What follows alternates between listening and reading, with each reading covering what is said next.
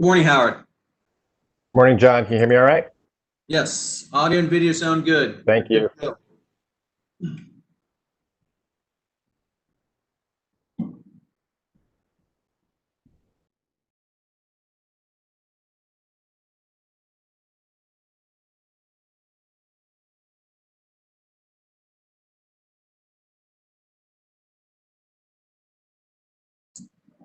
morning, Lucy. You're on mute. Good morning. How you doing today? Good. Audio and video look good. You're good to go. Great. Thank you. Sure.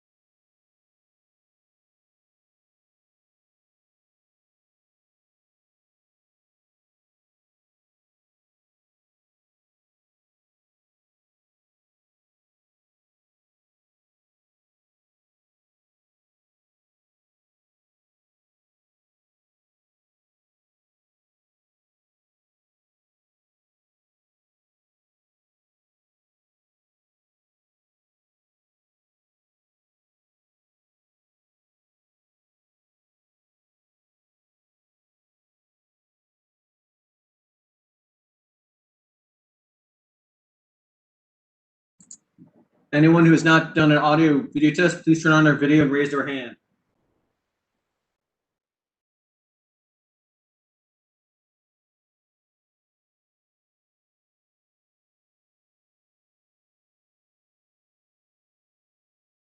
McKissick, audio check. Everything sounding okay? Audio and video sound good. You're good to go. Thank you.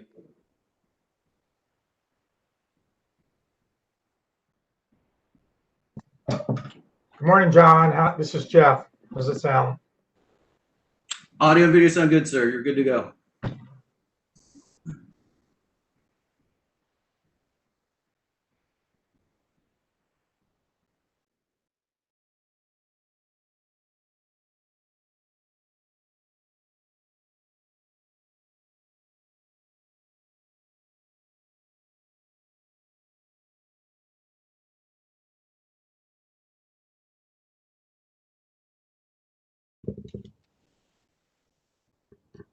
All right, Linda, just checking in with you to make sure you are ready to go. If you would give me a sign, please, ma'am.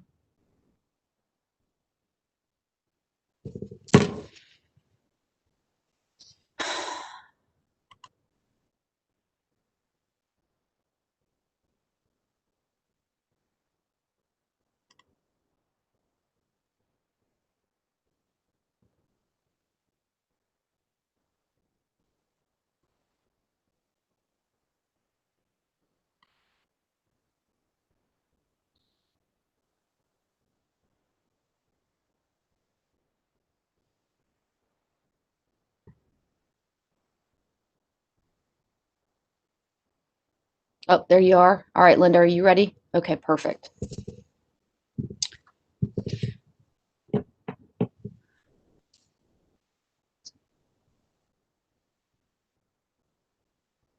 right, good morning, everyone. It's 9 o'clock. Let's go on the record, please.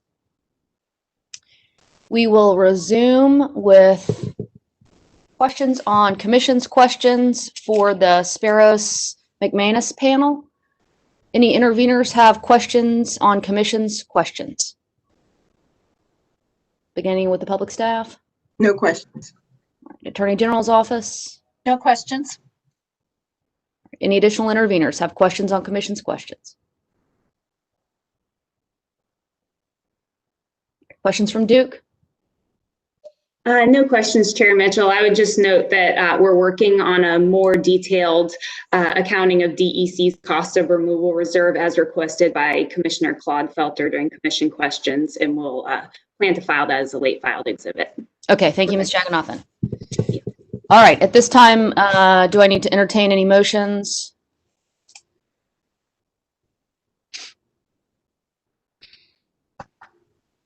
All right, well, with that, Excuse ahead, me. Ms. Jagannath, go ahead. With respect to this panel, I would just, Chair Mitchell, if now's the right time, I would like to move Mr. Spiro's pre-filed exhibits into evidence as pre-marked, and also move to excuse witness Spiros.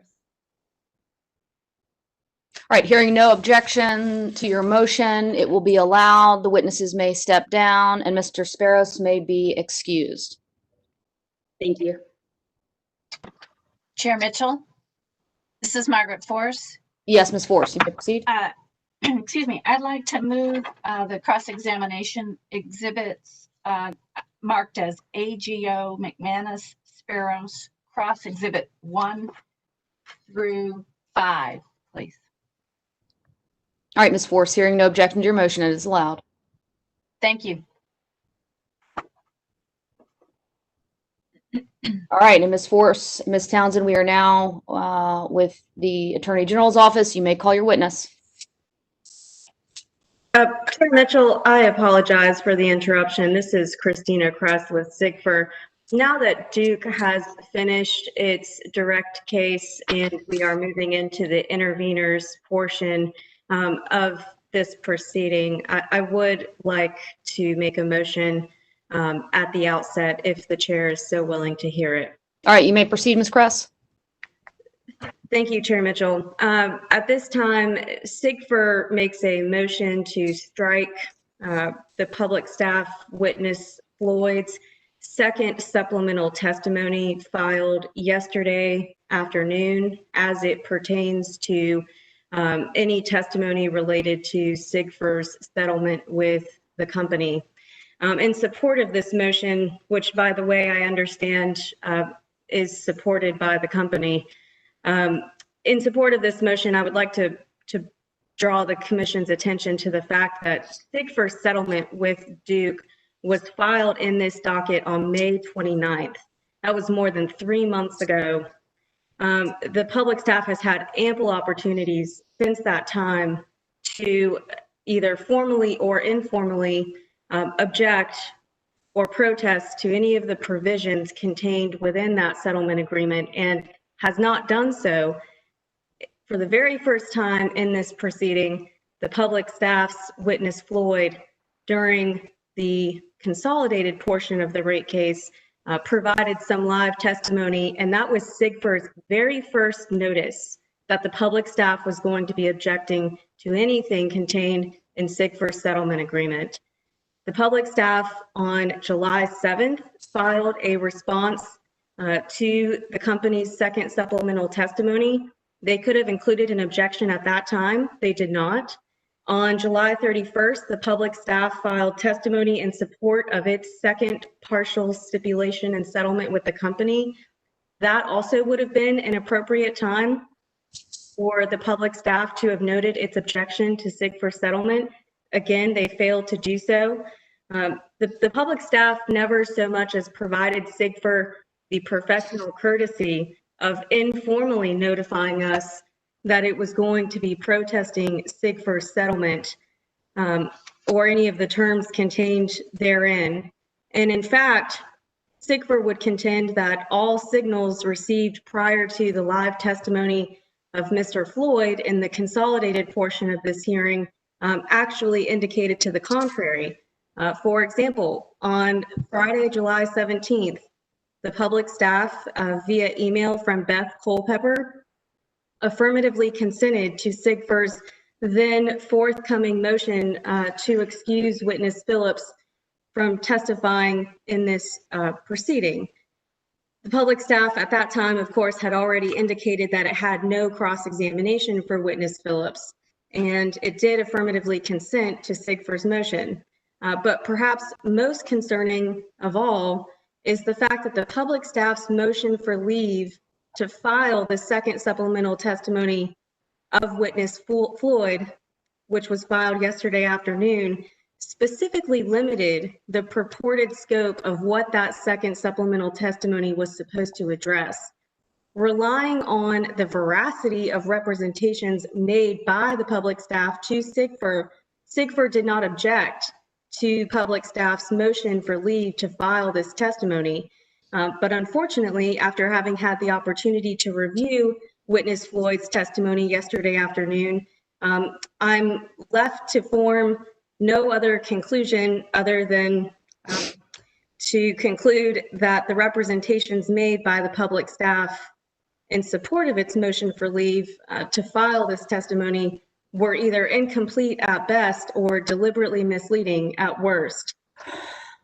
To be clear, SIGFR moves to strike the relevant portions of witness Floyd's second supplemental testimony on the grounds that that it's wholly beyond the scope of the testimony for which the public staff moved for and the commission granted leave. And that motion was filed in this docket on August 31st. It was previously circulated with the parties, and that is why SIGFR did not object after it had a chance to review that motion, because the motion did not in any way, shape, or form provide notice that this was going to be part of witness Floyd's second supplemental testimony. The public staff has had ample opportunity to address SIGFR settlement in another way and to file late testimony at the 11th hour once we're already in the middle of this proceeding, and after SIGFR has already prepped its witness to testify, given that at the time of this testimony being filed in the docket, we were likely within 24 hours of SIGFR's witness taking the stand, that all of this in totality constitutes a completely unfair surprise. And depending on how the commission rules on its motion to strike, SIGFR may have additional motions or requests for the commission. Thank you.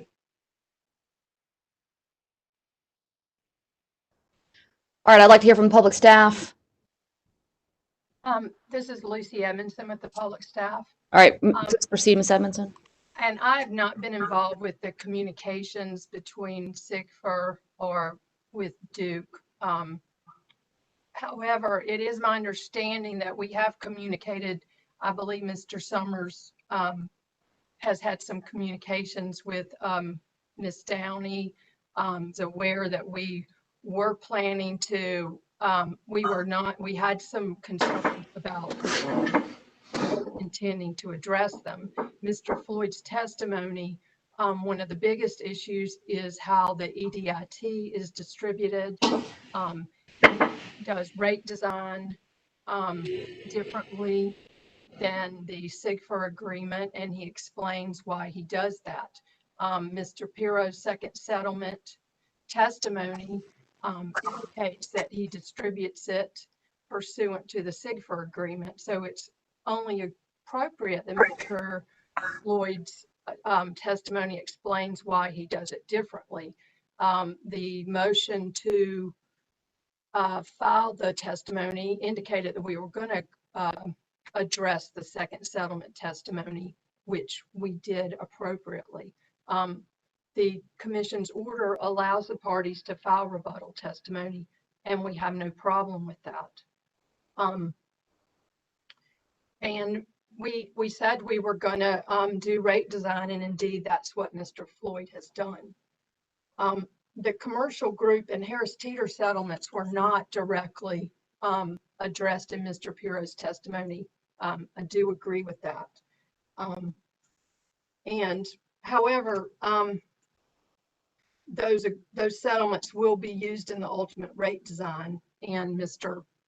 Floyd is our rate design witness. To the extent that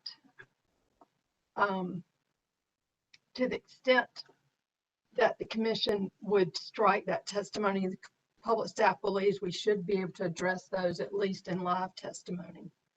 I don't believe the public staff has to file an objection to any settlements. That's not something that is procedurally correct. There's no requirement that we do that. And I believe, I don't know if Mr. Summers communicated that to the other parties that we had some concerns with the settlement, but I do believe he was aware of that. And finally, as I said, we have no objection to any party filing rebuttal if there's more time needed. We don't have any problem with that. And I don't believe we had any intent to deceive any parties. We've not hidden the ball in any way. Chair Mitchell, if I may be heard briefly. You may. Chair Mitchell, I did not say that the public staff had to file an objection. I merely stated that there were plenty of opportunities between May 29th and yesterday that would have been a much more appropriate time and opportunity for the public staff to have noted through its first testimony related to the second settlement and stipulation with the company, for example.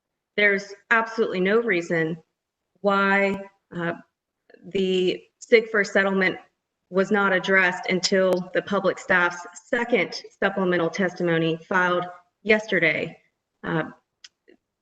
That should have been something that was included in the first supplemental testimony following the public staff's second stipulation and settlement with the company. It was not, and this does not constitute a change in circumstances or new information that was not already known by the parties.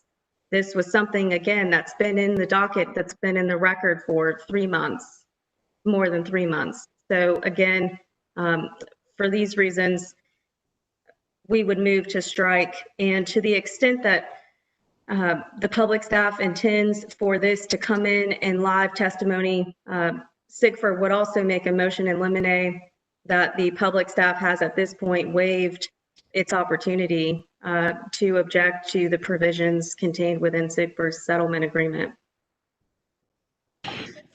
Madam Chair, if I may.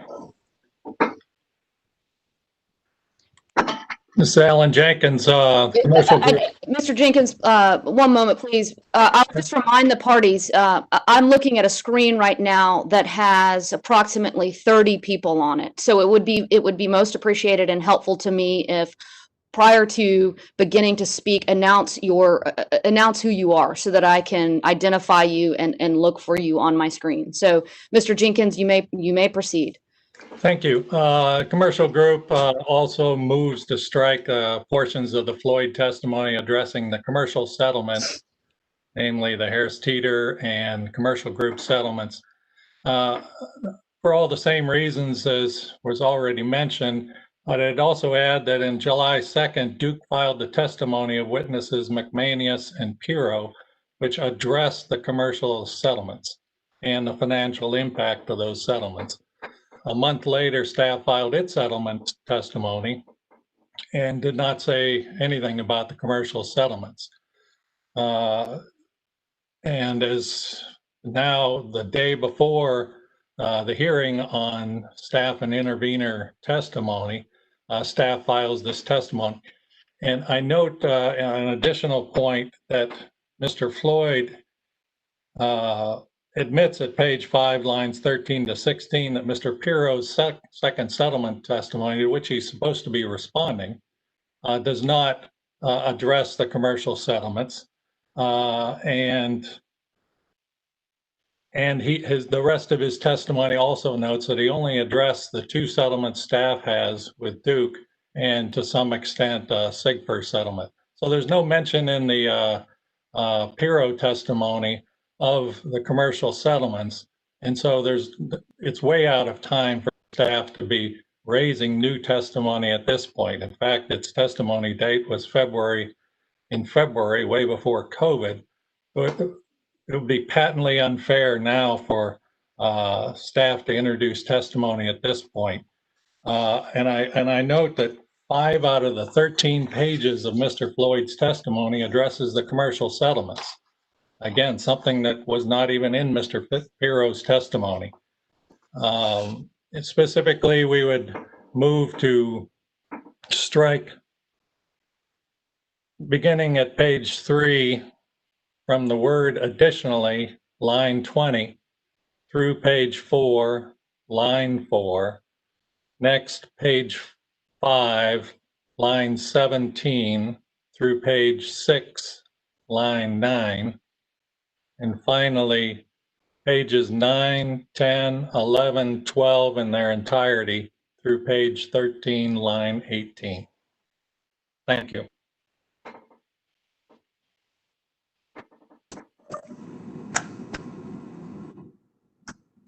All right, Ms. Kress, would you please indicate which portions of Mr. Floyd's testimony that you seek to strike? All mentions of SIGFR. I can provide, not right this second, but if the commission so would like, I can provide specific lines, but essentially we would move to strike all portions of the testimony that directly or indirectly reference SIGFR's settlement with Duke. All right, thank you, Ms. Kress. Mr. Summers, do you wish to be heard?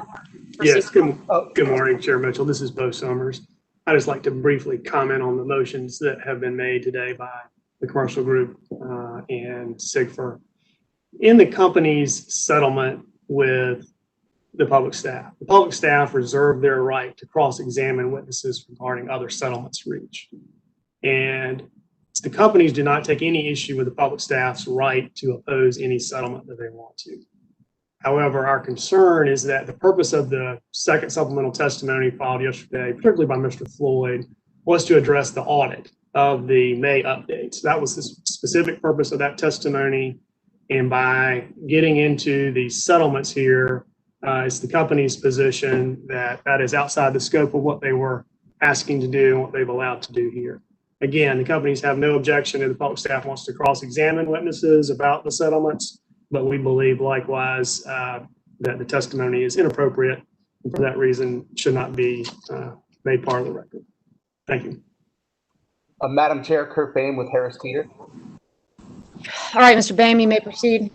I would just like to join the motions to strike and note that the Harris Teeter settlement was filed on May 28th, 2020.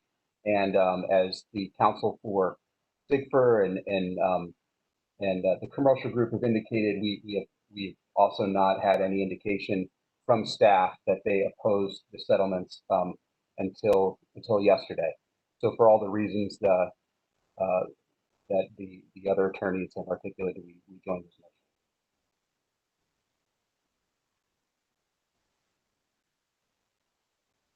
Chair Mitchell, this is David Neal. Mr. Neal, one moment, please. Mr. Boehm, you trailed off at the end. I just want to make sure that we've captured the full extent of your motion. Can you please just restate the last sentence so that we make sure that we've captured it? Thank you, Madam Chair. I believe I said that we join the motions of SIGFR and the commercial group. All right. So just for purposes of our court reporter, I believe Mr. Boehm said that his client joins the motion of SIGFR and the commercial group. All right, Mr. Neal, you may proceed. Chair Mitchell, thank you. David Neal on behalf of Justice Center et al. I just wanted to make sure that the commission in ruling on this motion did not make any generalizable rulings about waiver to oppose settlements as a legal matter, because as I understand the procedural schedule laid out, interveners generally would not have had an opportunity to provide additional testimony in opposition to settlements, but may reserve the right to be against individual components of settlements in post-hearing briefs or other pleadings following the hearing. And so I just wanted to point out that to the extent that the argument about waiver is an element in this motion, that it doesn't get extended so far as to prohibit interveners from weighing in at the appropriate time. All right. Any other party wish to be heard? Madam Chair, Margaret Force with the Attorney General's office. I join Mr. Neal's comments on this. We have not reviewed the motion. I guess this is just just came up this morning. And I'd ask that the chair take this under advisement and give an opportunity for parties to take a look at this more carefully before the ruling is made. But also joining that settlements are a piece of evidence that's considered by the commission along with all the other evidence in the case. All right, thank you, Ms. Force. Any other party wish to be heard? If I could be heard a little further, there seems to be the implication that since the public staff did not file testimony opposing these settlements, that we are somehow stopped from opposing them, and that is simply wrong. Mr. Floyd's testimony explains why his rate design did not adopt the SIGFR settlement. We raised these issues with Duke early on and during settlement discussions. We told the commission that we were going to do rate designs and we couldn't do them till we had the final numbers from our audit. And I just believe Mr. Floyd's testimony, especially about the SIGFR settlement, is proper. It explains why his numbers and his rate design is different. And if anything, we should be able to explain in live testimony why we oppose these settlements. Thank you. All right, I'm going to take the matter under advisement. I will issue a ruling at a later point in time. All right.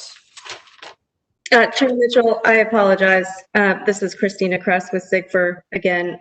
In light of the commission's taking this under advisement and not providing a ruling at this time, I would just like to request permission to have SIGFR witness Phillips provide testimony out of order, given that we were given less than 24 hours notice through witness Floyd's testimony, and SIGFR's witness had already been prepped to testify before we received this late 11th hour testimony yesterday afternoon. SIGFR needs more time to re-prepare its witness in light of the contentions made by Mr. Floyd, and is not going to be prepared to take the stand today. And in fact, we would request permission that we be allowed to take the stand either after Mr. Floyd takes the stand or at a later time, and also have the opportunity to provide rebuttal testimony. I guess that would be a motion for leave.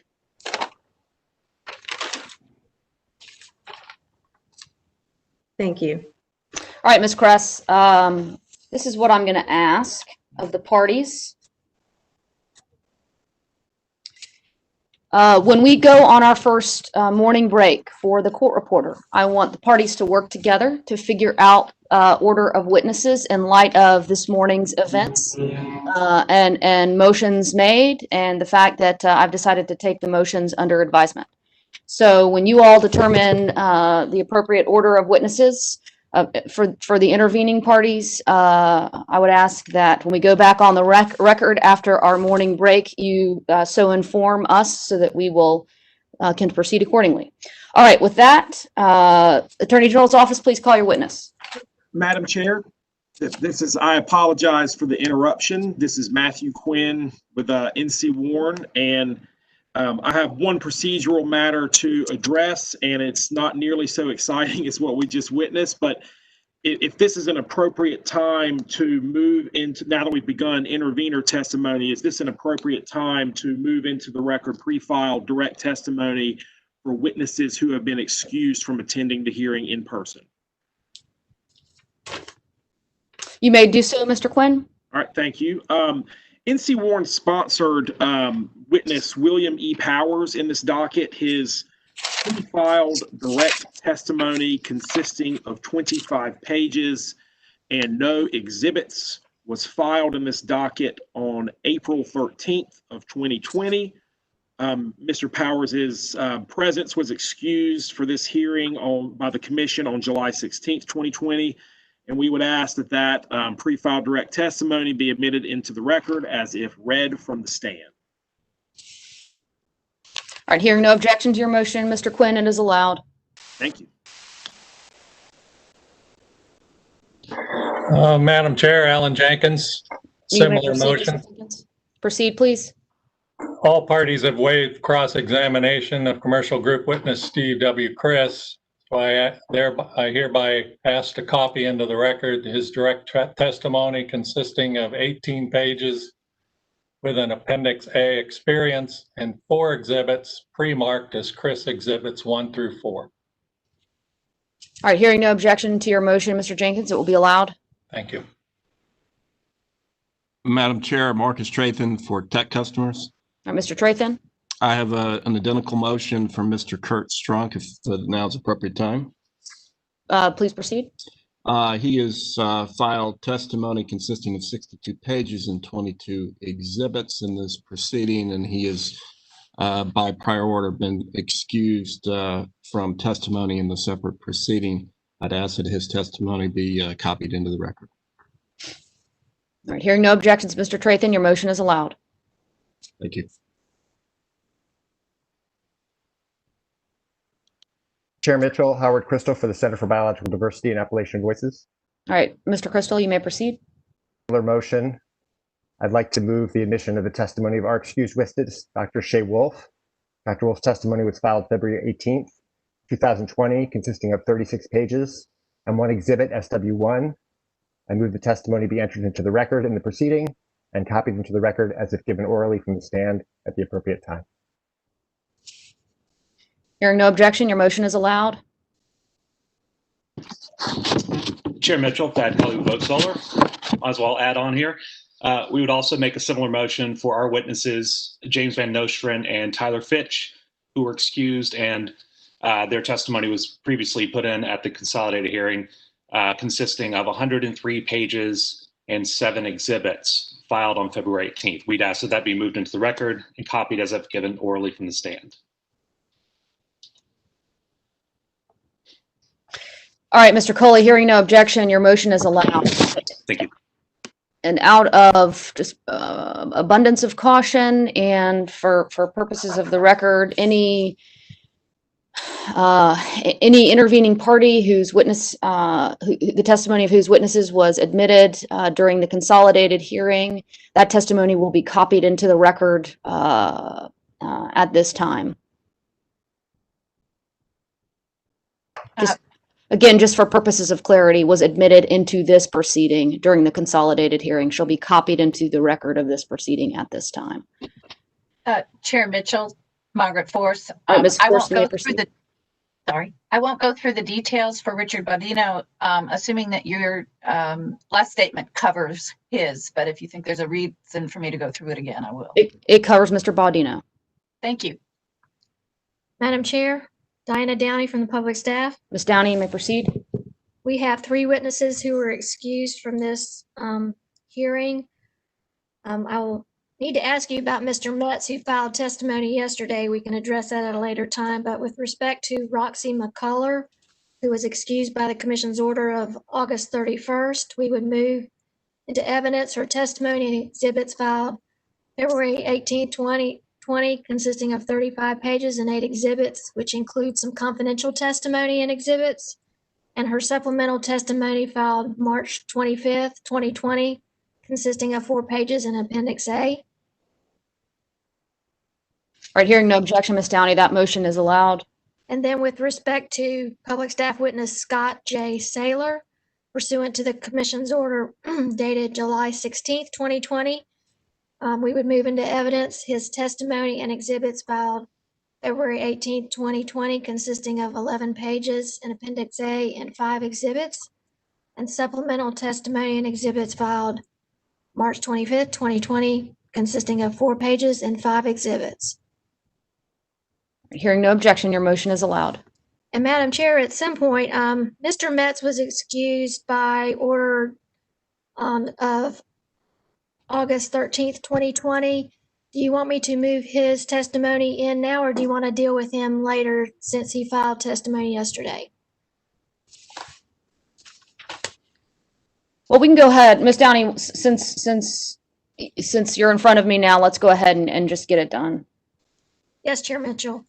So pursuant to the commission's order of August 13th, I would move into evidence the testimony and exhibits of Dustin R. Metz filed February 18th, 2020, consisting of 19 pages and Appendix A, and his supplemental testimony and exhibits filed March 25th, 2020, consisting of 14 pages, Appendix A, and one exhibit.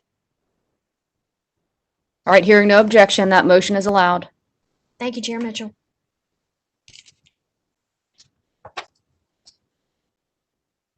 All right, any additional matters to consider before we begin?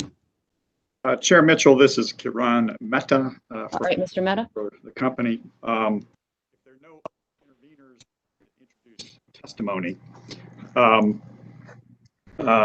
yesterday we had a discussion regarding the joint exhibits, and I think what I would like to do, even before Mr. Hart takes the stand, is to go ahead and move into evidence all of the joint exhibits. Those would be as pre-marked. So joint exhibits 1 through 13. Mr. Mehta, it's joint exhibits 1 through 14. Is that correct? 13. The last one is 13. Okay. All right. You trailed off there at the end. All right, Mr. Mehta, hearing no objection to your motion, joint exhibits numbers 1 through 13 will be admitted into the record at this time. Thank you, Chair Mitchell. All right, anything further?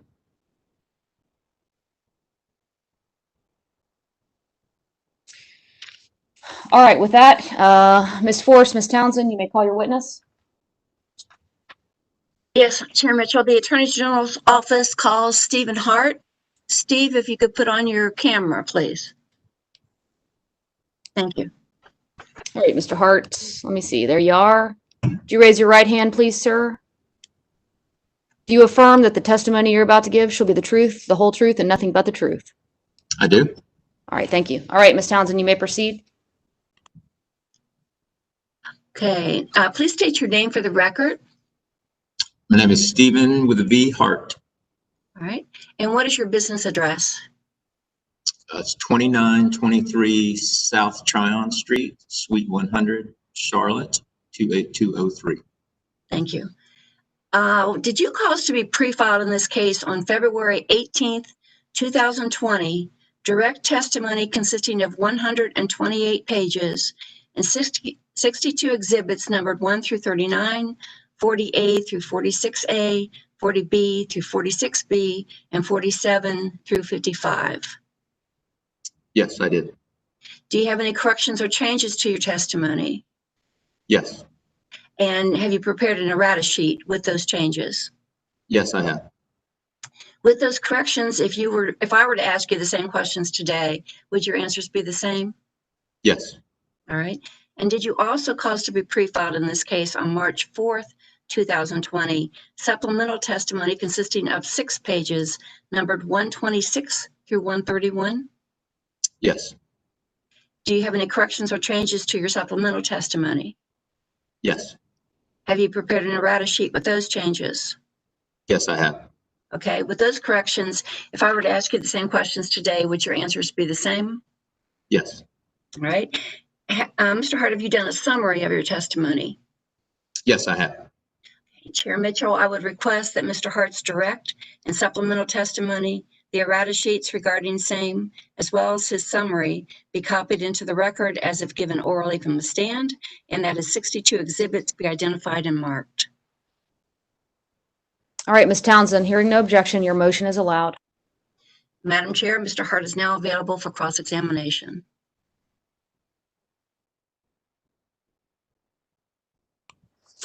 All right, public staff.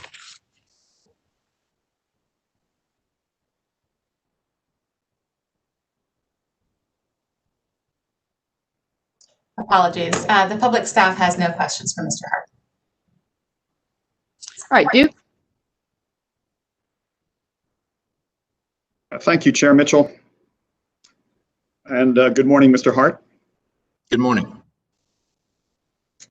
Mr. Hart, we'll be referring to a number of exhibits, but one I know we'll be referring to in particular is your the transcript of your deposition, which was taken on, I think, the 2nd of March, which is previously marked as Duke Exhibit 4, DEC Exhibit 4. So if you could just have that handy, that would be really good.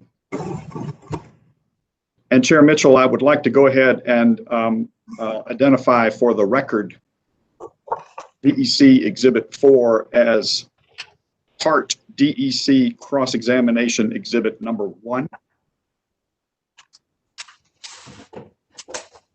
All right, bear with me 1 minute, Mr. Meta, while I get the document.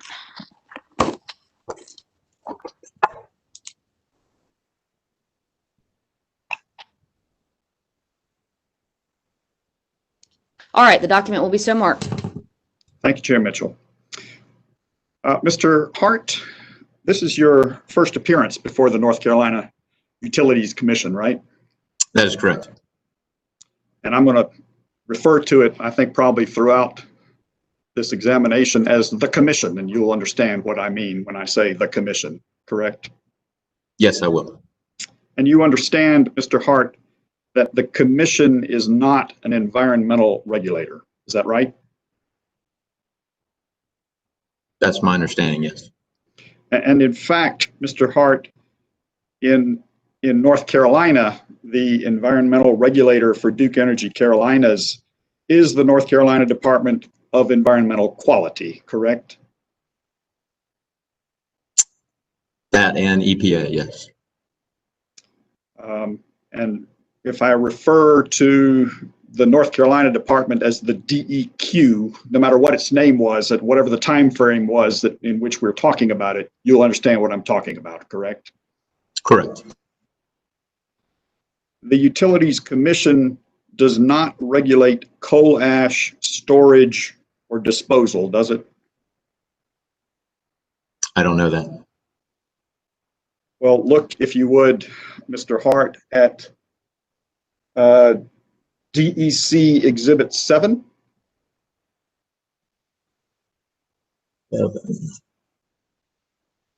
Chair Mitchell, I would like for DEC Exhibit 7 to be identified for the record as Hart DEC Cross-Examination Exhibit 2. All right, Mr. Meta, we will identify the document as DEC Hart Cross Examination Exhibit 2. Mr. Hart, what is now marked and identified as DEC Cross-Examination Exhibit 2 is actually directly from the Commission's website. Do you see that? I see a copy of it, yes. And there's 2 columns at the top of the page under the heading Electricity. Do you see that? Yes.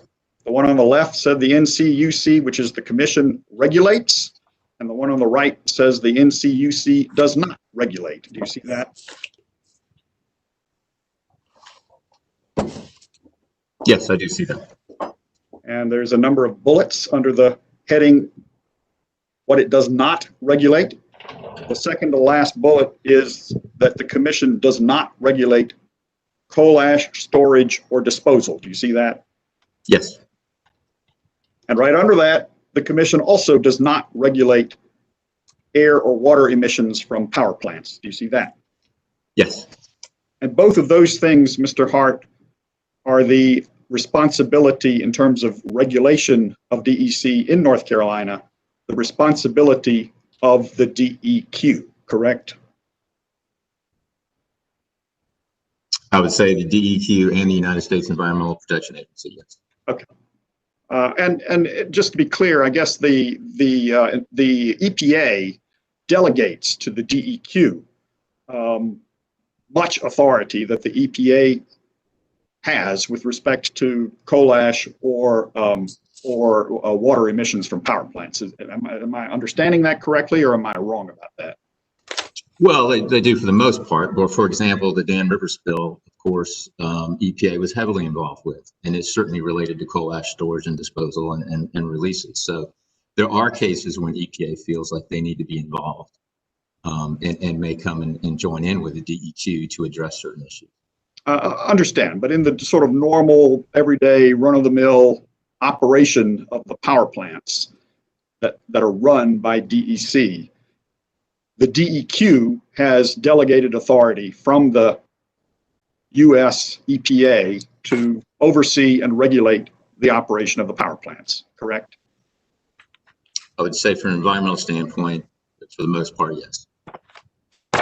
And in terms of water emissions from the power plants, that regulation occurs in the context of a permit program, correct? Could you explain what you mean by water emissions? Well, I guess what I mean is let me back up and say it this way. There is a program called the National Pollutant Discharge Elimination System, or NPDES, correct? That is correct. And that program is administered in North Carolina by the DEQ, correct? Correct. And the Duke Energy Carolinas power plants, and we're really talking about the coal-fired power plants in terms of what we're talking about today, to the extent that they operate with NPDES permits, that program is administered and regulated by the DEQ. Is that correct? Yes, with authority from the EPA. And that's a direct delegation of authority from the EPA, correct? That's my understanding, yes. Now, Mr. Hart, the Utilities Commission does not regulate groundwater quality, does it? I don't believe so. And that also is the responsibility of the DEQ, correct? Correct. And the Utilities Commission does not regulate when groundwater monitoring wells should be installed, where and to what depth they should be installed, or how frequently and for what parameters those wells should be sampled, does it? I don't believe so, no.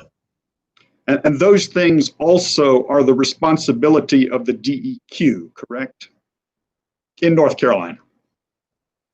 Well, they would be the responsibility of the companies that are responding or addressing the environmental issues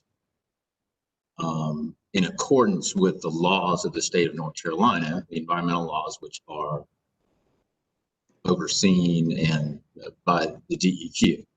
Okay, so the DEQ is the regulator involved in issues of when groundwater monitoring wells should be installed, where and to what depth they should be installed, or how frequently and for what parameters those wells should be sampled, isn't it?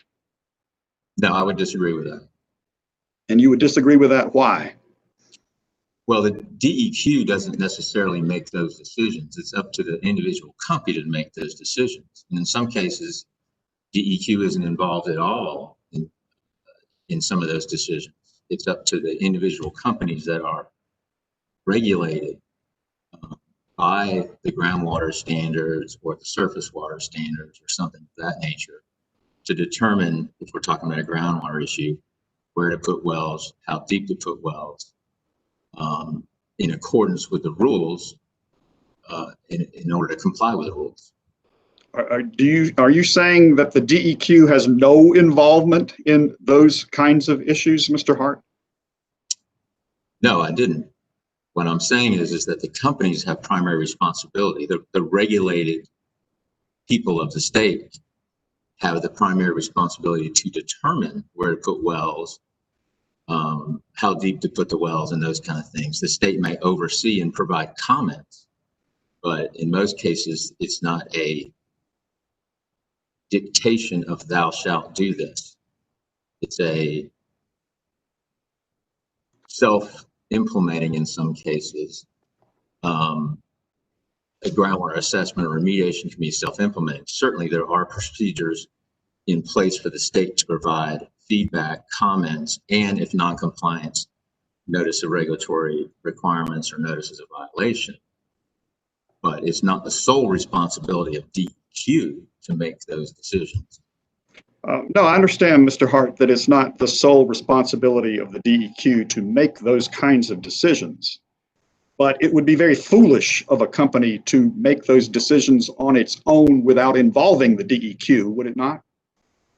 No, in fact, there's certain programs within North Carolina, like the Inactive Hazardous Sites program, the Registered Environmental Consultant program, where you get no feedback from DEQ with regard to where to put wells, and you don't involve DEQ at all. And so it is not necessarily prudent to do that. Because you have an obligation to define the horizontal and vertical extent of groundwater contamination. You have an obligation to clean that groundwater contamination up. And so you may want approvals along the way, but it's not necessarily prudent to get approvals from the state in all steps of what you're doing. Well, Mr. Hart, if you set aside the inactive hazardous waste program and the whatever you mentioned in terms of the process by which those decisions are made, and you just talk about the monitoring of groundwater in conjunction with NPDES permits that the DEQ has issued, which occurred at Duke Energy power plants, did it not? I'm sorry, I wasn't talking, were you saying I was talking about NPDES permits? No, I think you mentioned that you were talking about there are programs in which the DEQ is not involved at all, like the inactive hazardous waste program, correct? Correct. Okay. The inactive hazardous waste program has nothing to do with any of the groundwater monitoring that DEC did at its power plants, back from the mid-1980s forward, does it? Not that I'm aware of, not DEC. No. Okay. So if you set aside that self-executing program, the inactive hazardous waste program that you talked about, Mr. Hart, and I take it you've advised clients in your role as a consulting hydrogeologist how to run a groundwater monitoring program, haven't you? Certainly, yes. And you've done that in the context of the groundwater monitoring, the same type of context of the groundwater monitoring that has gone on at DEC power plants since the mid-1980s, correct? Correct. Similar context, yes. And is it your practice, Mr. Hart, to advise clients that in setting up a monitoring program in that context, that they should ignore the environmental regulator? No, I never said they should ignore the environmental regulator, but you don't have to every step along the way get approval from DEQ. If you have a groundwater contamination issue, for example, you determine where the wells go, you determine where the screen intervals are, you determine the analyses. Now that may be in some cases done in conjunction with DEQ, but if you find an issue, you send those in a report typically that identifies where you have contamination, and it may recommend some additional assessment that needs to be done. But you, in general, in my experience, try to proactively deal with these issues. You don't just send in data and then sit back and wait for the regulators to come back and review it. Mr. Hart, would you look at your Exhibit 28?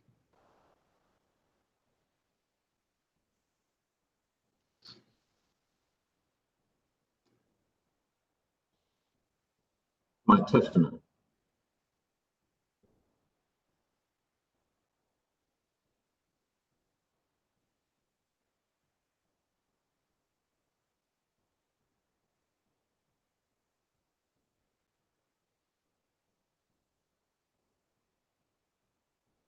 Okay. Just tell me when you're there. Yes, I'm there. And Exhibit 28 is an email from Alan Stowe at Duke Energy to various people reporting on groundwater well installation at the Allen Steam Station. And the email is dated August 13th, 2004, correct? Correct. And this email is in the context, and we'll get to this later, I think, in the examination, Mr. Hart, but in the context of the voluntary groundwater monitoring program that Duke Energy Carolinas implemented as part of the USWAG, and that's USWAG, and you can remind me what the acronym stands for, if you would, Mr. Hart. Utilities Solid Waste Activities Group. Thank you. So it's part of the voluntary USWAG groundwater monitoring program, correct? Well, the work, as I understand it, the work they were doing at the Allen plant 2004 was as part of the USWAG action plan. Okay. And if you would, Mr. Hart, the second paragraph of the email notes, well, actually, really the first paragraph, the very first line notes that various people met with Bill Goforth of the DEQ, correct? Yes. On August 12th, 2004. Correct.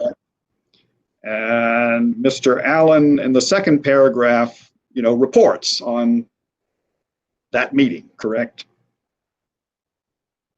Mr. Stowe. Mr. Stowe, excuse me. That's all right. Yes, he does.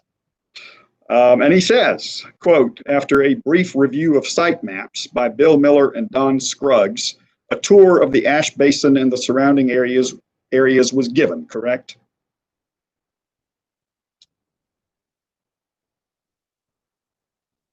Yes, that's correct.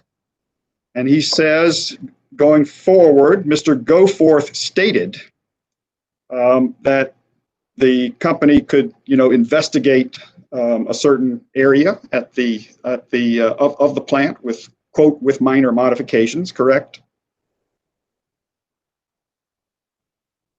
Well, he said there are pre-existing wells, so obviously there were wells already there that DEQ apparently didn't have any say previously. So he says there are pre-existing wells that could potentially be used in your USWAG monitoring plan, but also that he concurred with the location and proposed us some additional monitoring. So that's in the following sentence. Mr. Goforth concurred with the location and the proposed depths, well pair, one shallow, one deep for the background, and the two monitoring wells located closest to the locations where the ash basin is located near residences, correct?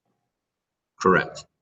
That's what it says, yes. And it goes on to say that Mr. Goforth requested that two additional monitoring wells be sited between the western side of the ash basin and the housing development that we'll just call it DEQ, and Gaston County officials will be contacted to ascertain permit requirements, et cetera. You see that? Yes. So Mr. Goforth was consulted about the location of wells, approved yes. in some fashion about the location, depth of the wells, correct? Yes. And suggested additional wells be placed in an additional site, correct? Correct. And this is a very normal way that regulated entities interact with their regulators when deciding on a groundwater monitoring program, isn't it? It can be, yes. I think this is the only facility that they met with DEQ. That's the only facility that I've seen where they met with DEQ and discussed the well installation. But Allen plant. You don't know if they also discussed the well placement with DEQ at the other facilities, do you? You don't know one way whether or not they ever met with DEQ with regard to well placement at the other facilities, do you? Well, like I said, I've seen no indication of it. No. And in fact, DEQ had a number of issues with the well placements when they were submitted data in 2009. Some of the wells were not installed in upgrading locations. Some of the wells that DEC claimed were downgrading wells were actually upgraded. So it's hard for me to believe that DEC did in fact know about the location of all the wells that were installed, because DEQ, actually asked for maps that shows where the locations of the wells were in 2009. They didn't know where these wells were being installed. Now, they did get Mr. Goforth's opinion in 2004, which was a good procedure. They also told them that they were going to install monitoring wells at the rest of the facilities in 2005 and 6, which did not occur. In fact, some of the wells at some of the DEC facilities were not installed in 2008. And they were all that, but the wells that were installed near the residences showed contamination, and DEC did nothing about it. okay. The wells that you say should have been installed in 2006 were ultimately installed, were they not? They were installed as late as 2008. Yes. Okay. And then they didn't follow the USWAG action plan when they had data. The USWAG action plan was very specific about what to do. It said, if you have groundwater exceedances, you're supposed to work with a state regulatory program to come up with a plan and do corrective action. And they, in 2004, in this very email that you said, we want to be proactive about this issue. And that's not what happened. Yeah, we'll get there, Mr. Hart. Don't worry. You'll have your opportunity to wax eloquent on all that. But let me circle back for a moment. And we were talking about the various responsibilities of the DEQ involving coal ash storage and NPDES permits and things of that nature. And that's, of course, in North Carolina, correct? That's correct. And the equivalent agency for South Carolina is the South Carolina Department of Health and Environmental Control, correct? That's correct. We'll just call it DEC, right? Is that what you call it? Yes, that's correct. Now, Mr. Hart, you are I think, a hydrogeologist by training, correct? By education and training and experience, yes. You're not a utility engineer, correct? No, I am not. In fact, you're not an engineer at all, correct? That's correct. And you've never designed a coal ash basin or a power plant associated with a coal ash basin, have you? No. And you've never operated a coal ash basin or its associated power plant, have you? No. And you are aware, are you not, Mr. Hart, that each of the coal ash basins for which the company is seeking cost recovery in this proceeding was unlined when it was constructed, correct? That's my understanding, yes. And if you would, Mr. Hart, and you go to your deposition, which we marked for purposes of this proceeding as cross-examination exhibit 1.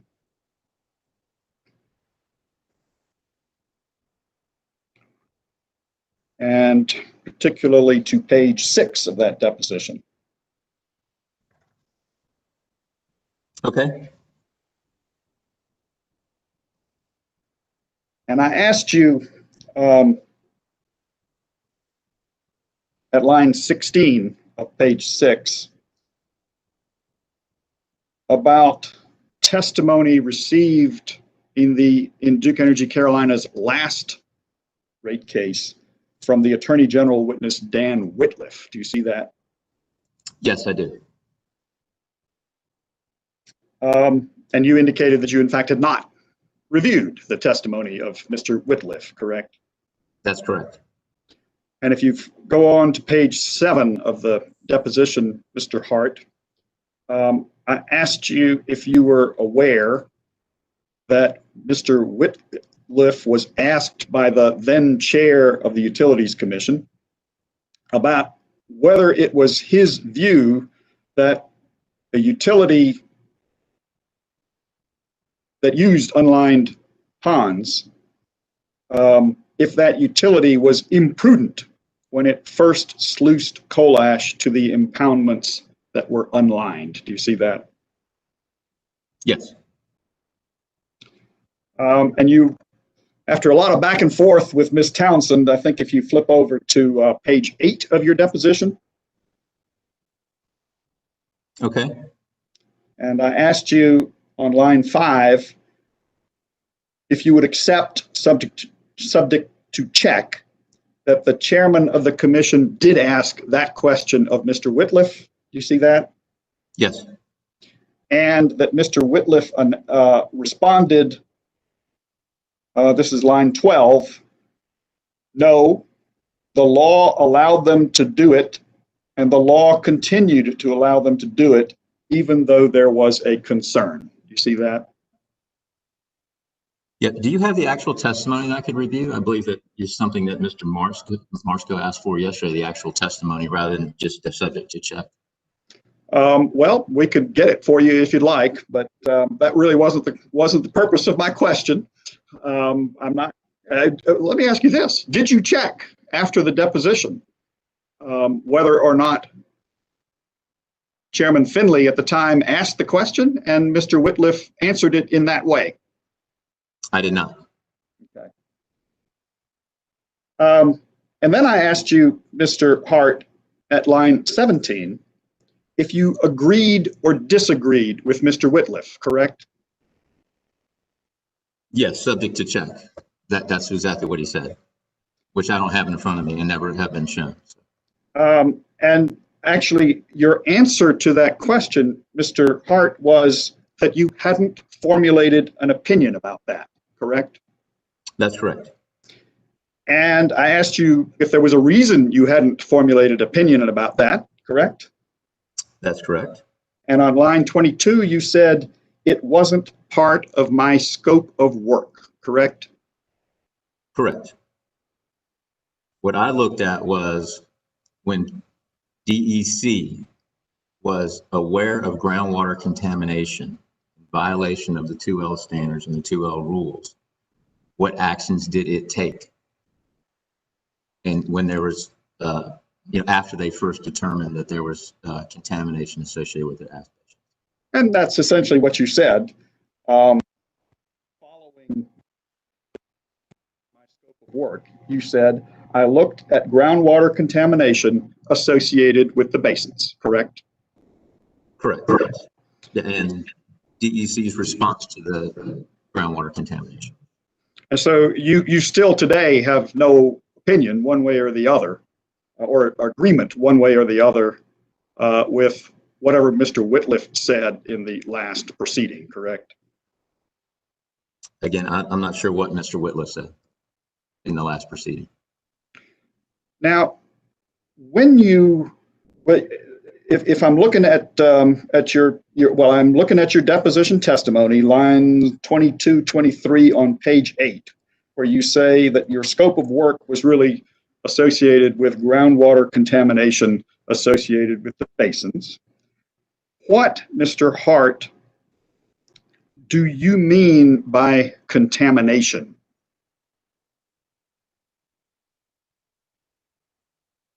Contamination typically is something above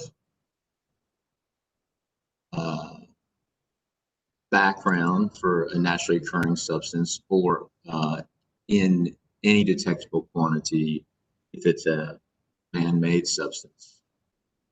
And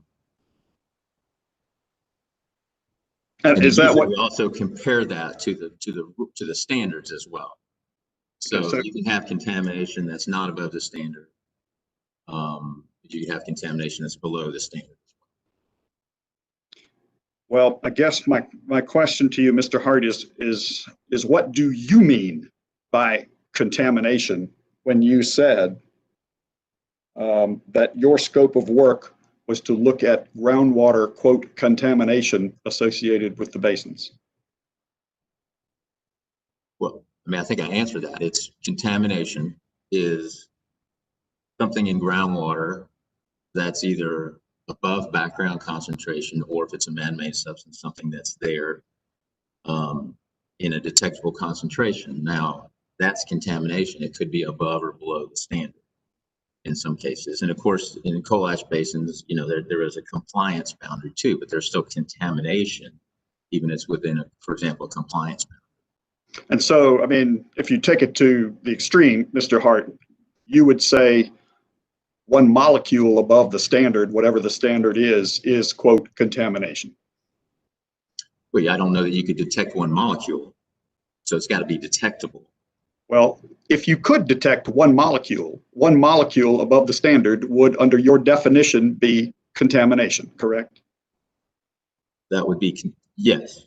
But again, it's compared to the standard. So in some cases, contamination is not a concern. If it's below the standard, it would be a concern if it's above the standard. Okay. But it's contamination nonetheless, the way you have defined contamination, even if it's below the standard, if it wasn't supposed to be there to begin with, correct? The way I would define it, yes. So you're not defining contamination for purposes of your testimony the way the EPA would define, for example, environmental damage or environmental harm, correct? I don't know what their definitions are. If you could show me something, I'd be, glad to look at what their definition is. Well, do you have available to you Ms. Marcia Williams' testimony?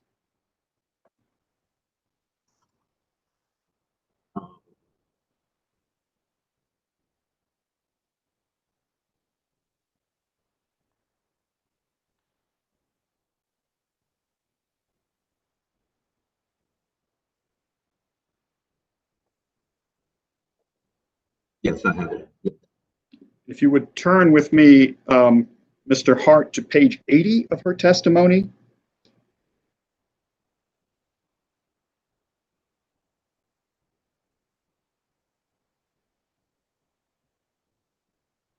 Okay. And specifically to footnote 104. Do you see that? Okay. And in footnote 104, Ms. Williams says, further, the word, quote, contamination in Mr. Hart's statement is also not precise or particularly useful. There is an important distinction between groundwater contamination and groundwater harm. Contamination is any level above background. That's how you're using the word contamination for purposes of your testimony, correct? Yes, but I compare it to the standard, yes. Understood.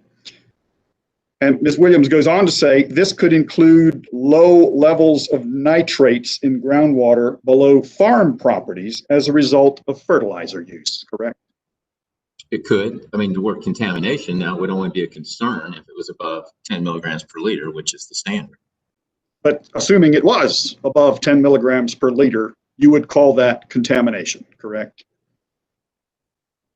Yes, I would. Yes, contamination above the standard at a level of concern. Okay.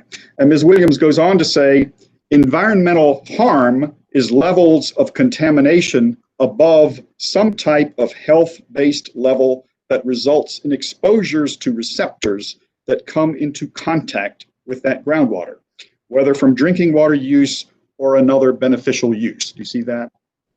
Yes, and I think it shows Ms. Williams' unfamiliarity with the North Carolina groundwater standards and rules. It says nothing about whether it has to have exposures to receptors. It says that if you exceed the standard, you are required to assess the causing significance, eliminate the source, and then develop a corrective action plan. There is no statement in the North Carolina 2L rules or standards about whether the groundwater has to come in contact with a receptor that's drinking water or some other receptor. It's not receptor based, the groundwater standards in North Carolina. Understood, Mr. Hart. I'm really just trying to establish what you mean by contamination, and that what you mean by contamination is different than what the EPA would call environmental harm, correct? Well, I mean, I think Ms. Williams even says contamination is any level above background. That's how she defines it. And then she goes on to explain environmental harm. Now she doesn't, that's her opinion. There's no reference to this as EPA's opinion. This is her opinion. So my point is that the 2L rules don't talk about, they talk about protecting groundwater as a resource for all citizens of the state. They don't talk about whether it has to have a receptor, because all groundwater may become a future use of groundwater and then impact a receptor. Mr. Hart, if you would look at page 8 of your testimony in this proceeding, and particularly at lines 5 through 7. My testimony? Your testimony, not the deposition, your pre-filed testimony.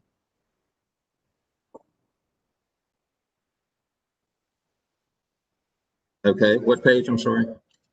Page 8. Okay. Lines 5 through 7. All right. Where you indicate that one of the results of your investigation is the conclusion that the utility industry, including DEC, quote, knew about the potential for contamination of groundwater from coal ash basins as early as the 1980s. That. Yes, that's correct. That's what it says. And you're using your meaning of the word contamination in that testimony is the same as what you just gave us a few minutes ago. That is some level above background, correct? Yes. So it knew, and it shouldn't have been surprised when it put in monitoring wells and found contamination, and in many cases above the 2L standard. It knew that this was certainly a possibility for unlined coal ash basins. Yes. And Mr. Hart, groundwater monitoring occurred at DEC coal ash basin sites as early as 1978. Isn't that correct? I don't know if it's 78. I know the earliest I have seen is at the Allen plant, and it may have been 78 or 79, reported in the, I believe, 84. But maybe yes. So if you actually, if you look at the, I guess it's Joint Exhibit 9.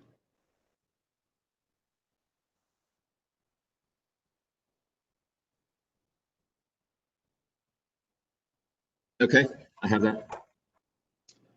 And that is the report of Duke Energy's report of the Allen plant monitoring program, correct?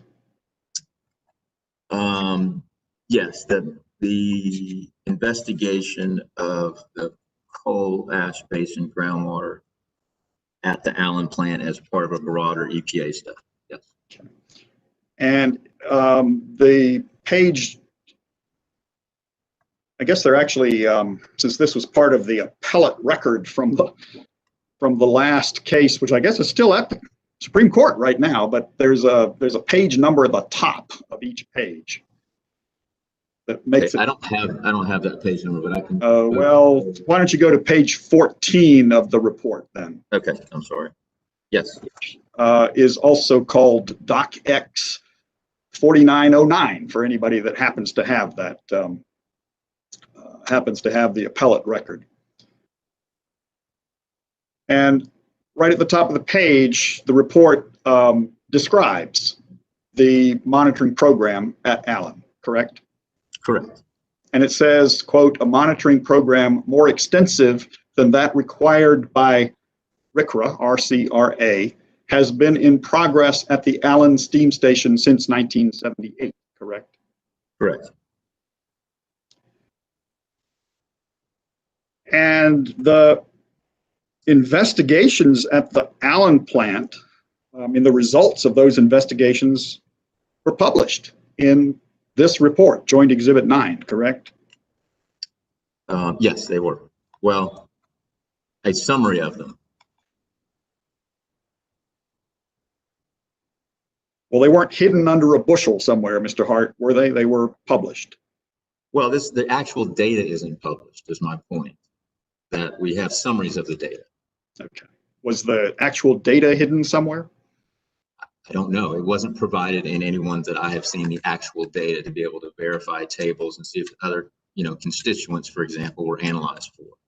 Okay. So they have provided a summary of the data. Whether that's a complete summary of the data or not, I don't know.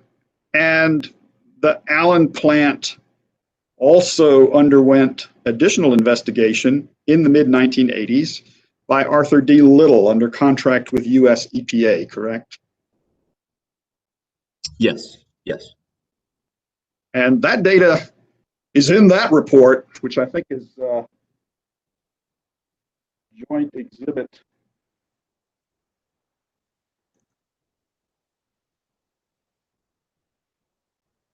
10, correct?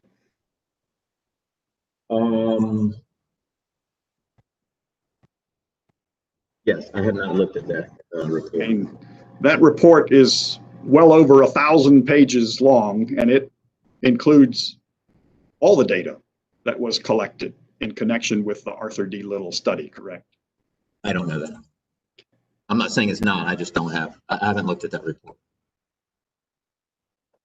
And the Allen plant underwent additional investigation by a contractor for the Electric Power Research Institute, or EPRI, did it not? I don't know. I don't know that I have that. If you would look, Mr. Hart, at Joint Exhibit 12. Okay. And go to page 1 of that report and on to page 2. And if you have the DocX numbers, that would be DocX 9440 to 9441. I don't have that report. Try to find it. I only downloaded the DEC exhibits. I wasn't aware we had to about these joint exhibits. But, so you don't have the Joint Exhibit 12?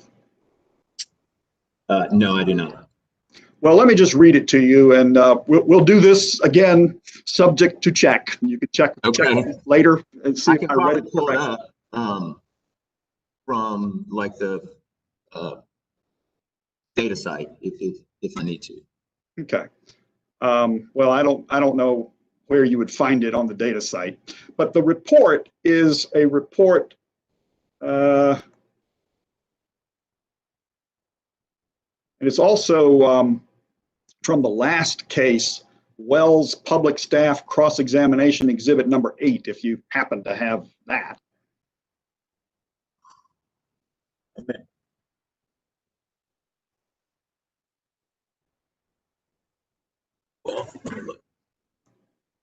So it's for the river plant. I mean, its title is Riverbend Plant, right? Yes, it's the Riverbend evaluation. Right. So it's titled Evaluation of the Effects of Ash Disposal at the Riverbend Plant of Duke Power Company on Groundwater and Surface Water Quality, prepared for Duke Power Company. There's not a date on the first page, but it's sort of late 80s, as I recall. So it's a Wells, I may be able to find that. Well, let me do this, Mr. Hart. I'm sorry. I mean, if you want to, I think I can find it. I just. Well, I don't think it's necessary. Again, you can check me on just what I read, but it is or was also Wells Public Staff Cross-Examination Exhibit number 8 in the prior case. And I'm reading from the bottom of page 1, which is also DocX. All right, I found it. I'm sorry. All right. I did find it. DocX 9440. Quote, intensive studies on the effect of ash disposal have been conducted at the Allen plant, which is also located in Gaston County, about 12 miles south of the Riverbend plant. And they indicate that Duke Power conducted a study, correct? That's the 1984 report, Joint Exhibit 9.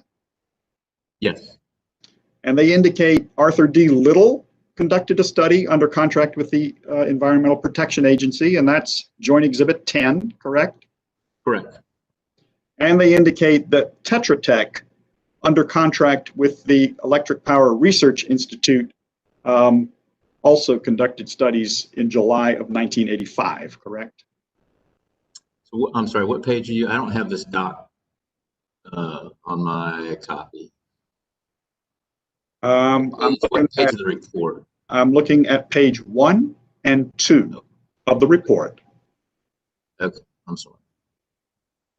If you're looking at it on a PDF, it's probably PDF page 9 and 10.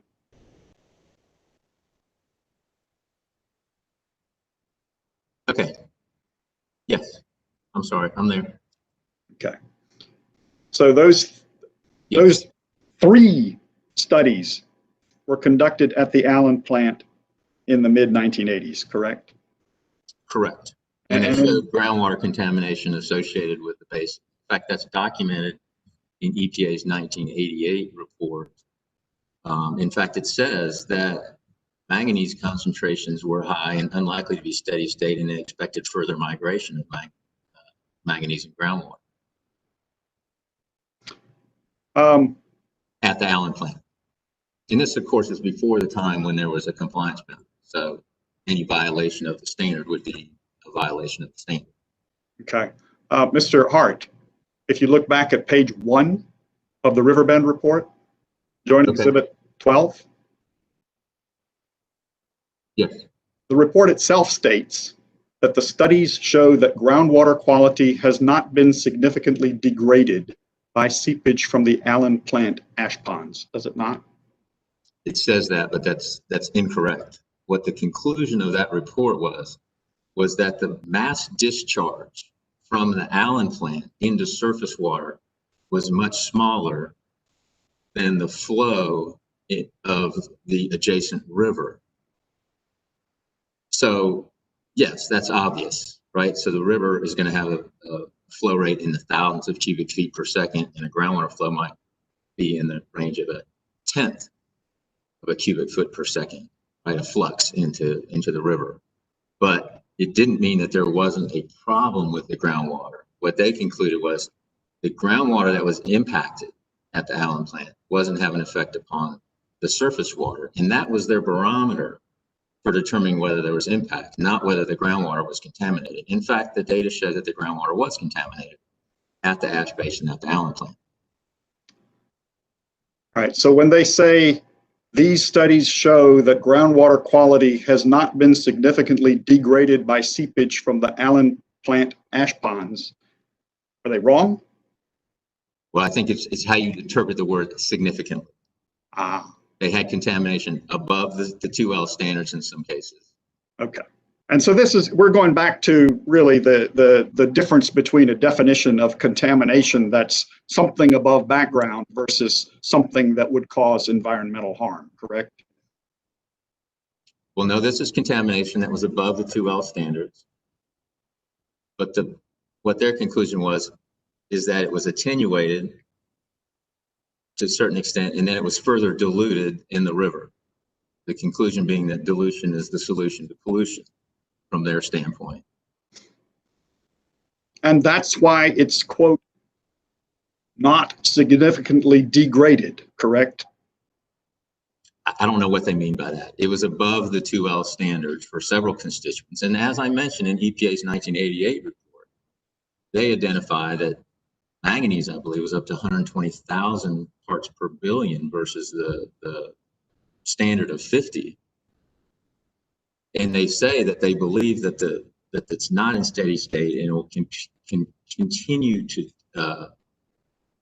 mobilize because the exchange capacity or the attenuation capacity of the soil will not be sufficient to attenuate that kind of contamination. Yeah, we'll get to the 1988 report, Mr. Hart. You have to go deep in the 1988 report. You can't just read the conclusions. Mr. Hart, the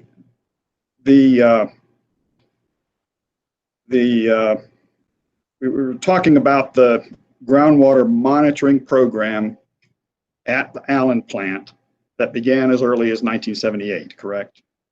Correct. And further groundwater monitoring took place in the mid to late 1980s at Marshall and Blues Creek, those power plants, correct?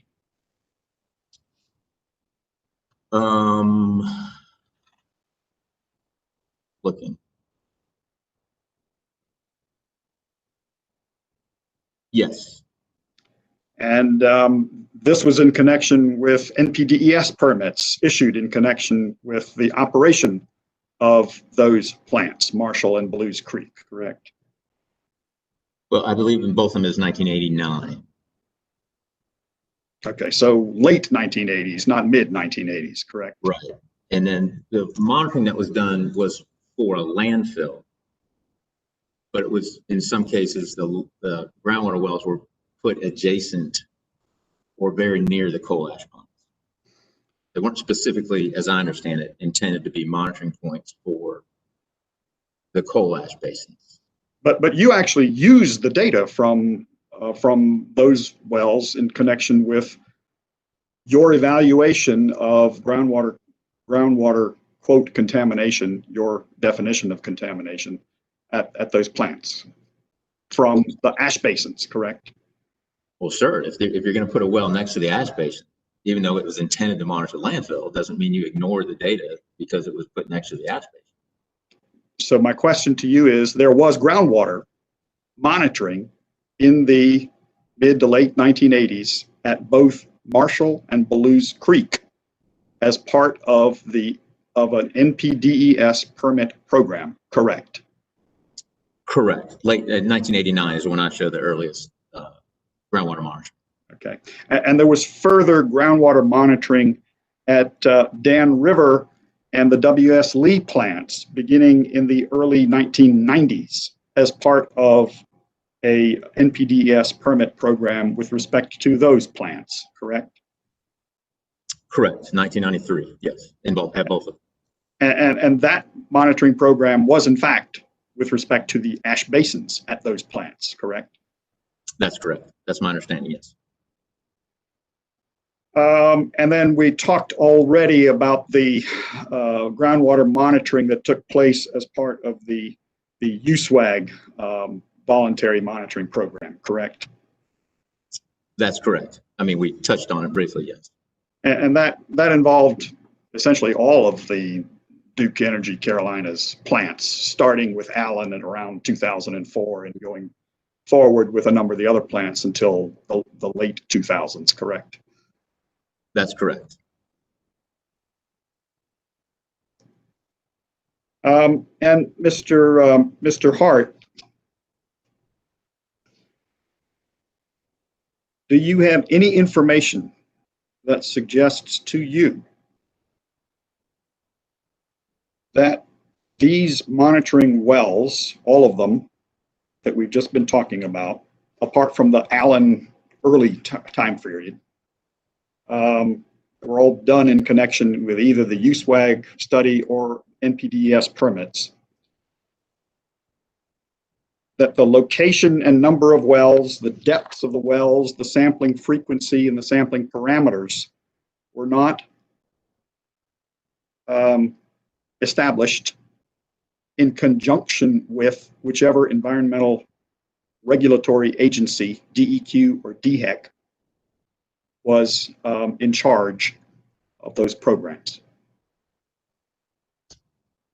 Well, I think to the extent that they were associated with a permit, for example, at Dan River or W.S. Lee, I do believe that they were most likely installed in conjunction with DEQ's input and the parameters were agreed upon. Now, with regard to the other facilities where it was part of USWAG, other than the Allen plant, I don't see any indication that those wells were installed in conjunction with some input from DEQ. In fact, DEQ, when the data was submitted, had a number of comments about the well location. Some of them they said were not appropriate for background determination, things like that.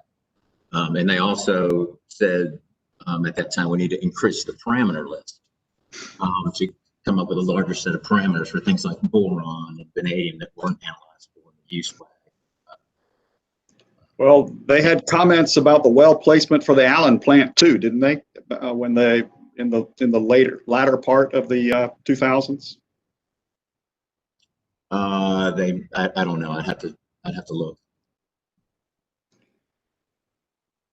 But I've seen no indication that they installed those wells as part of USWAG, other than at the Allen, as part of some discussions with DEQ. But if you have some, documentation to that effect, I'd be glad to look at it.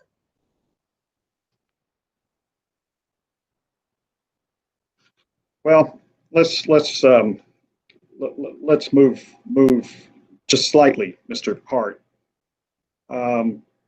You mentioned that at least with respect to the permitted wells that are part of a NPDES permit program, the relevant environmental agency would have had some input into and direction to the permittee, in this case Duke Energy Carolinas, about well placement and parameters, frequency of sampling, and the parameters of the sampling, correct? Typically, yes, although I haven't seen any documentation of it, but yes, typically that would be. And these NPDES permits are regularly renewed, correct? Yes, they're usually on a renewal cycle, that's correct. And in each of the renewal processes, the relevant environmental regulator can adjust its requirements relating to sampling frequency and sampling parameters, and often does, correct? In some cases, yes, they can. Mm-hmm. Yes. And Mr. Hart, with all of this monitoring going on over the time frame that stretches back to 1989, DEC reported to the DEQ the sampling results every single time as required by its permits, correct? I don't know that. We did FOIA requests for these facilities, but in most cases they did not have the data or weren't able to find the actual submittal. So I don't know that for a fact. Look, if you would, Mr. Hart, at DEC Exhibit 20.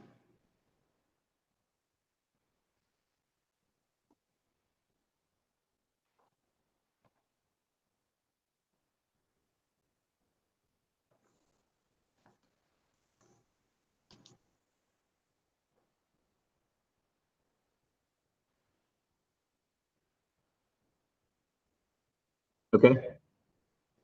Chair Mitchell, I would ask that this document, DEC Exhibit 20, be marked for identification as Hart DEC Cross-Examination Exhibit 3.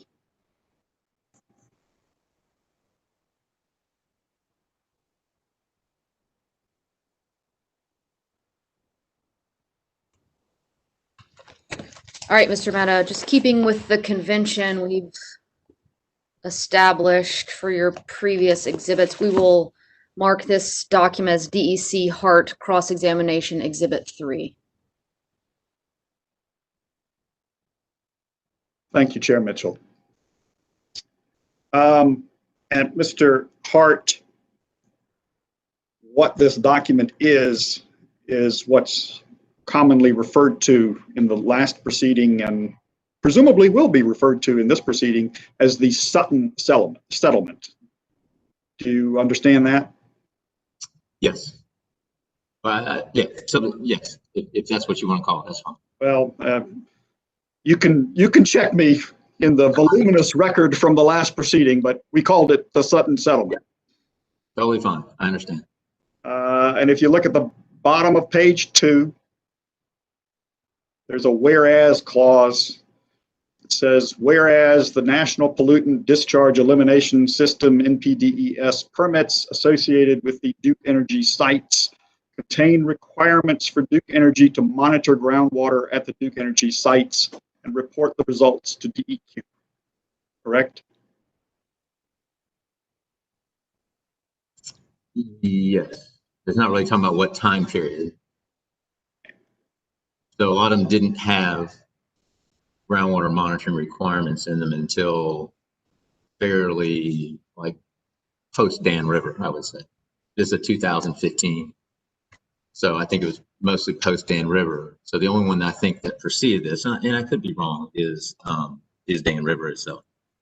Well, something in it, a requirement in the NPS permit that required groundwater. Okay, so Dan River clearly had that because they had permit requirements from the early 1990s, correct? Correct. And Marshall and Belews Creek clearly had that because they were wells installed as part of a NPDES permit program in I think you said 1989, correct? Well, that wasn't for the NPDES permit. Those were for landfill, solid waste permits. At those two facilities. Those weren't NPDES permits. Were they required? In any event, Mr. Hart, do you have any information whatsoever that suggests to you that Duke Energy Carolinas did not provide to the DEQ every single result from its groundwater monitoring programs at any of its plants to the DEQ? Well, for example, I haven't seen data from 1984 or 1978 or 79 at the Allen plant that it was submitted to DEQ. Now, to the extent it was part of some NPDES permit, I don't have anything to disagree with that, other than to say that for the most part, other than Dan River, the facilities didn't have groundwater monitoring requirements in them until, I believe, 2014 or 15, after Dan River. In any event, Mr. Hart, if you just look at the next page of the settlement agreement, the top of page 3, the whereas clause says that Duke Energy has complied with its groundwater monitoring and reporting requirements with respect to the Duke Energy sites, correct? That's what it says. Okay. But what I'm getting at is what you're trying to imply, I think, is that there's this long history from the 1989 and 1993 all the way to 2015 of Duke submitting groundwater data required under its NPDES permits. That's not correct. They only had groundwater monitoring requirements for their coal ash basins for NPDES permits starting, I believe, in 2014 and 15 at some facilities. So there's not this voluminous data that DEQ had in 2015 at these facilities. It had some data from the USWAG, but it didn't have a bunch of data from the NPDES permits. Mr. Hart, do you have any information that suggests to you that Duke Energy Carolinas did not submit to the DEQ all of the groundwater monitoring information generated as a result of this USWAG voluntary groundwater monitoring program?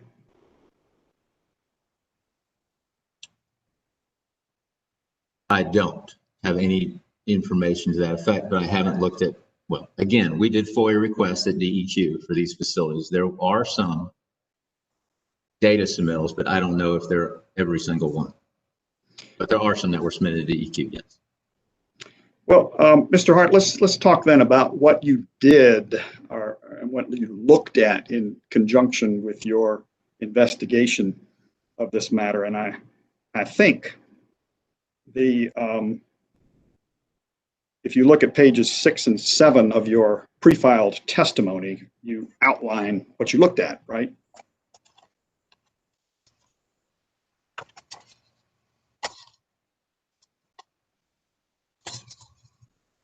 Yes, I did.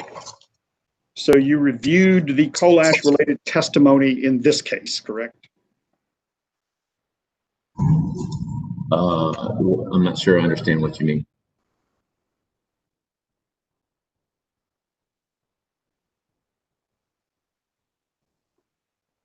Let me Maybe that was a bad question. I'll try it again.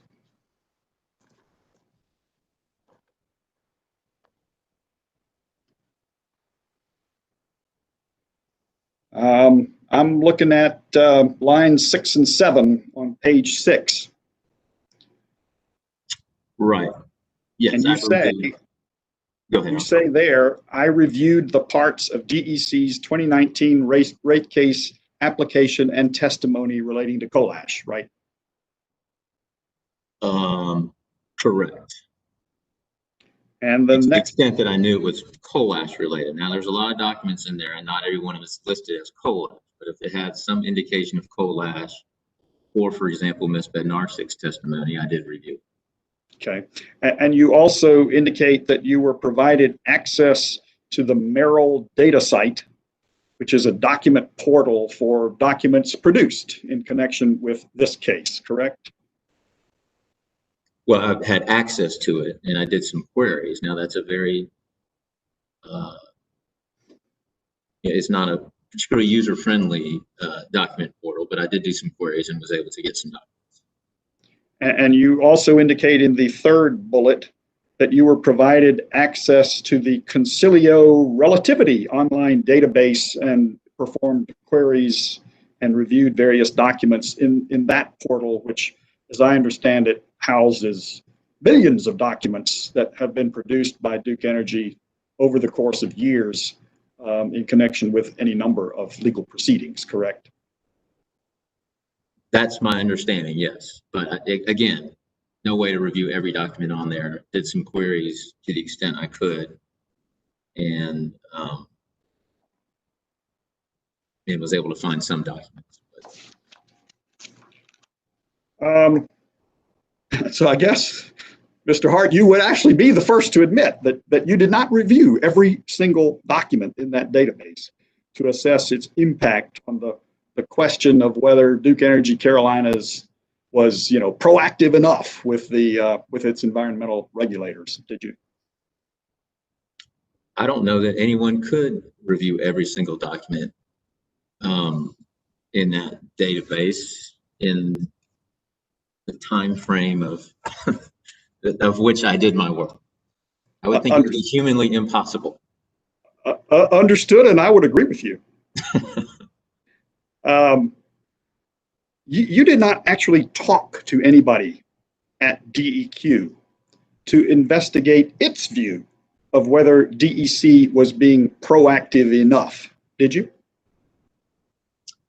No, I think, as I mentioned in the deposition, we did try to reach out to some folks at DEQ, but because of the ongoing litigation between DEQ and DEC, they were very hesitant either to provide documents or discuss items. Well, your client in this proceeding is the Attorney General's office, correct? Correct. And the Attorney General's office is an agency of the state of North Carolina, correct? Correct. And the DEQ is an agency of the state of North Carolina, correct? That's correct. And when the DEQ needs legal advice or representation, it looks to the Attorney General's office to provide it, doesn't it? I believe so, yes. Sometimes it seeks outside counsel as well. So Mr. Hart, I'm curious, if you wanted to find out from the DEQ what its view of the proactive nature of DEC's actions regarding groundwater monitoring, why didn't you just ask your client, the Attorney General's office, to get in contact with the DEQ and set up interviews with present or former DEQ officials who could answer your questions? Well, I think that the documents speak for themselves for the most part. So you don't think it's very clear that DEC submitted the USWAG data with DEQ without any explanation. They implied that the data was consistent with background, which it clearly was not. And it wasn't until DEQ started looking at the data in 2009-10 that they said, look, we think you need to provide us more information here. Those are written in the in the letters from DEQ to DEC. You've been providing this data. We don't know where the wells are. We see 2L standard violations. We need more information. So, Mr. Hart, you don't think it's necessary to obtain the DEQ's views directly from somebody at DEQ in order to assure yourself that your investigation was fair and that the conclusions you reached were supported by a complete review of the evidence. Is that what I'm hearing? No, I think I did do a complete review of the evidence. You know, and my experience. I mean, I know how groundwater has been addressed and how people deal with groundwater in North Carolina. I've been dealing with it for 30 years, including the 2L regulations. I don't have to talk to a regulator to tell me whether DEC, what their opinion was of DEC. The rules are very clear as to how you address them. And in fact, the use-wide policy was the action plan was very clear. And this is what they went to DEQ and EPA and said, if we have groundwater standard exceedances, then we're going to address them and come up with an action plan to deal with them. We're going to come up with a corrective action plan to deal with them, and that didn't happen. Turn, if you would, Mr. Hart, to DEC Exhibit 40. All right, Mr. Mehta, before you begin this next line, we're going to take a morning break. We're going to go off the record now. We'll go back on at 5 after 11. During this break, I'd ask that you all please work out order of witnesses in light of our discussion on the SIGFR motion at the beginning of the hearing this morning. All right, we'll be back on at 11:05. Please turn off your cameras and your microphones.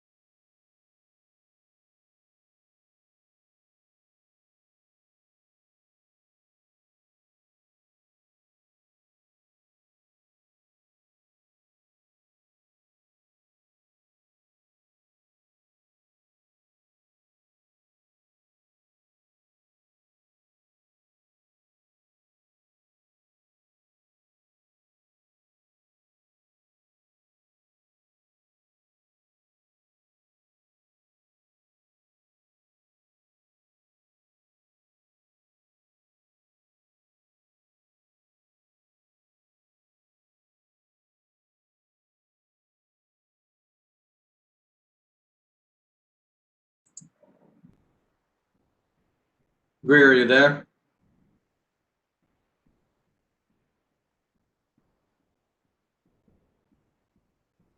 Go ahead and turn on your video.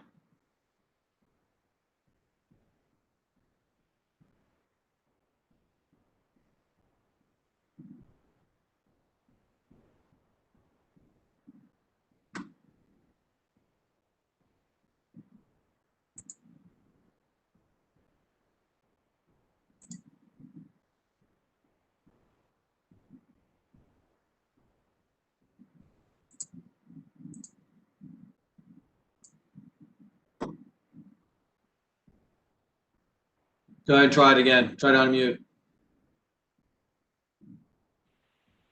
Hey, John, can you hear me? Yes. Great. Can you see me? Say a couple more words, please.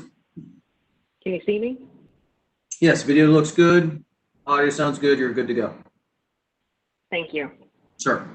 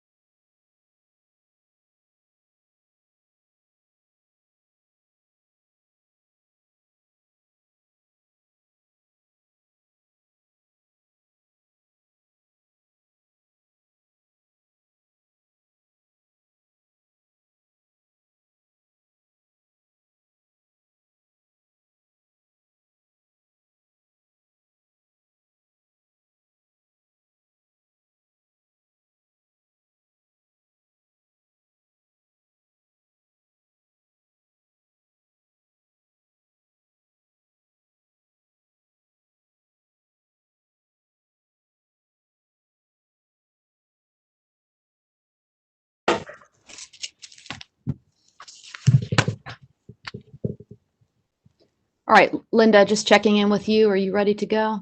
Okay. All right, let's go back on the record, please.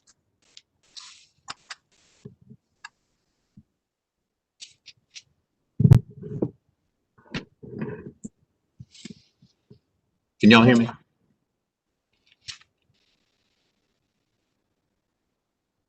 All right, I'd like to address the pending motion to strike raised first by counsel for SIG for 3.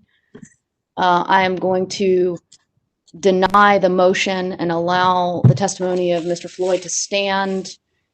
I'm going to deny the request for leave to file rebuttal that counsel for SIG for 3 made as well. I am going to allow SIGVR to put up its witness following the presentation of the, I believe it's the McLawhorn-Floyd panel.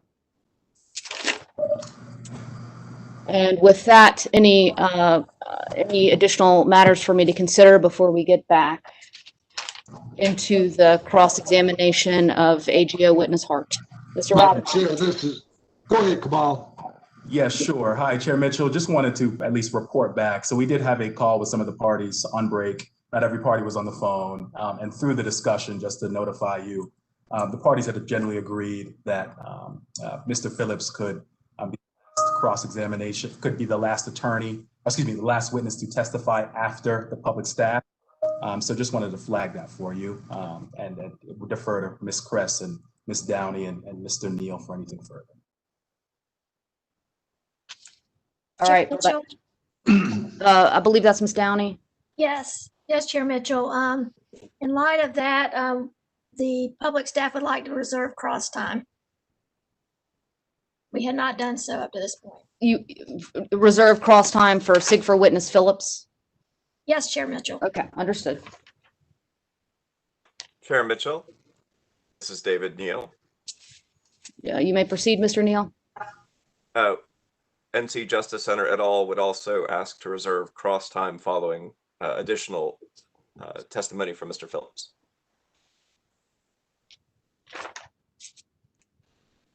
And Chair Mitchell, this is Christina Kress with SIGFR. That's consistent with what the parties discussed on the call, and SIGFR is in agreement. Or not in agreement, but rather we consent. Okay, so Mr. Phillips will be presented following, just for purposes of the record and so that we're clear here, following the presentation of the public staff's witnesses. By my notes that indicate the final public staff witness is Boswell. So following Boswell. And I have that both the public staff and North Carolina Justice Center et al. Have reserved cross-examination for the witness. Chair Any other parties to? Chair Mitchell, this is Bob Page. Mr. Page, I'll get to you. One second. Let's wrap up on this SIG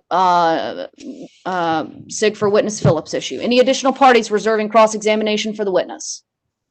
All right, hearing none, Mr. Page, you may proceed. Thank you, Chair Mitchell. I wanted to advise you of a situation and perhaps follow that up with a motion. My witness, Mr. O'Donnell, has a conflict with an appearance at the Maryland Commission, and he's been juggling these two events for the last 2 weeks, has already put them off twice in anticipation of getting on, and it just hasn't worked that way. I think the book that the rabbi wrote about bad things happening to good people pretty well explains where we are. But if I can get him on, and I don't know how much longer Mr. Maida has with the Attorney General's witness, or how many questions the commission may have, if I can get Mr. O'Donnell on this morning before the lunch recess, then he's able to continue this afternoon until he's finished. But if I can't do that, then it will be tomorrow afternoon before he's available again. So in that circumstances, I would move to take him out of the rotation following Mr. Hart and put him back in sometime during or after the public staff's testimony. All right, Mr. Page, is this a matter that was discussed with the parties during the break? I was not in on that conversation. Nobody called me. All right, does any party object to, counsel for any party object to reorganizing or rearranging order of the witnesses at this point to accommodate Mr. Page's request? That would mean in essence that we would go from Mr. Hart down to Mr. Ryan on the witness list. Any objection from any party? Counsel for any party. All right, hearing none. Mr. Page, I'm going to allow you to call your witness tomorrow afternoon whenever he may be available. Thank you, Madam Chair, and I will advise you when I know that he will be. All right. Mr. Mehta, let's proceed with you. Madam Chair, Alan Jenkins. Mr. Jenkins. May I proceed? You may. Thank you. Commercial group was also not called on that matter. And is the intent to move the two staff witnesses, the Floyd panel, further down the list? Because I believe Duke still has a right to file rebuttal testimony of that. And it seems it would be more appropriate to have them go later than earlier. Mr. Jenkins, I do not understand your question. Would you please ask your question again? Sure. Right now, the Floyd panel for staff is fairly early in the staff order. And I believe Duke has the right to file rebuttal testimony to the Floyd testimony that was just filed, and that motion to strike was not granted. So it seems more appropriate to have the Floyd panel move further down, at least among staff, and perhaps later on in the proceeding, just have rate design witnesses rather than having them so far in advance and in advance of Duke's rebuttal testimony. All right, Mr. Jenkins, at this point in time, the decision has been made to allow SIGFR witness Phillips to be presented for examination purposes following the final public staff witness. So that's where things stand procedurally at this point in time. All right, anything further? All right, Mr. Mehta, we are with you, and Mr. Hart, please proceed. Thank you, Chair Mitchell, and Mr. Hart. Your video just went out. There we are. Yeah, sorry, hit the wrong button. Yeah, I do that all the time. Sign of advancing age, I'm afraid, Mr. Hart. If I could, I just wanted to correct something I said earlier on the NPDES permits and groundwater monitoring.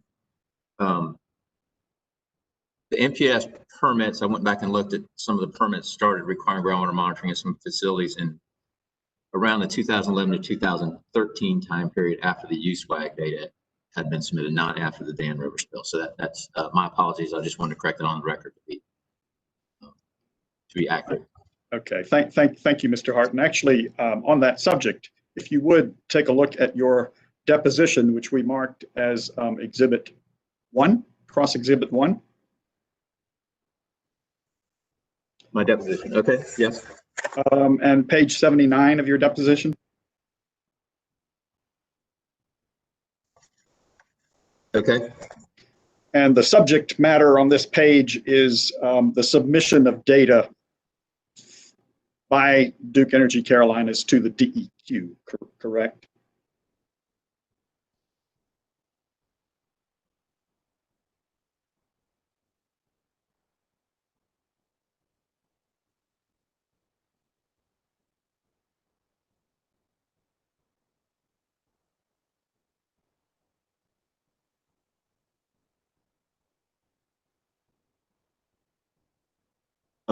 Yes, generally, yes.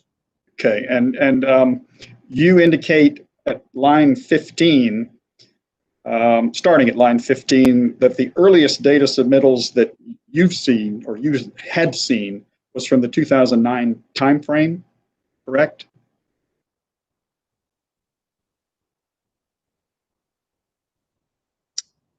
Yes, that's correct. And on line 17, you said I tried to get more historical data, correct? Correct. But you could not locate more historical data, correct? Yes, we did a FOIA request and did in fact get the Attorney General's office involved, and DEQ sent us what was in their electronic files. This was during the COVID, well, we're still ongoing, but the beginnings of the COVID issues, and so they had no one in the office that was willing to go to the office and look for the files. And you further indicate that while you tried to locate it, you couldn't, and quote, you don't have any evidence that they did, meaning that Duke Energy Carolinas did submit such data. Is that correct? That's lines 19 and 20.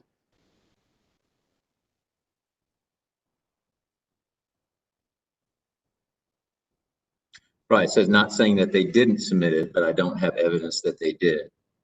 And then I asked you on line 21, do you have any evidence that they did not? And your answer on line 22 was no, correct? Correct, yes. And I asked you at line 23, do you have any reason to believe that they did not? And your answer at line 25 and carrying on to the next page was, I don't have any reason to believe that they did not send in the data. No. Is that correct? That's correct, yes.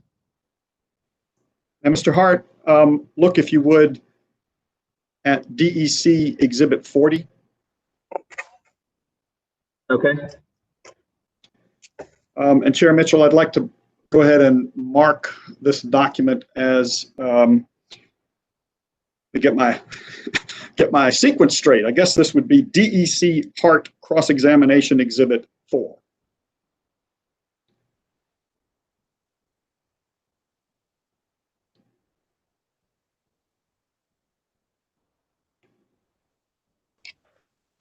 All right, the document will be so marked.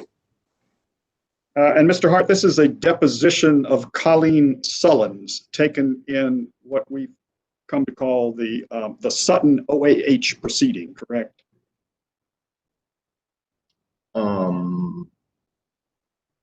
It says Energy Progress versus North Carolina Department of Environment, Natural Resources, Water Resources. Is what in the Office of Administrative Hearings. Okay, and it's an OAH, Office of Administrative Hearing proceeding, and would you take subject to check that it involves the OAH DEQ's imposition of a fairly sizable monetary penalty in connection with the operation of the Sutton plant? That's my understanding, yes. Okay. And Mr. Hart, if you would look at pages 9 and 10 of the deposition, Ms. Sullins notes there that while at the time of the deposition she was no longer with DEQ, her last full-time position there was the director of the Division of Water Quality, correct? I'm sorry, what lines are you on? Let's see, page 9.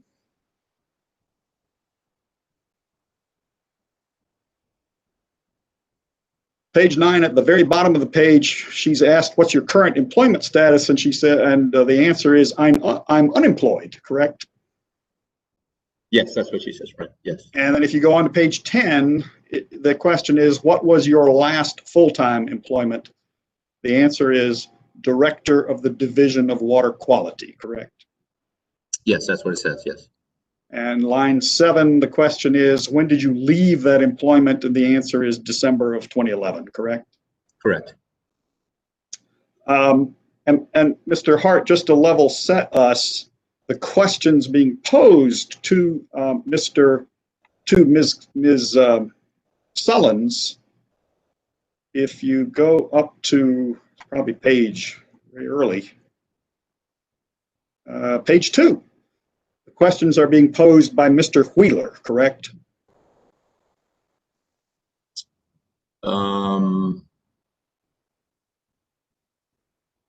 Excuse me, page 6, line 3.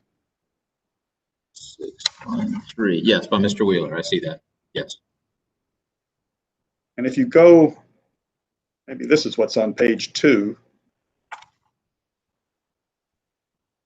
Yes. Appearances for the respondent, which is the DEQ. Mr. Wheeler is the lawyer for the DEQ, correct?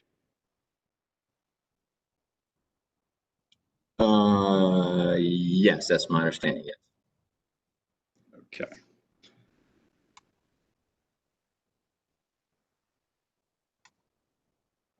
If you go back to page 10, where Ms. Sullins says that her last full-time employment was as director of the Division of Water Quality. The Division of Water Quality is a division within the DEQ, is it not? That's correct. And it is the division at DEQ that is responsible for groundwater and surface water regulation, correct?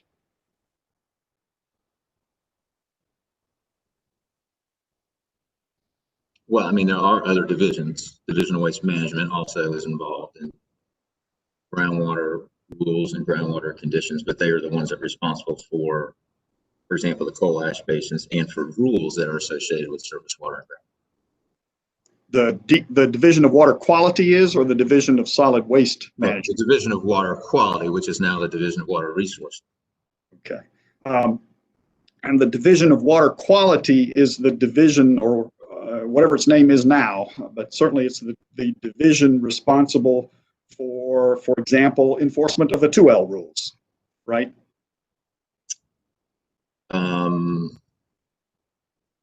Well, it could be. I mean, there certainly are other divisions that also enforce the 2L rules. I mean, you could have a Superfund site or a site under RCRA regulation or the inactive hazard sites that also, if they had a groundwater standards violation, could also issue some sort of notice of violation of regulatory requirement with regard to the 2L.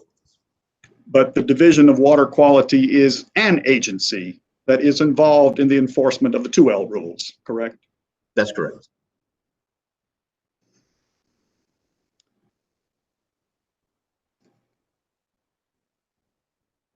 Now, Mr. Hart, if you look at the very bottom of page 21 of Ms. Sullins' testimony,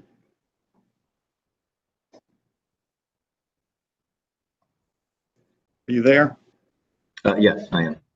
The question posed by the lawyer for the DEQ on line 25 is, let's focus in on the coal ash issue. And moving on to page 22, the top of page 22, he asks if Ms. Sullins could tell him when the issue of coal ash first sort of came on her radar, correct? Correct.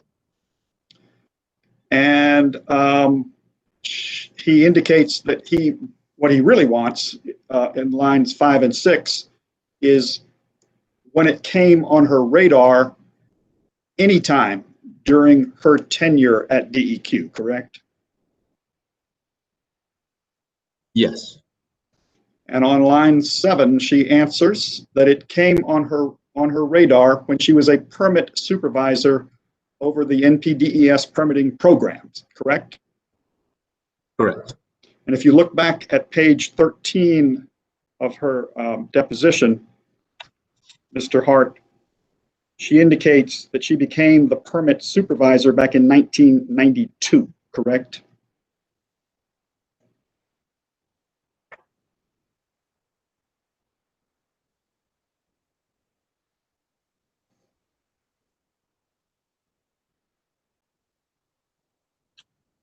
Well, she was dealing with stormwater until 1992, and then, oh yeah, supervisor for the NPDES program. Yes. So sometime after 1992, I guess. All right. If you flip back then to page 22, just tell me when you're there. Okay. And on line 10, she says, quote, coal ash has been an issue that I dealt with for most of my career at the Division of Water Quality, does she not? Yes. And if you go forward, Mr. Hart, to page 26, the bottom of page 26. Okay. And it's really the question that begins on page 25 and then carries over to, excuse me, line 25 and then carries over to page 27. The lawyer for the DEQ asks Ms. Sullins what the first time she remembered groundwater issue coming up after she began her supervisory work over aquifer issues, correct? I'm sorry, where's that? What line? I'm sort of paraphrasing, but just tell me if I'm paraphrasing incorrectly. Page 26, line 25, and then the question carries over to page 27, lines 1 through 3.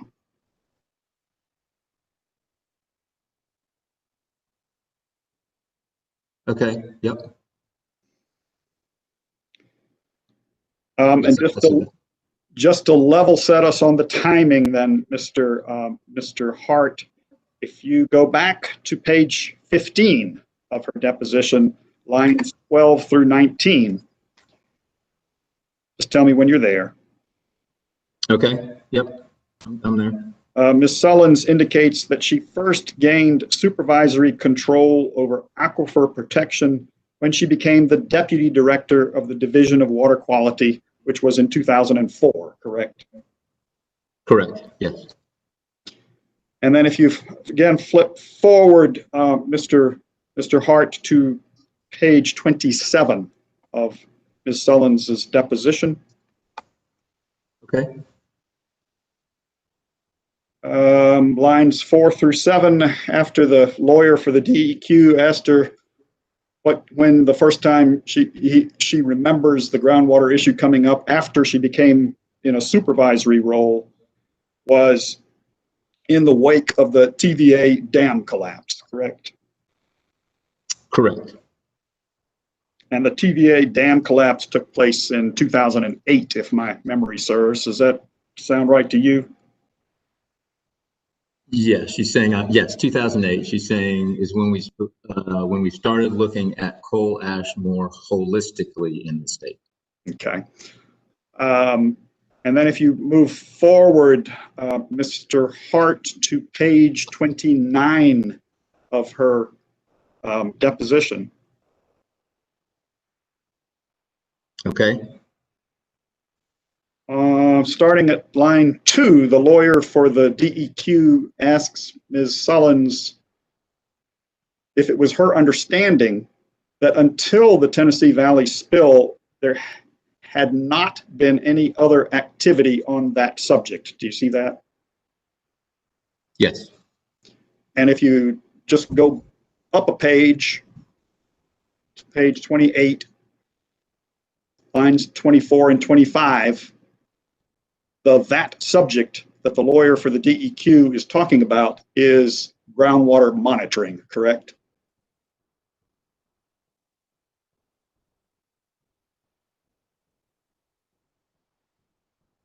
Yes. About in the previous decade, there was discussion about the possibility of groundwater monitoring. And on page 29, in answer to the question, if it was Ms. Sullins' understanding that until the TVA spill, there had not been any other activity on that subject, groundwater monitoring, Ms. Sullins answers, line 5, no, that's not my understanding, correct? Right. And then she qualifies it by saying, I don't know the details about the groundwater monitoring. That's correct. But at line 7, she says that discussions had been held between the utility companies and the aquifer protection staff about getting wells installed and beginning some initial evaluation, correct? Well, she says, I don't know the discussions that had been held. I read that as I don't You could read that two ways. One is whether they had been held, or one is she doesn't know whether they had been held. But that's what it says. Well, immediately before that, she says, I don't know the details. And then she says, I don't know the discussions that had been held. Right. That would suggest that there were discussions that had been held of which she does not know the details. Isn't that correct, Mr. Hart? Again, I think you could read it both ways. I think you could say, I don't know about any discussions that have been held, or there were discussions and I don't know the details. Now, she doesn't say there were discussions. I know there were discussions between utility companies and the aquifer protection staff, but I don't know the details. But that's not what she said. I think you could read it both ways. Okay, well, in line 11, she says some of that had been done, correct? Yeah, I don't know what the sum is. Is that meetings or well installation? Well, in line 14, the lawyer for the DEQ asks Ms. Sullins, so this wasn't a blank slate when the Tennessee Valley spill happened. Is that correct? Do you see that? Correct. And her answer is absolutely not. Do you see that? Right, and by that time, I would agree. They had data from the USWAG monitoring that had been submitted, but not really reviewed until 2009 or 10, which is within her time of looking at it, within her time of being division director. And if you go on to page 30 of her deposition, Mr. Hart, you will see at lines 15, beginning at line 15, Ms. Sullins says, the power companies, we were constantly in interaction with them because we were issuing permits for them to do a variety of different things. Do you see that? Yes. She goes on to say at line 19, so you know, they, meaning the power companies, were sort of always on the radar, like a large permitted entity would be, and a complex permitted entity, because it involved multiple divisions trying to figure out how to issue the various permits for which they had responsibility and deal with the various issues. Correct? That's what it says, yes. And the they is the power companies, correct? Yes, they were, yes. And multiple divisions were involved, air quality, water quality, yes, permits, with regard to permits, as I read this. And the deposition goes on page 31 to identify the power companies as what we now know today as Duke Energy Carolinas and Duke Energy Progress, correct? Yes, the primary ones they were dealing with, correct. Now, Mr. Hart, if you would go back to your pre-filed testimony. Oh, let me say this also, this testimony that you pointed out, there's a question that says, were you aware that Mr. Tom Reeder has taken the position in this case on behalf of DENR that you, meaning Ms. Sullins, among other former employees, DENR employees, quote, didn't do a damn thing with regard to the coal ash? And she said, I'm aware of that, but I disagree. No, she said, no, I wasn't aware of that. Okay. Didn't say I didn't disagree. Well, But what I'm saying is Ms. Sullins may not be the best person about whether DEP or DEC was doing something, because apparently DENR has taken the position that she didn't do a damn thing about coal ash. And she says even here, I don't recall specifics. I wasn't involved in most of the meetings with Duke in Progress. But you never talked to her or Mr. Reeder, did you? No, I have her deposition. Well, you have it now. You didn't have it when you did your pre-filed testimony, did you? No, I don't. I mean, I usually don't talk to regulators when I do this kind of thing, but it's not that important. To me, what's important to me is whether they complied with the rules.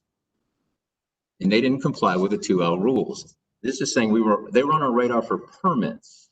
You don't get a permit to contaminate groundwater. right? You can have a permit to do something, but those permits don't give you the ability to contaminate groundwater. So if you contaminate groundwater, you have to address it. You have to do corrective action, and you have to eliminate the source and those kind of things. Mr. Hart, if you would look at page 8 of your testimony. Testimony. Okay. I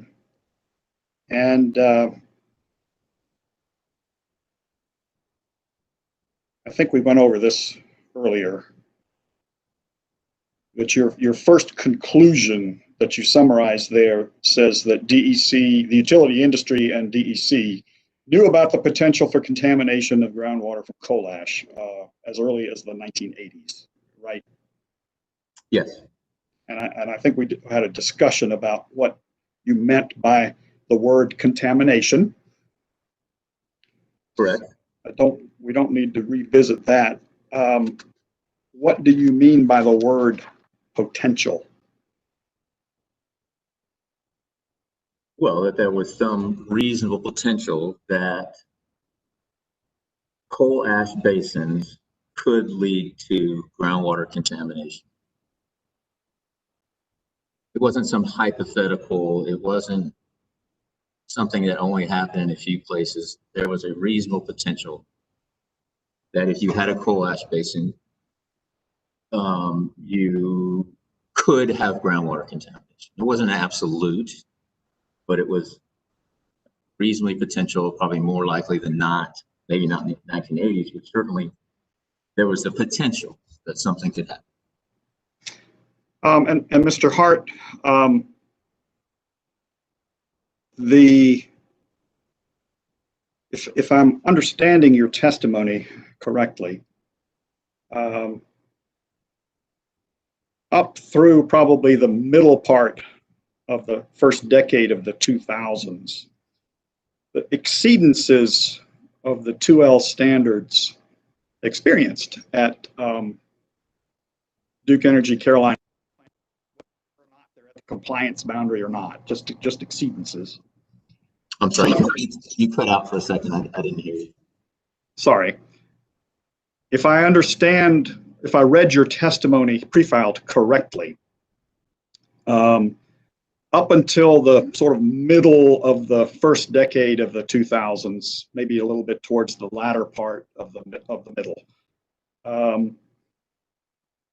the exceedances of the 2L standards experienced at power plants, no matter where, I mean, whether it's a compliance boundary or not compliance boundary, were primarily of iron and manganese, correct? I think most of them were, but certainly not all. Okay. Most of them were. Most of them were iron and manganese. And iron and manganese are ubiquitous in Piedmont soils, correct? Yes, they are. And every single one of DEC's power plants was built in the Piedmont soils area, correct? Yes, the DEC plants, yes.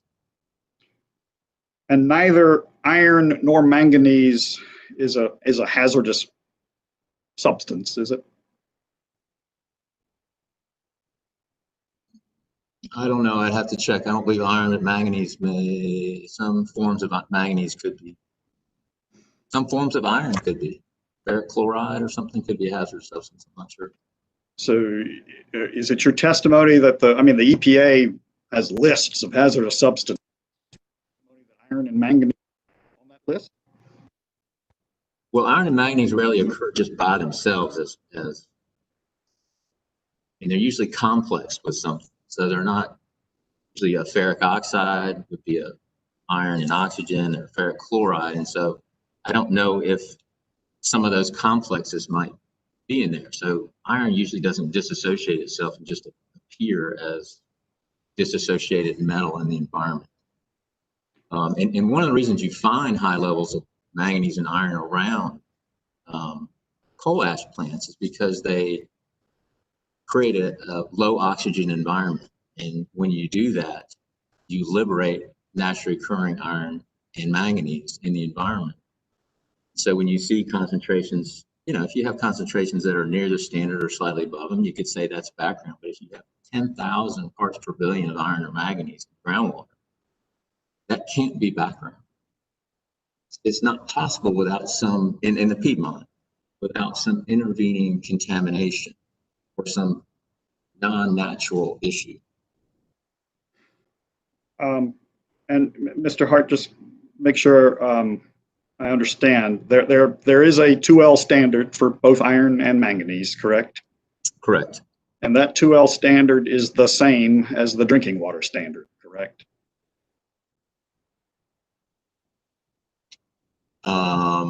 What drinking water standard are you talking? Well, I guess the EPA publishes drinking water standards, does it not? Correct. And they're called MCLs, but help me with what the M and the C and the L stand for. Maximum contaminant levels. Okay, and they're primary standards and secondary standards, correct? For EPA and the drinking water rules, but there's no analogous in the analog to the 2L standards. There's no primary or secondary standards in the 2L rules. I understand, but I'm talking about the drinking water standards at this point. Okay. And the primary standards, as I understand it, at least at the very high level that I might understand or not understand, are essentially health-related issues, or could the exceedance of those standards could cause some kind of a health-related issue, correct? Yes, generally you can say that, yes. And the secondary standards, exceedance of the secondary standards is related to essentially aesthetic issues, taste, smell, things of that nature. Generally, yes. But you could have a case where there's a secondary standard and it still has a health effect. But because the taste or odor threshold is lower than, for example, a health-based effect, and they base it upon the aesthetic effects. But in terms of my iron and manganese, they're both, the standards are both secondary MCL standards, correct? For drinking water, not for North Carolina groundwater, yes.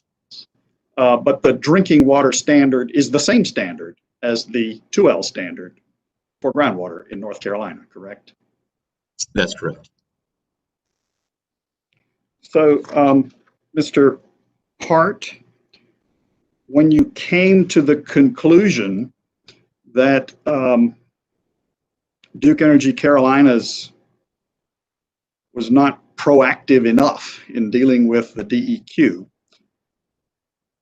did you eliminate the possibility that DEQ saw the exceedance of the 2L standards, understood that the exceedances posed no threat to the health of anyone, and decided they had other fish to fry?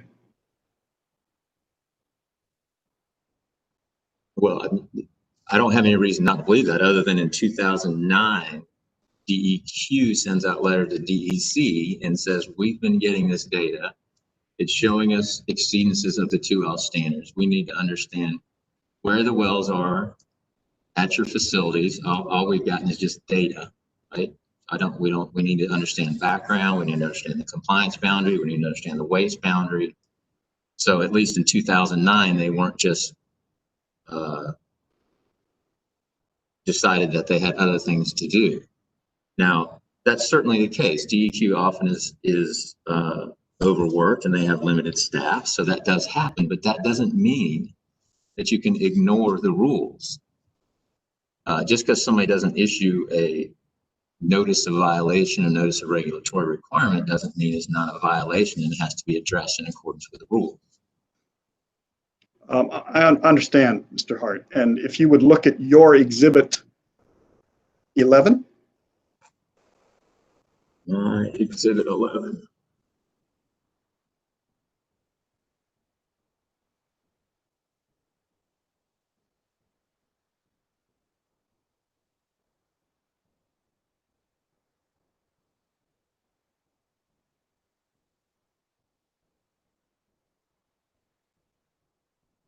Okay. And actually, I think I need another exhibit, but I think we could probably do it this way. The first paragraph of this exhibit, which is a letter to Mr. Alan Stowe from DEQ,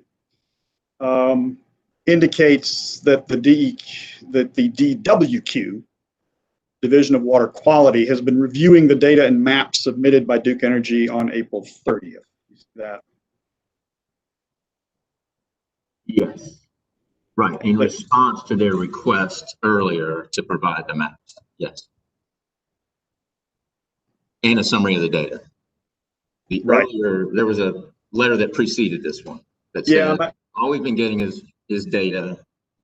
We need maps. We need summary tables, I believe. And without agreeing with your characterization of that letter, since we don't have the letter right in front of us, Mr. Hart, but that's the letter I was trying to locate, in which the DEQ asked for additional information concerning the location of wells, et cetera. Correct? Right. And as my memory of that is, it's sometime in March of 2009, correct? I believe that's correct, yes. And whatever information that the DEQ asked for was in fact submitted to the DEQ, at least according to your Exhibit 11, on April 30th, 2009, correct? Well, I don't think so, because I believe that letter also said, the original letter said, to the extent that you have 2L violations, you need to tell us how you're going to address them. And I didn't see that was provided in this letter. Okay, and then in the letter dated December 18th, which is your Exhibit 11, the DEQ addresses that issue and says, since you submitted all that data, we, the DEQ, have been consulting with our lawyer, the Attorney General's office, to figure out whether we actually can ask you to do what we're asking you to do, correct? No. In terms of placing wells at the compliance boundary, et cetera.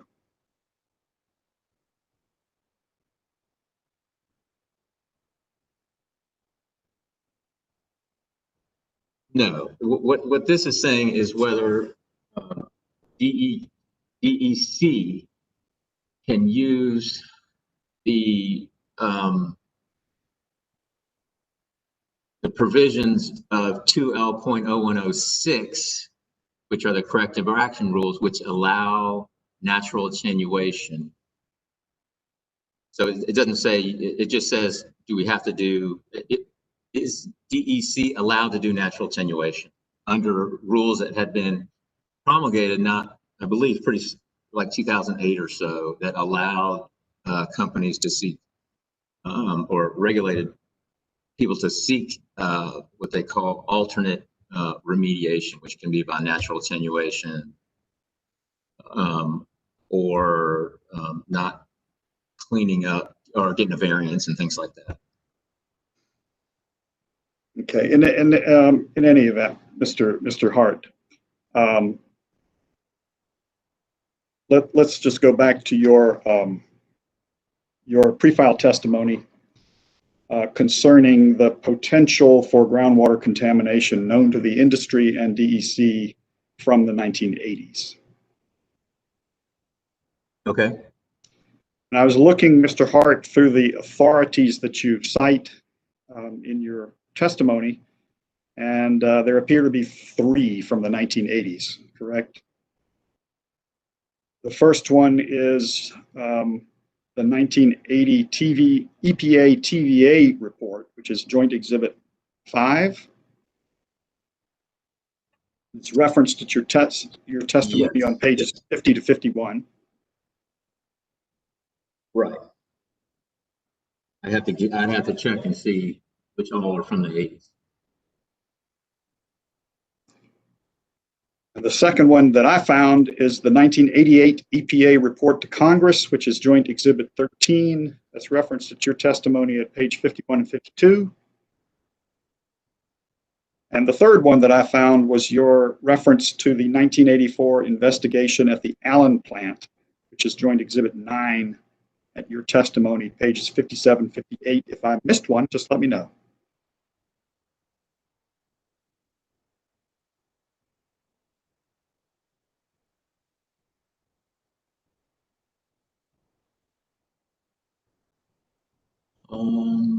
Let me look.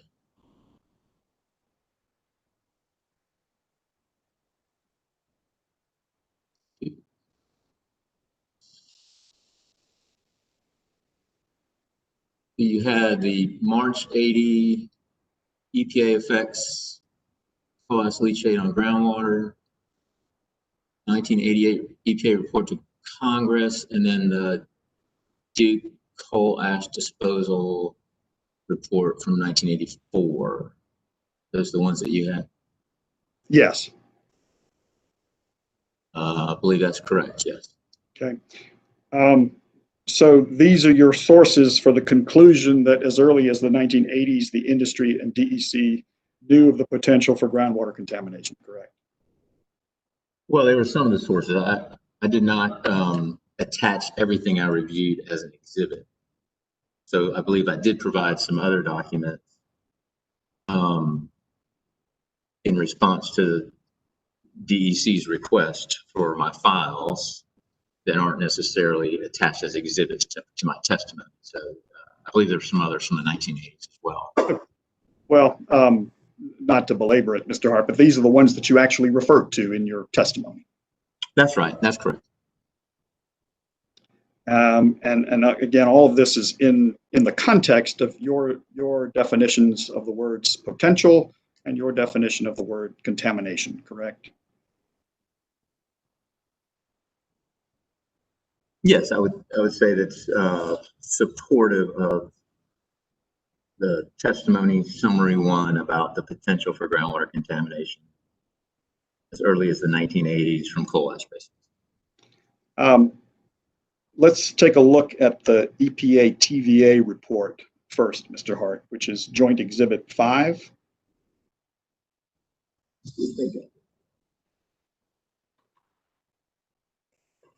Okay.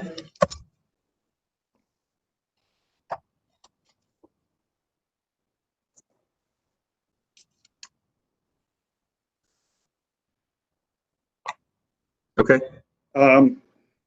And you indicate, this is page 50 and 51 of your testimony, that the presence of coal ash leachate within the basins themselves was at high levels, but that groundwater sampling was at lower concentrations, correct?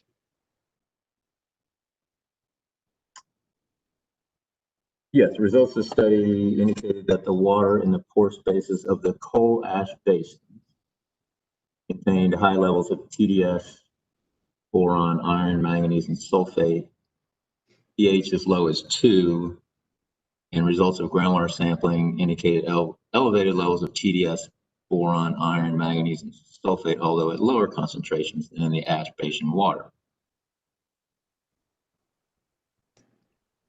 And you indicate that the lower concentration is attributed to soil attenuation, correct? Attenuation mechanisms in the underlying native soil, correct.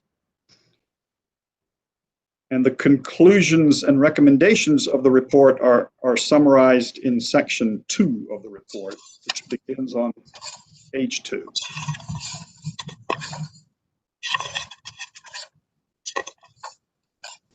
Okay. Yes. And let me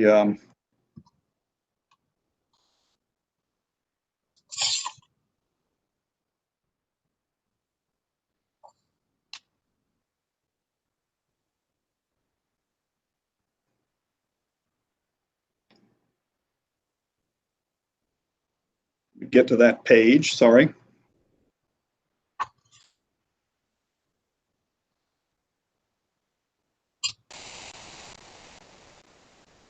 So, Mr. Hart, tell me what the purpose is of a section of a report that deals with, quote, conclusions and recommendations. Well, it's conclusions about their findings, and then also recommendations for based upon their findings for additional research or action or something like that. And what's the importance to the reader of the report, of the report's conclusions and recommendations? Well, it provides a summary, but it certainly is not intended to replace the actual findings of the report or the details of the report. In other words, you can't just read the conclusions and recommendations and say, I know everything about the report and what it's going to tell me. You have to dive into the details and the data, as a scientist at least.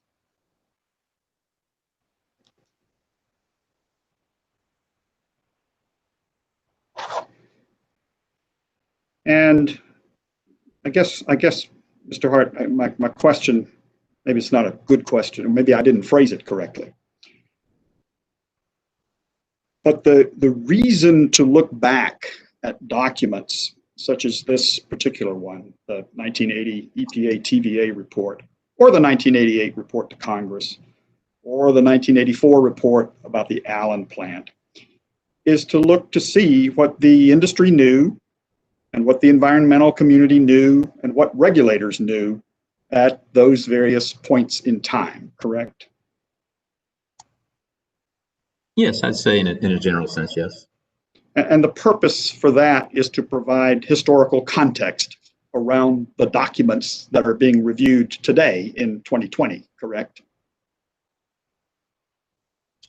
Yeah, I'd say generally, yes. And Mr. Hart, so well, or some other time. Yeah, well, depending on when the reader is actually reading it. Correct. So, Mr. Hart, your testimony certainly accurately states that the EPA TVA reports findings about coal ash, leachate inside the basin, and the impact of soil attenuation.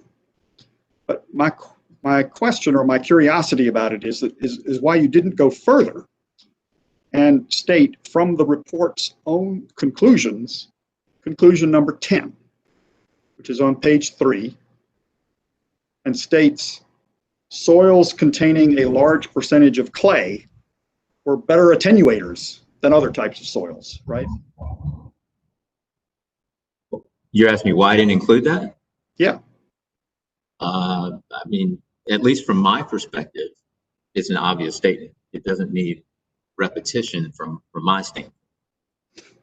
There's no doubt that clay will attenuate metals from ash, leachate, or any other source more than same. And that's true for just about any contaminant. So yes, this is my report. So to me, it wasn't a conclusion. It was an obvious statement. Do you think it's obvious to lawyers reading your testimony or commissioners reading your testimony?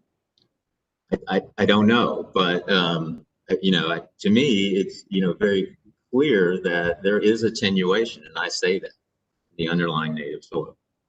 So I think I've addressed that in a succinct way, rather than replicating every conclusion and recommendation. And that's why I provided the exhibits too. If someone had a question about what exactly that meant, they could read the actual exhibit. So you don't think that it's important from the standpoint of a fair presentation as a scientist, that your testimony should reflect the report's conclusion that clay soils are better attenuators, given that all of DEC's plants are built in clay soils? I don't know, you can say all of DEC's plants are built in clay soils.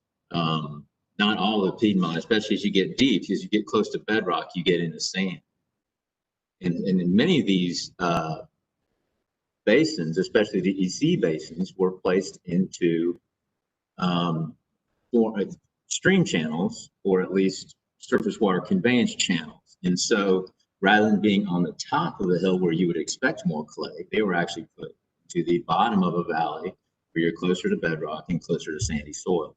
You can't make the blanket conclusion that all Piedmont soil is clay. It is at the surface in most cases, although we do have some areas where bedrock outcrop. But there's a great percentage of soil, especially as you get deeper. These basins in most cases were deep and installed in valleys where it is not clay. It is in fact a sandy material from the weathering of the underlying bedrock, what we call partially weathered rock. Well, let's take a look at your the second document, Mr. Hart, which is the EPA report to Congress, joint exhibit number 13. You address the report to Congress at page 51, 52 of your testimony, right? Yes.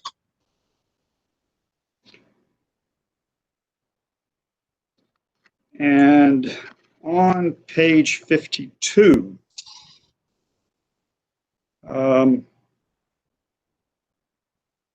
the first full paragraph on that page, you indicate that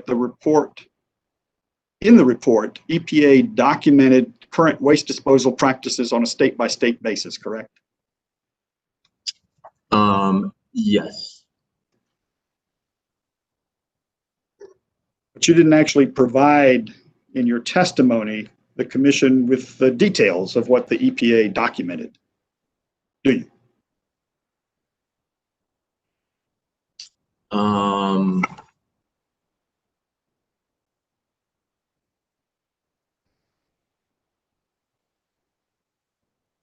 I was focusing on, in this case, the facilities for North and South Carolina. Well, if you just a second, I lost power on this computer. I'm sorry. Go ahead.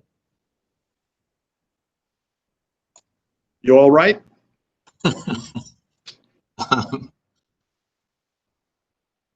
Well, some of these I lost my, yes, I unplugged the power cord. So, I've got two computers here, one with the documents on it. Well, tell me when you're ready to proceed. Go ahead. I'm sorry. I'm just waiting for it to reboot. Do you happen to have available, Mr. Hart, the testimony of Marsha Williams, or is that in your computer that's rebooting? It is rebooting, but I can pull up here, I hope.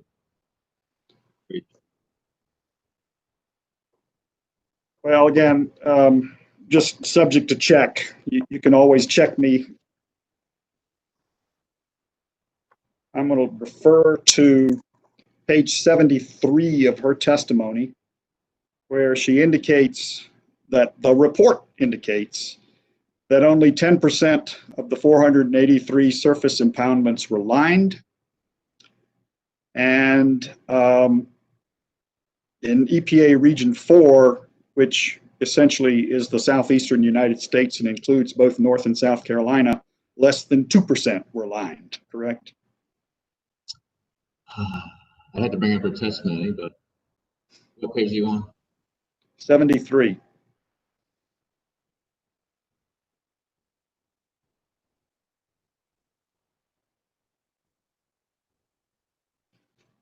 Okay.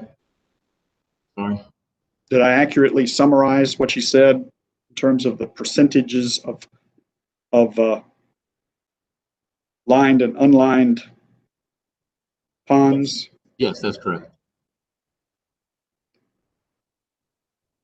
But you didn't think it was important to provide the details of what the EPA documented in its report on lined and unlined ponds in the paragraph where you said the EPA did state-by-state surveys of those ponds, correct?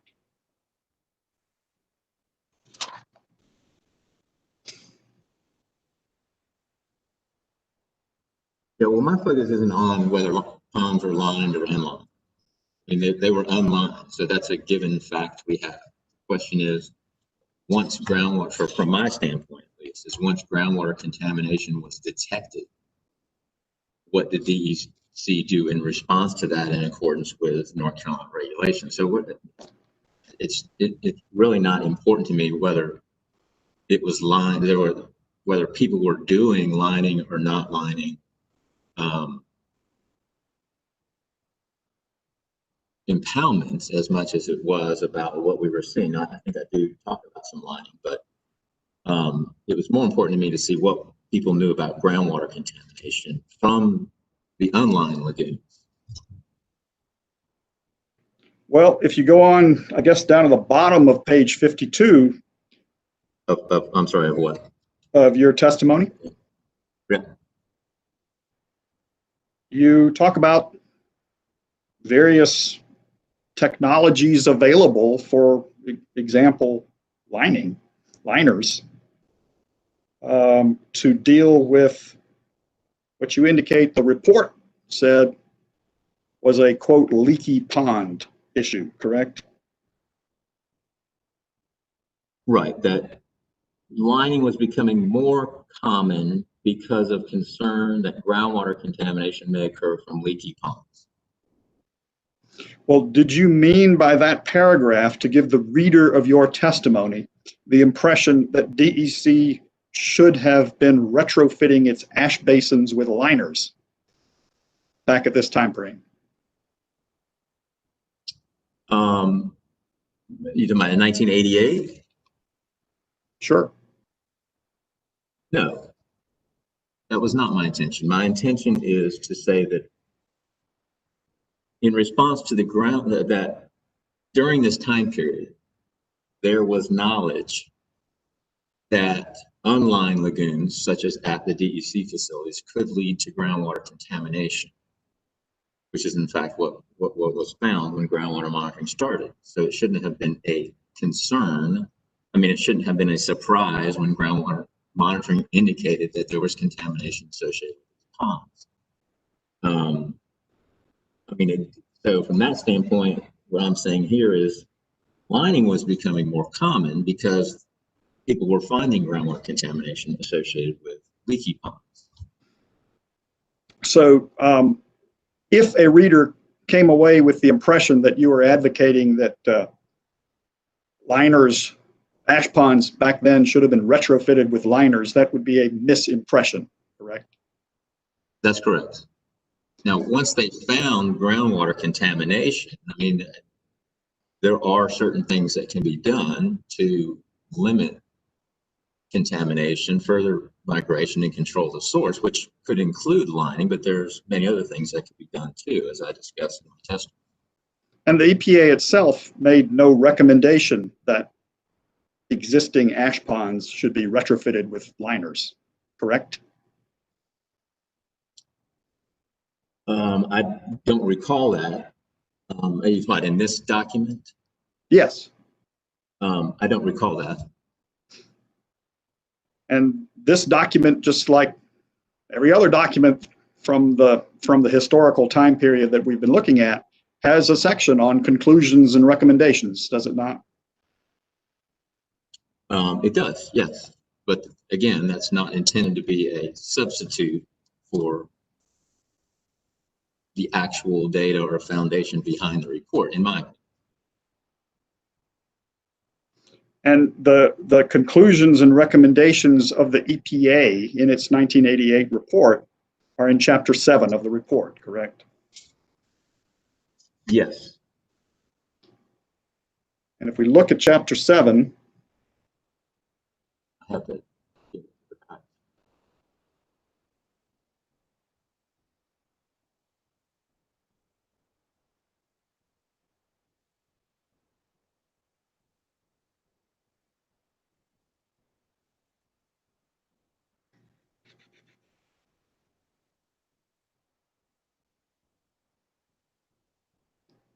I guess it starts, it's probably pretty far down at towards the end. 21. Yeah, it's your Exhibit 21 and Joint Exhibit 13. Yes.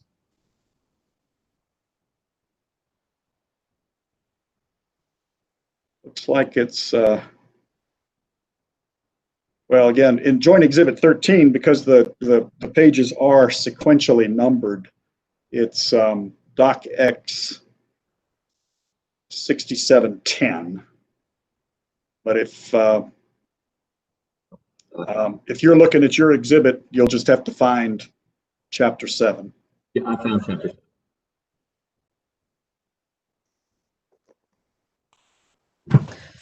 Mr. Hart, you were trailing off. Can you make sure that you are speaking directly into or towards your microphone just so the court reporter gets your complete sentences? Okay, I'm sorry about that. Thank you. Yes, I'm on Chapter 7. Sorry.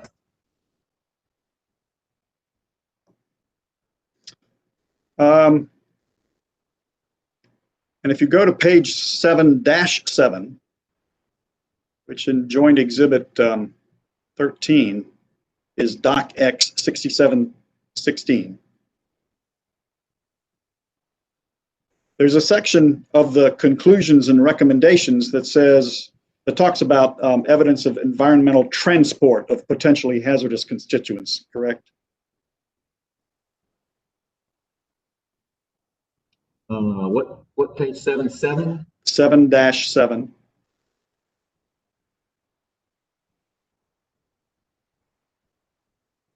Okay, what number are you talking about? Bullet number?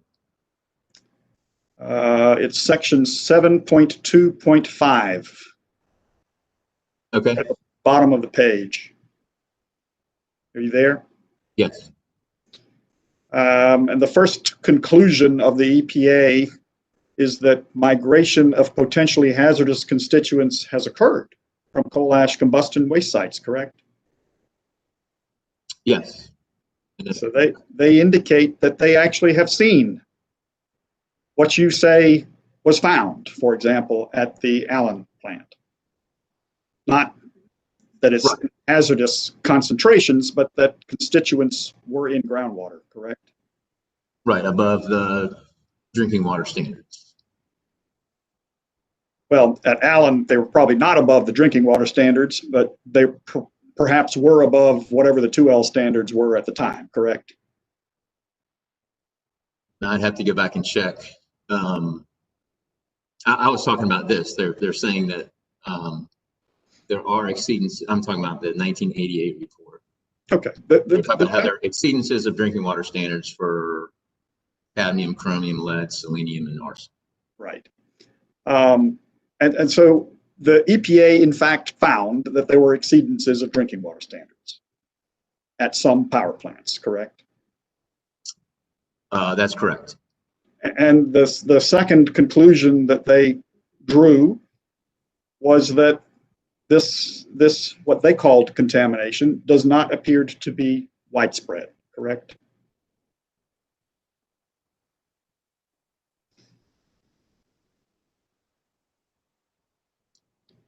Right. They say this, yes, not widespread, but many utility waste management sites had at least one exceedance. Yeah. Not widespread, but at least some exceedances, yes. Okay. And the third conclusion that the EPA reached was, and this is on page 7-8, number 3, when groundwater contamination does occur, the magnitude of the exceedance is generally not large, correct? Right. They usually tend to, well, I guess, and that's relative. They tend to be no more than 10 to 20 times the primary drinking water standards, although some observations were greater than 100 times the primary drinking water. And the fourth conclusion that the EPA made with respect to groundwater impacts was human populations are generally not directly exposed to the groundwater in the vicinity of utility coal combustion waste management sites, correct? Correct. And the report makes recommendations in addition to conclusions, does it not?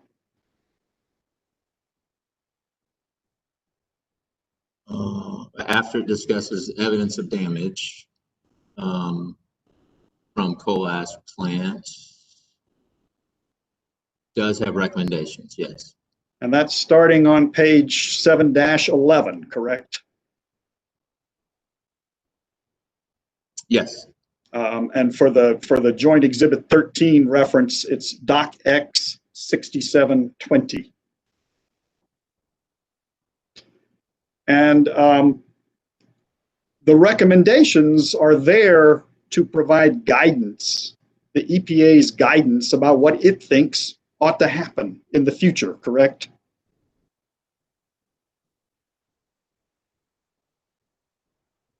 Well, it says they're preliminary, but so there could be other recommendations, but yes, generally the recommendations would have some information on additional studies or how to address some of these concerns, yes. Ms. Williams was the head of the office that wrote this report, so we can ask her perhaps what's meant by preliminary. But the first recommendation is that the EPA has concluded that coal combustion waste streams generally do not exhibit hazardous characteristics. Do you see that? Yes. And that the EPA doesn't intend to regulate it as a hazardous substance under subtitle C. Do you see that?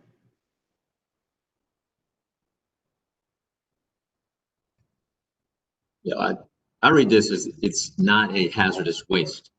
Hazardous waste, excuse me. Not a hazardous substance. Yeah, we're talking RCRA, not CERCLA. I was mixing up those terms. So it's not a hazardous waste under the RCRA subtitle C, correct?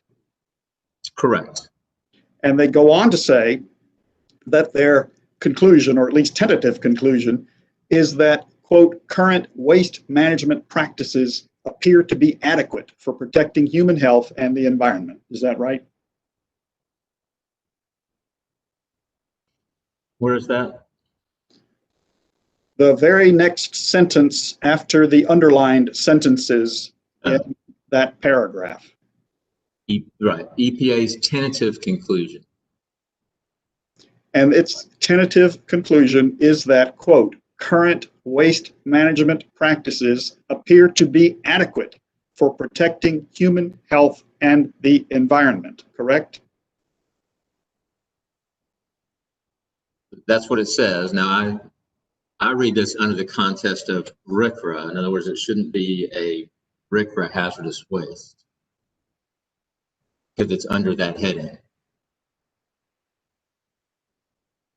Well, the EPA arrived at that conclusion and made the recommendations that it made, knowing that 98% of the ash basins in the southeastern United States were unlined, and that every single one built by Duke Energy Carolinas at the time was unlined, correct? Yes, I believe so, yes.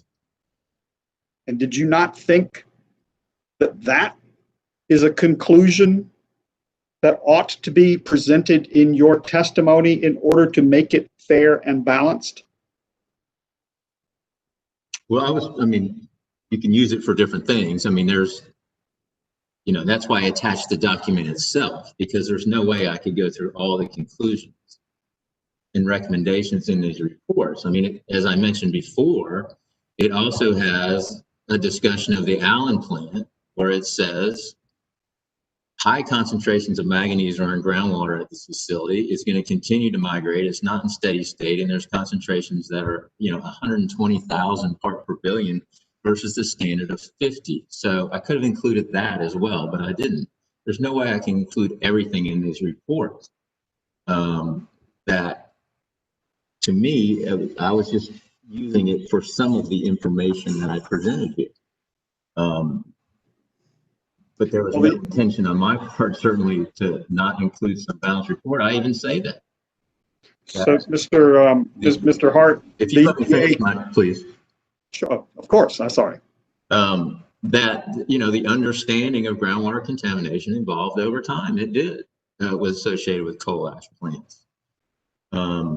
So,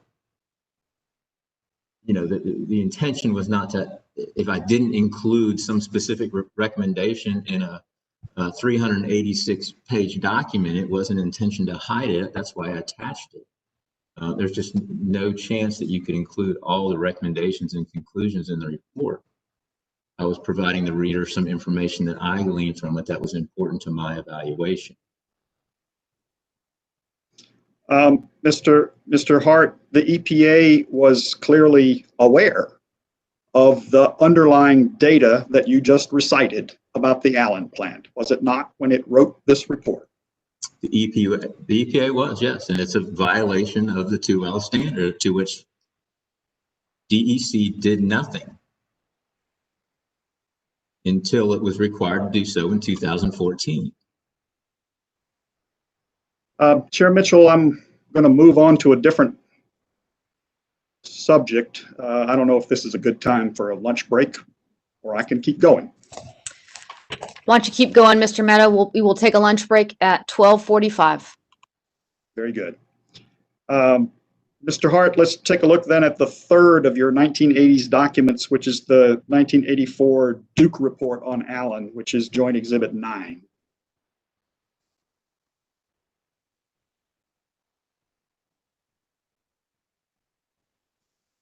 And I think you found it earlier. Yeah, I had it earlier. Yep, here it is. By reference to whatever it was marked as in the prior case, which I think was Wells cross-examination. Yes, I have it.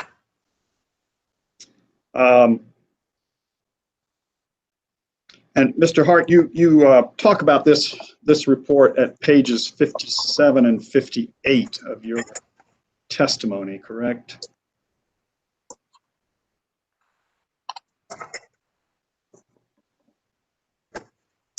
Yes.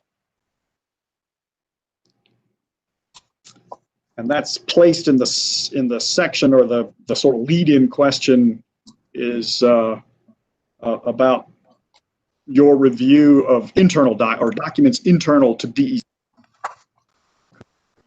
actual or potential groundwater contamination, correct?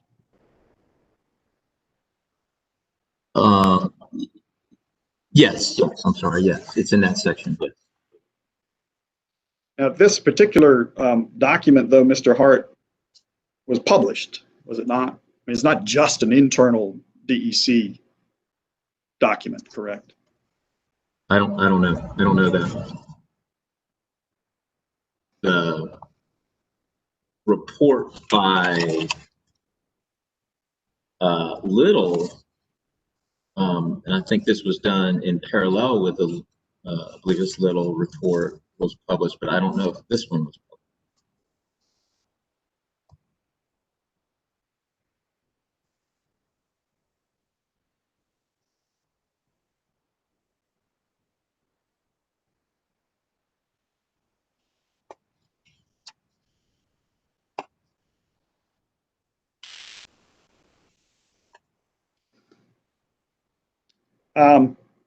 I guess on that subject, Mr. Hart, if you you indicate in the last line of page 20 of your pre-filed testimony, starting there and going on to the top of page 21,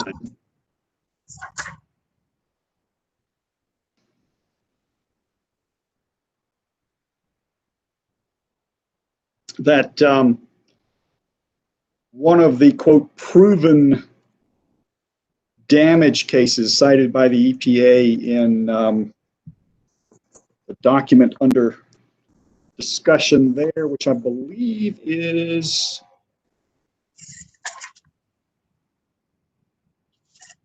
the 2010 proposed CCR rule, correct? Yes, it's referencing the 2007 coal combustion waste damage assessment report. Right. And you indicate there that one of the, quote, proven damage cases is the Blues Creek fish kill situation, correct? Correct. And certainly DEC did not hide that incident, did it? Not that I'm aware of. It'd be hard to hide a fish kill. And we actually do know that it was the subject of a published document, because Joint Exhibit 11 is that document. It's the proceedings of some engineering group, proceedings of a symposium sponsored by the Energy Division of the American Society of Civil Engineers in conjunction with the ASCE convention in Detroit, Michigan, October 24th, 1985, correct? I'm sorry, are you referencing? Yes, I'm referencing Joint Exhibit 11. Okay. I don't have that, but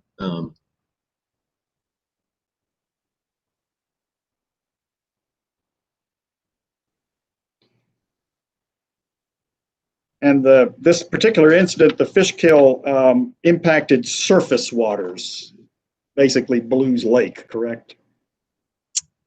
yes, that's correct.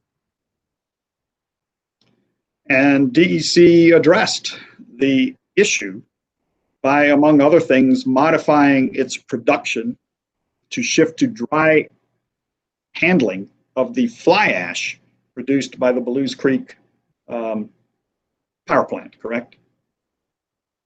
That's correct. So the question is, if they could, from my standpoint, is if they knew there was an issue with surface water and they addressed it with dry ash handling, so they addressed this issue with metals. And they later find there's a groundwater issues that have metals. It's not addressed. So is surface water more important than groundwater, I guess, in Duke Energy's beliefs? That's the impression you get, at least from me. So that's the impression that you draw from the confluence of events here, correct? Well, yeah, and they certainly, because there's a fish kill, they addressed it, right? But there's no fish kill in groundwater. So even though it's a resource of the state, it's less important from Duke Energy's standpoint. That's the impression that I get. Well, we'll let Mr. Wells and Ms. Bednarsik, when she's back on, speak to that, because I'm really trying to just examine you on your testimony regarding these documents. And in any event, Mr. Hart, the selection of that particular remedy, the conversion of the fly ash to dry handling, was done in conjunction with the DEQ, was it not?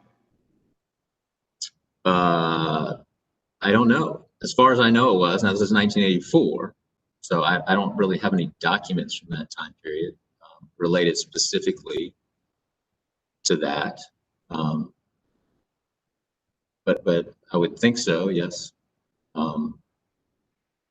Yeah, so they certainly had the ability as early as 1984 to convert facilities to dry fly ash handling to reduce the concentrations of metals that were entering surface water.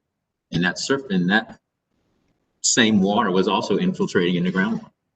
So, Mr. Hart, the plant modifications did not include dry ash or dry handling of bottom ash at the Blues Creek facility, did they? It did not. Not until 2018. Yeah, and despite continuing to sluice bottom ash to the Blues Creek ash ponds, this fish kill issue did not resurface, did it? Well, no, I mean, yeah, so fly ash would generally tend to have much higher concentrations of metals in it than bottom ash. So would have been less likely to have an issue. But I understand they also, not only did they convert to dry ash handling, my understanding is they also added, I believe, ferric chloride to help settle out some of the metals to the water before it was disposed in the basin. Now that leads to another reason why you have high concentration of iron potentially. It's because you added a treatment chemical to remove some of the metals. And back to the 1984 Allen report, Mr. Hart, that you address at page 57. And you indicate on page 57 of your testimony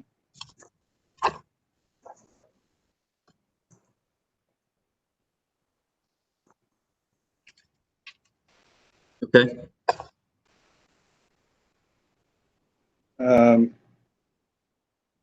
That the report dealt with a study of leachate from coal ash and potential impacts upon groundwater, correct?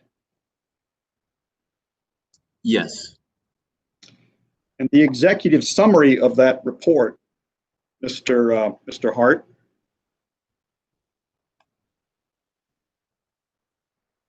which is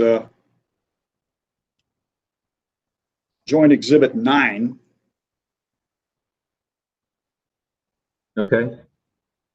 It's on Doc X 9395 in the joint exhibit, but it's essentially the first page before page 1 in the report that you're probably looking at. It's unnumbered page. Yes, executive summary. It indicates, starting in the middle of that paragraph, groundwater monitoring in 13 test wells installed by Duke Power around a retired and active ash basin found over a 4-year period that drinking water quality was maintained in the wells down gradient of the sites after groundwater stabilization had occurred following well installation. Correct? Yes, but what they're talking about is further down gradient of the ponds, not next to the pond. I understand. And the second sentence says, additional groundwater monitoring and soil testing from the same sites done by an EPA contractor, and that's Arthur D. Little, correct? That's my understanding, yes.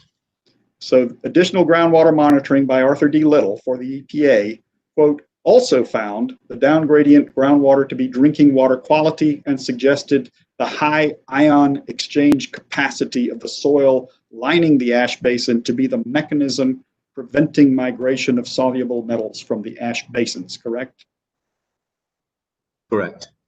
And the conclusion that the executive summary draws is, quote, the last sentence, quote, these field and laboratory studies confirm that wet disposal of coal ash by Duke Power has no significant impact on groundwater, correct? Well, yes, that's what it says. Well, why didn't these conclusions in the executive summary make their way into your testimony, Mr. Hart? Well, they do. I clearly say that there was groundwater contamination. Results of groundwater analyses conducted near the ash basins indicated that concentrations of arsenic up to 112.5 micrograms per liter versus the 2L standard at the time of 50 micrograms per liter, and selenium up to 19.5 micrograms per liter versus the 2L standard at the time of 10 micrograms per liter, were detected above standards in 2 of the wells. However, the groundwater impacts did not extend down gradient from the pond. And I go on to say, and I'm reading on page 57, lines 19 and on, the study indicated there was a leachate plume emanating from the ash basin into groundwater, but the apparent high ion exchange capacity of the underlying soil limited down gradient migration. I did. Why are you accusing me of not including the recommendations when the summary when I did?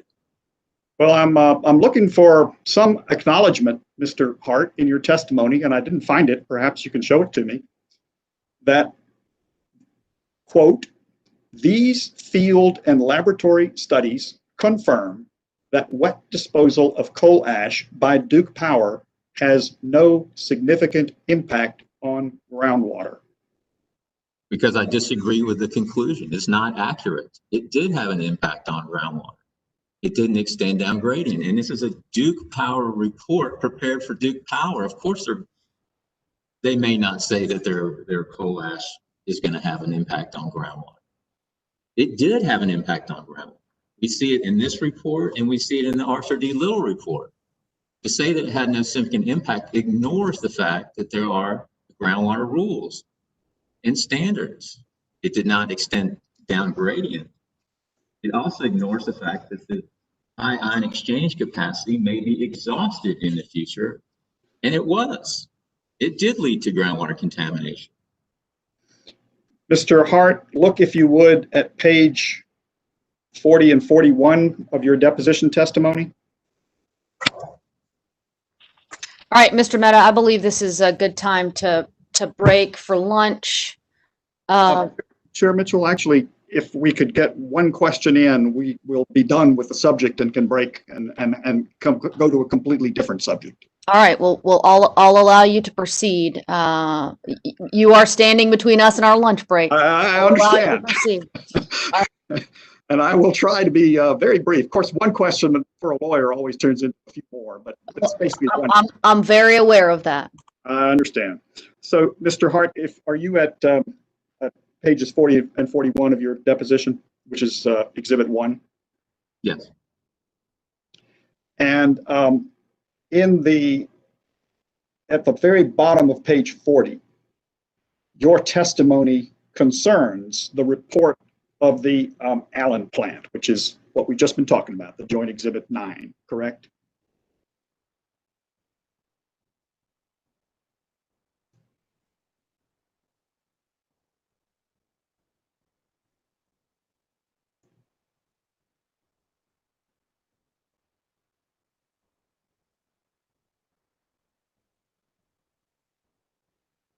Is that right? Well, I don't see. Well, I'm looking at page 40, line 24. Even the report that was done at the Allen plant. Do you see that? Right. And you indicate the conclusion from that was that there was groundwater contamination, but it wasn't migrating very far. Do you see that? And you indicate that they meaning the authors of the report, felt there was significant attenuation capacity in some of the soils. Do you see that? Yes. And then you say, now it turned out to not necessarily be correct, but that was the conclusion at the time. Do you see that? Yes. And I asked you at line 6 on page 41, are you quarreling with the conclusion at the time, correct? Correct. And your answer was on starting on line 8, no. I think over time, a lot more data was developed, which is not uncommon, correct? Correct. Chair Mitchell, I'm done. It took 3 minutes, sorry. But we can move on to a different subject after lunch. All right, well, we will take our lunch break now. Before we go off the record, I'd like to ask that Duke refile at its earliest convenience the witness list. That is the list that indicates order of witnesses yet to appear in this proceeding. And I'd also ask, Duke, that you all work to get updated cross-examination times from the parties. It is critical for our planning purposes and managing the other business that this commission must conduct, that we have a good and accurate sense of how long we're going to be in this hearing. So I'd ask that everyone please be as forthcoming and as accurate as they can be with their cross-examination times. All right, let's take our lunch break. Let's come back on the record at 2 o'clock.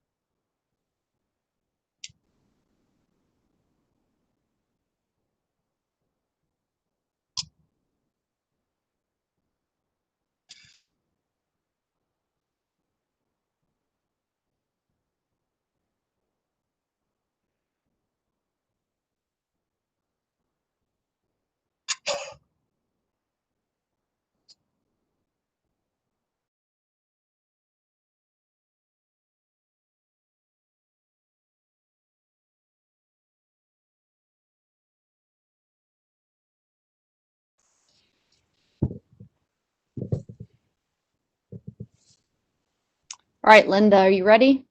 Okay, perfect. All right, it's 2 o'clock. Let's get back on the record, please. Mr. Mehta, we are with you. Thank you, Chair Mitchell. And Mr. Hart, good afternoon. And what I would like to do is turn, if you would, with me to the issues raised in your supplemental testimony. And I realize, or at least I think I realize, that as a result of your errata filing, the supplemental testimony is now included in what you call your, quote, entire testimony, and the page numbers are different. But originally, you testimony with respect to your attempts to quantify cost disallowances for Duke Energy Carolinas, correct? Yes, the supplemental testimony, that's correct.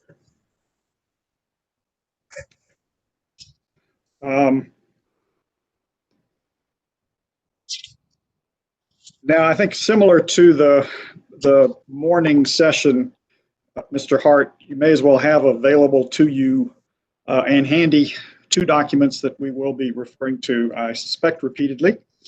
One of them is Duke Exhibit, or DEC Exhibit 5.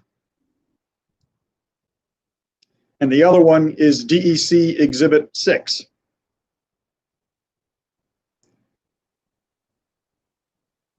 Okay. And Chair Mitchell, if we could mark DEC Exhibit 5 as DEC Hart Cross-Examination Exhibit 5, that would be marvelous. All right, the document will be so marked. And if we could mark DEC Exhibit 6 as DEC Hart Cross-Examination Exhibit 6, I would appreciate it.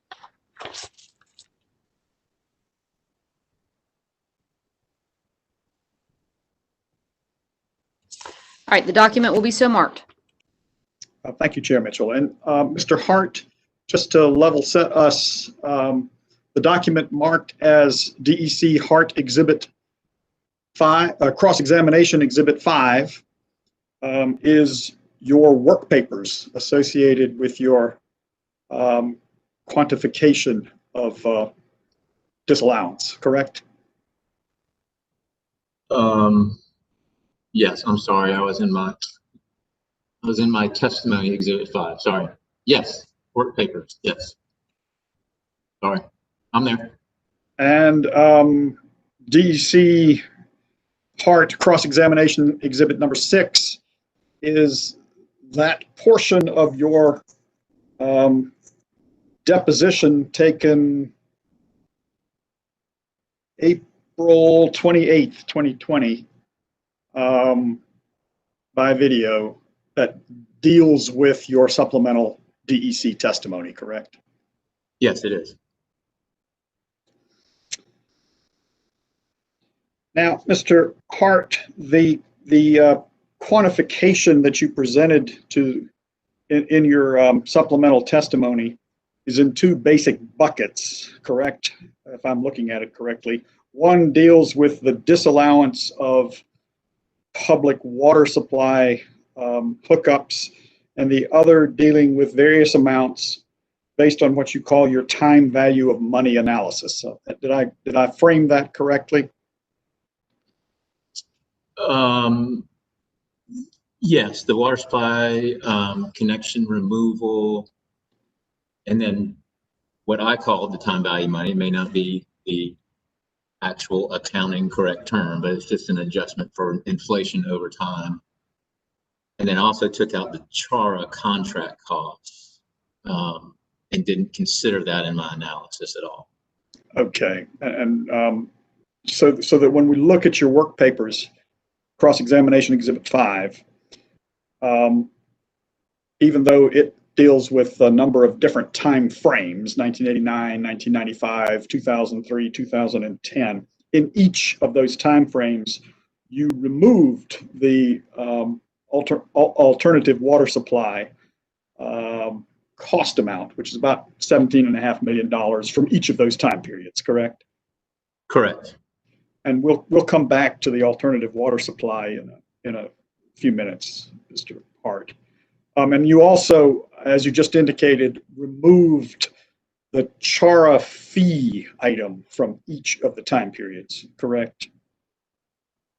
Yes, I removed that. I just didn't consider it. It didn't factor into my evaluation, so I'm not making a conclusion about whether it's reasonable or appropriate or not. I just took it out because I didn't know how to address it. To me, it's a contractual issue. So you're actually expressing no opinion in this case on whether the CHARA fee should or should not be included in DEC's recoverable costs, correct? That is correct.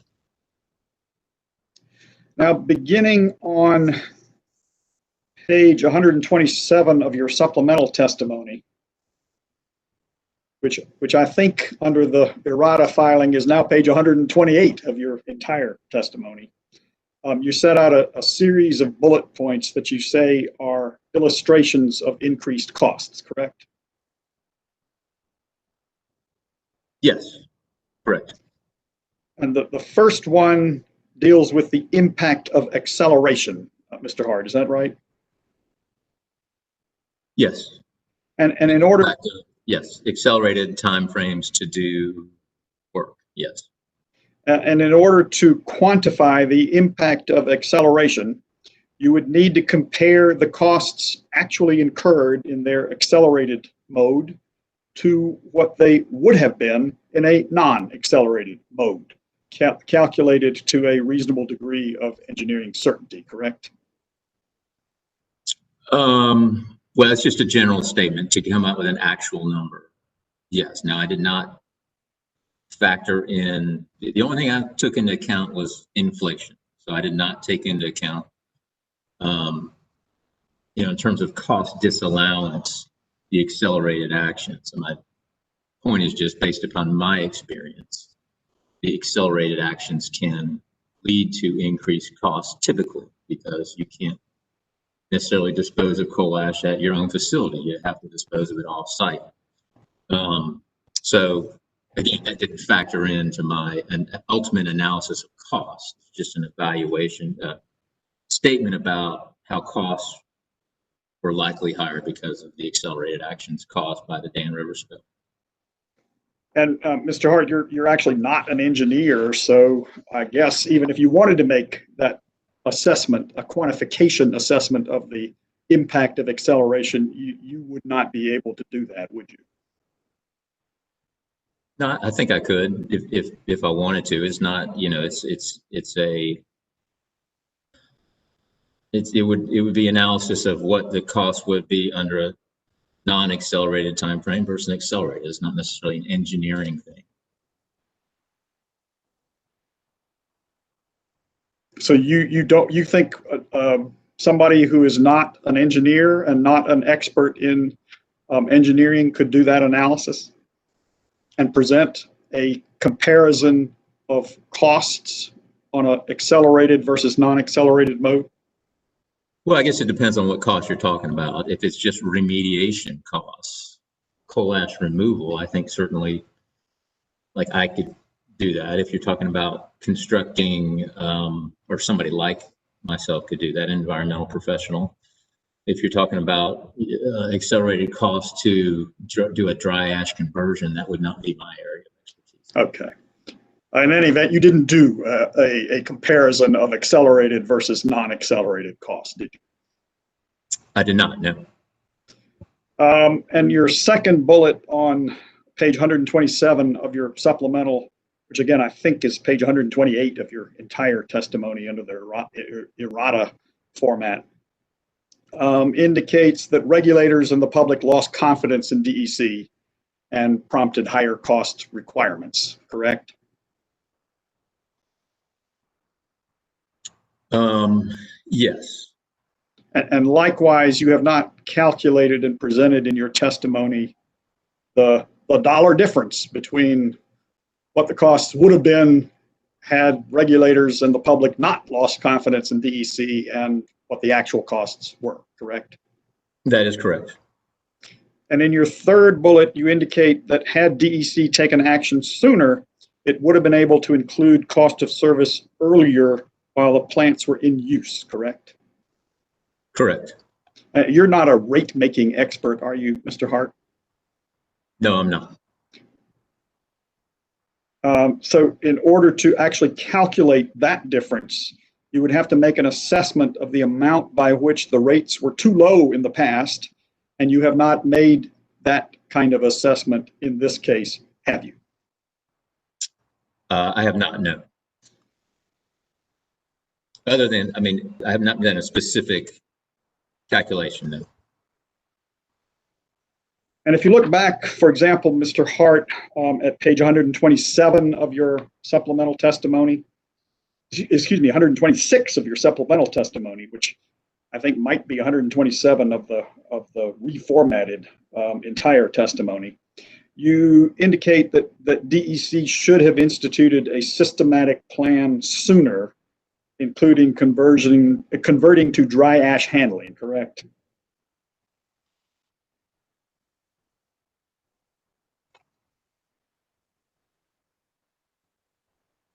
Well, yeah, in beginning the process of converting to dry ash handling, eliminating other waste streams, developing basin closure plans, and evaluating methods to reduce the environmental impact while the basins were still operational.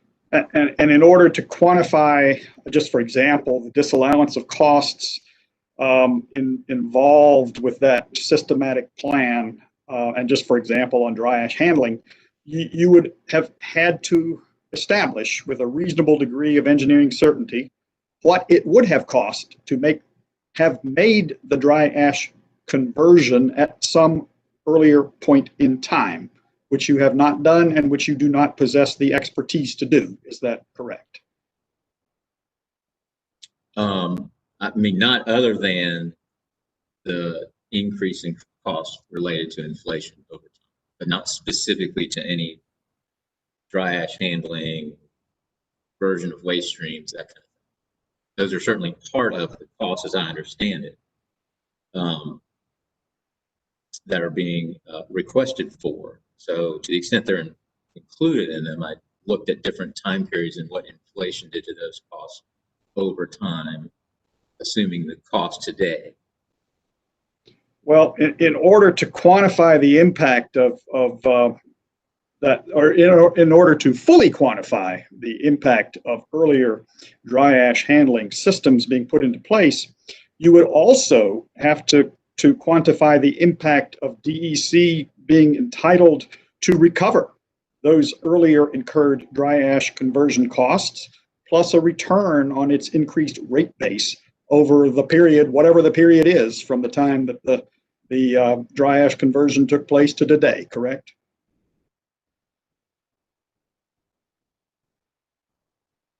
I'm not sure I know how to answer that. I don't know that I have enough expertise on rate making to know that. Well, Mr. Hart, let's actually look at what you did do as opposed to what you didn't do.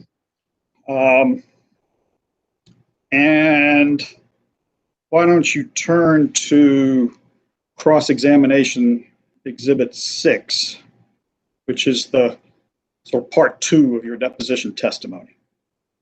Okay. And Mr. Hart, at pages 22 and 23 of exhibit 6, you testified that you discussed the idea of doing a time value of money analysis with the Attorney General's office as early as January 2020, correct?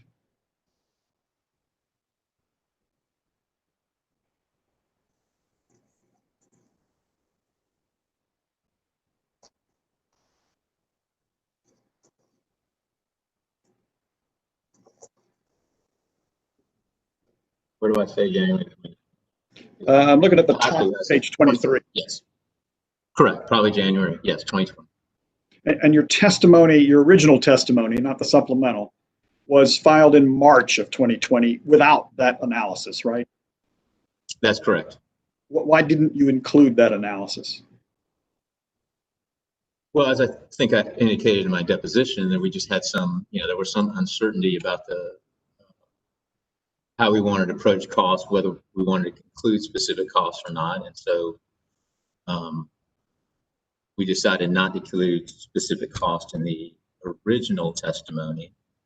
But then sometime after I filed that original testimony, we discussed it, that the Attorney General's office did want to include some specific costs in my testimony. And looking again at Exhibit 5, cross-examination Exhibit 5, the time periods at which you performed the time value of money calculations were 1989, 1995, 2003, and 2010, correct? Correct. But initially, you were only going to perform the calculations for 2003 and 2010. Is that right? Is that what you indicate at page 25 of your deposition?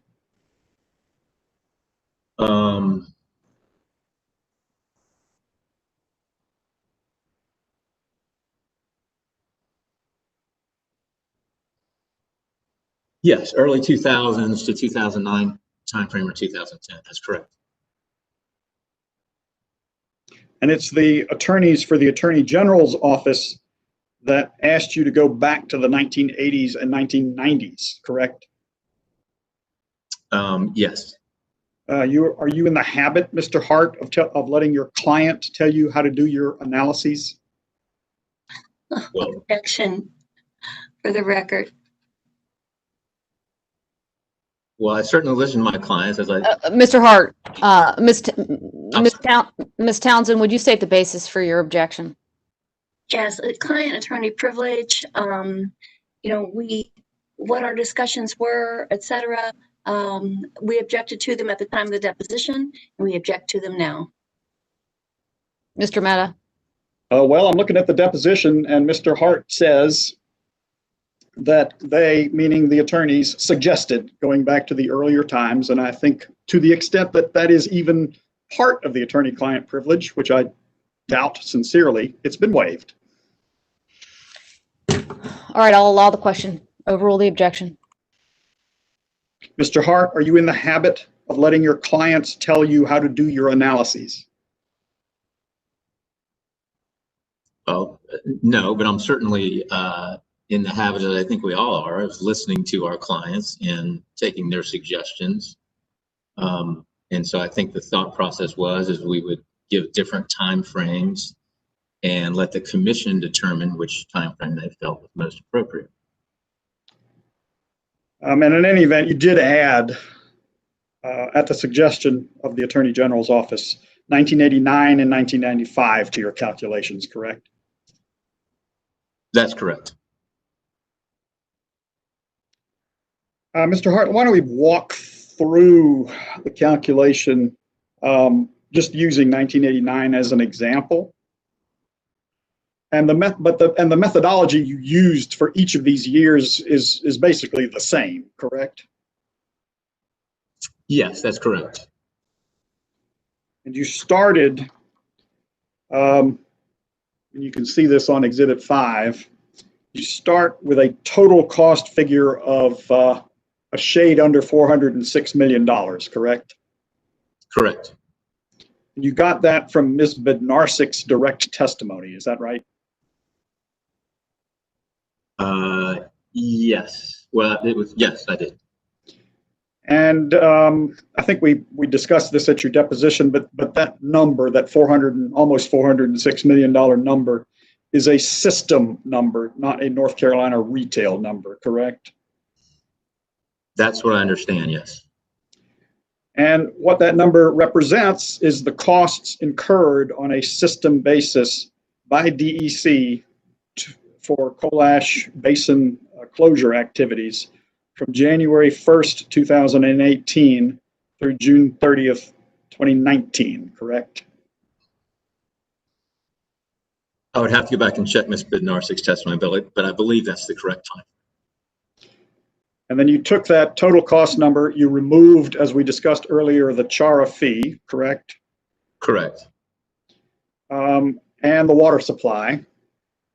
And you come up with what you call a revised cost of about $342 million, right? Correct. And then what you did next was work your way back in time to 1989. And using average inflation rates, came up with what you call the equivalent cost, correct? Well, it would just be the increase in costs from 1989 to present. Yes, for the costs they're asking for now, considering inflation, just inflation. Well, I'm looking again at Exhibit 5, Mr. Hart, and there is a number sort of to the left of the revised cost of $342 million of $171,500,000. Is that right? I'm sorry, where are you? Which right below your revised cost and a little bit to the left. 171,500. Yes. Okay. And the there's a number right next to it, which I think is the average inflation rate between 1989 and the time frame that you were evaluating, correct? Today. Well, to 2014. So you could, two ways to look at it. One is 1989 to 2014, or you could just move up to 5 years earlier and do, you basically get the same number. But yes, over a 26-year period. Okay. And that, and then you keep going across the page. There's some words, net present value of approximately $342 million over 26 years. Do you see that? Yes, yes. And then right below that, so there's some more words. The difference between revised cost and equivalent cost 26 years earlier, right? Correct. If the work had been done at that time, right? Yes. And if we looked actually at the Excel spreadsheet from which your work papers, from which Exhibit 5 are derived, and you looked at the formula there, you would see that you were subtracting $171,500,000 from the $342 million figure, correct? Correct. And so when you say the difference between revised cost and equivalent cost 26 years earlier, equivalent cost 26 years earlier equates to $171,500,000, correct? Yes, roughly. And you arrived at that figure, $171,500,000, through trial and error, correct? Correct, until the number, the calculated number, which is to the right of the inflation rate, 0.027, was roughly equivalent to the revised cost of $342,100,000 and some change. Yes. And what that dollar figure represents, the equivalent cost, $171,500,000, is the cost expressed in 1989 dollars of the work done in 2018 and the first half of 2019, which in today's dollars would have been about $342 million, correct? Yes, if the work had either been done or the money had been set aside, yes. Or accrued.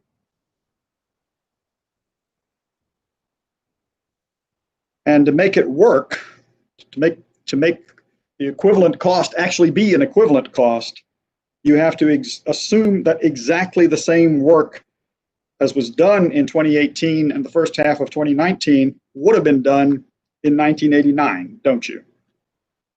Yeah, that is the assumption, right? And so in my thought process, that would overestimate because you're starting at much higher costs. In other words, there's a lot of things that, for example, full removal of coal ash may have not been an option, or may have not been conducted in 1989, or beneficiation probably would have not been done because it was a unproven technology. So my calculations, even though they assume that things would have happened in 1989, are actually on the low end of what would be excluded because there were much more lower cost alternatives available back in 1989. Well, you actually have no idea what would have to have had occurred in 1989, do you, Mr. Hart? Well, it just depends on what would have happened. And no, I can't say for certainty. Nobody can. But you can also go back. You can't say, I can't know what something costs until I actually do it in something like this, because you would never have rate making, right? Where you look forward. You have to look forward to the future for some of the costs. And so in order to do that, you can't always do that with certainty. So you have to look back at sometimes. Mr. Hart, you don't know if in 1989, the company would have had to do more, do less, what the commission would or would not have allowed, what the commission would or would not have disallowed, or any of those things, do you?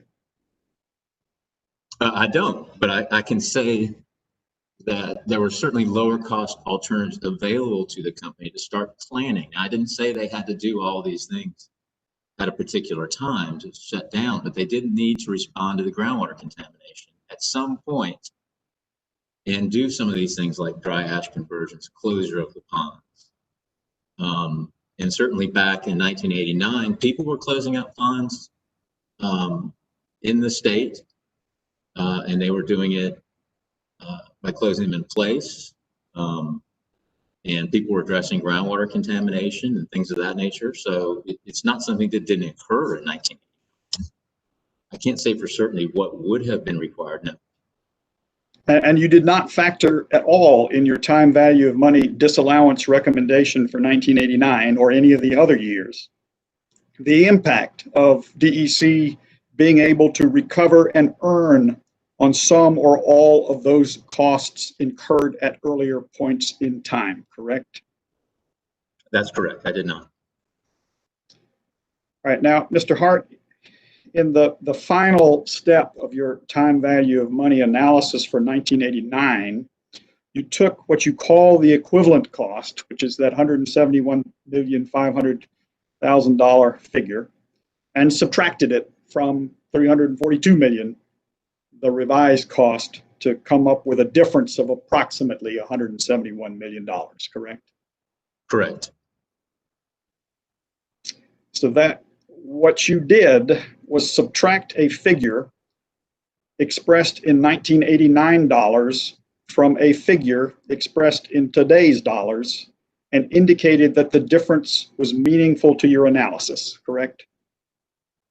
Right, that's the additional cost because of inflation from $171 million roughly to $342 million today.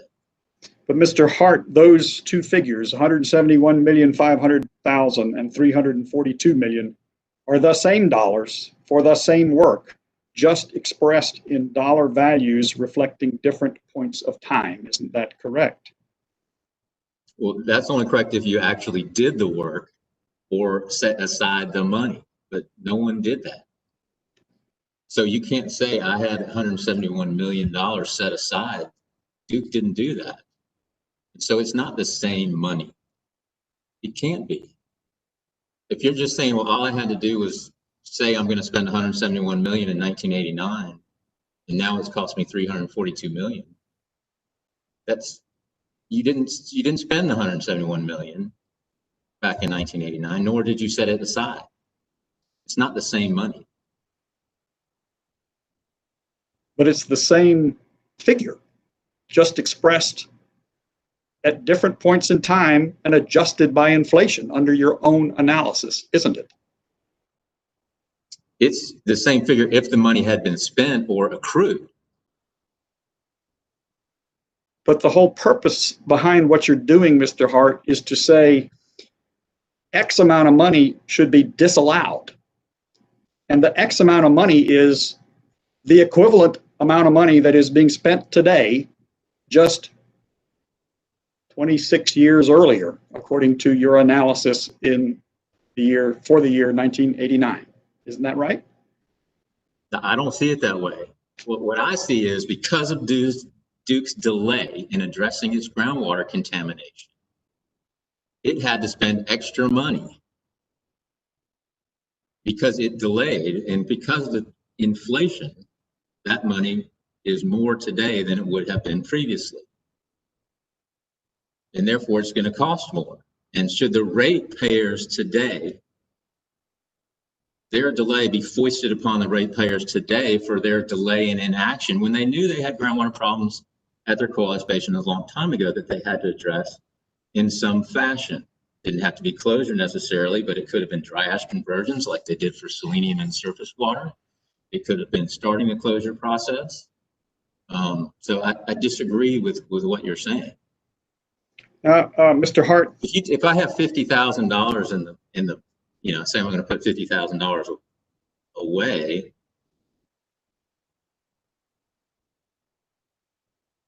and I put it in an account, yes, from inflation, and it's earning inflation rate, yes, the time in the future would be more money. But if you don't put that money away, that money, if I have zero in my account, it doesn't cost me $50,100. I just don't magically have that.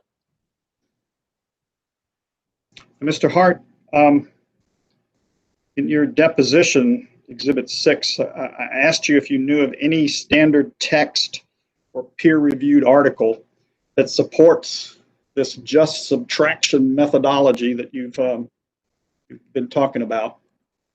Do you recall those questions? Yes, yes. And your answer was that you don't know of any. Is that right? Well, I don't, where are you? Because I think I had some qualifications on that, but it's, I think it's a fairly simple analysis to do a escalation or de-escalation for inflation for money, for costs over time. I mean, Duke did it in all their, in their projections for the future. They use an inflation rate. Why do that if it's all the same money? Why would you account for inflation?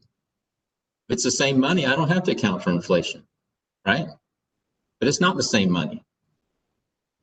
Well, Mr. Hart, I'm looking at page 76 of your deposition, line 2. That's Exhibit 6.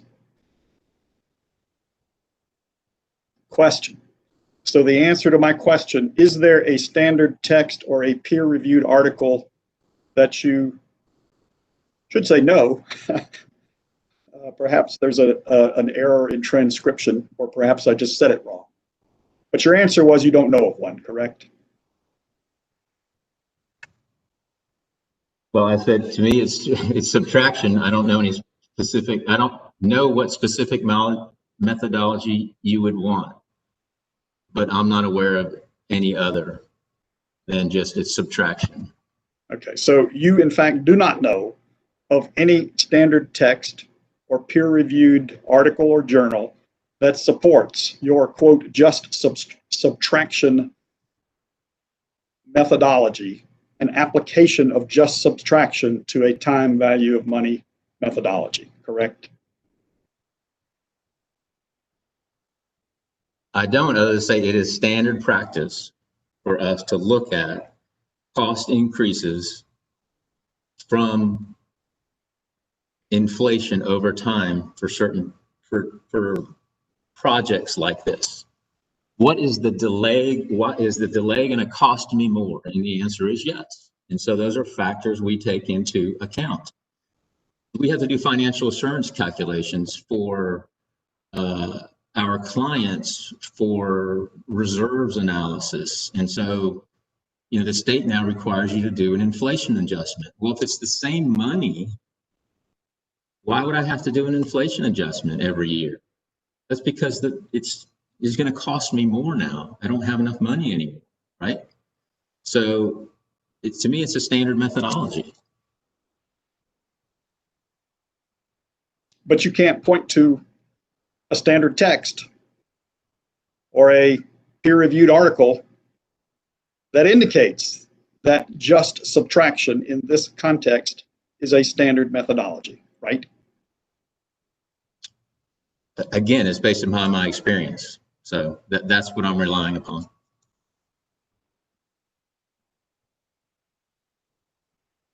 Well, Mr. Hart, let's switch over to the $17.5 million disallowance recommendation that you've made dealing with alternative water supplies. Okay. And again, just to level set us, see if I frame this correctly.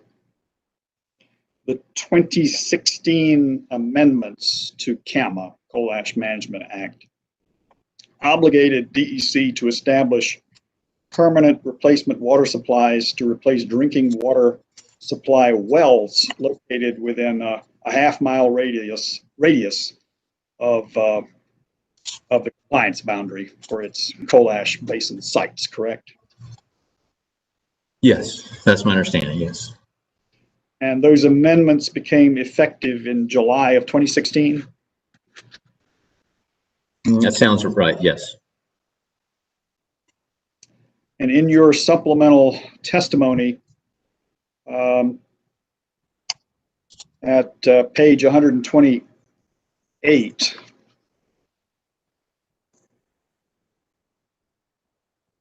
which I think may be 129 now in your errata testimony, you testified that the alternate water supply requirement was another manifestation of the lack of confidence on the part of regulators and the public, correct? I don't believe I used that terminology. Well, you're right. You're right. That was actually in your deposition. So if you turn to your deposition, page 176 and 177, I believe that's where you talked about it.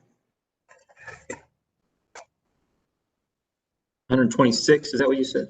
176 to 177. 176. Okay.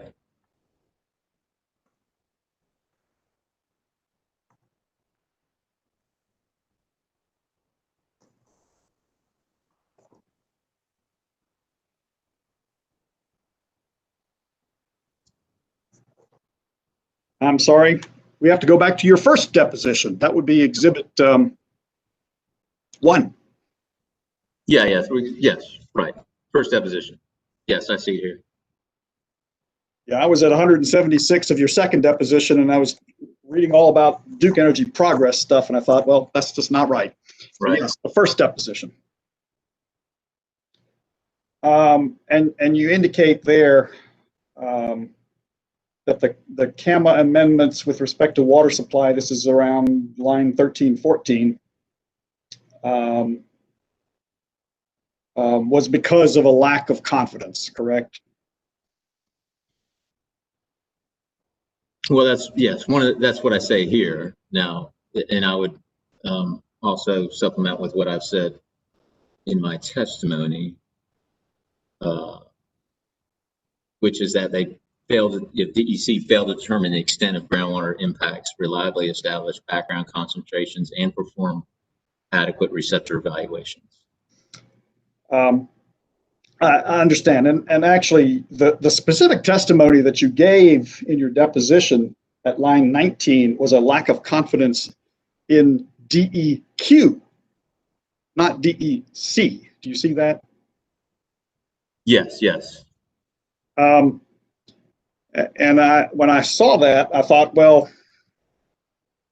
Mr. Hart was simply mistranscribed by the court reporter. So I went back and actually listened to the video of the deposition, and in fact, you said DEQ.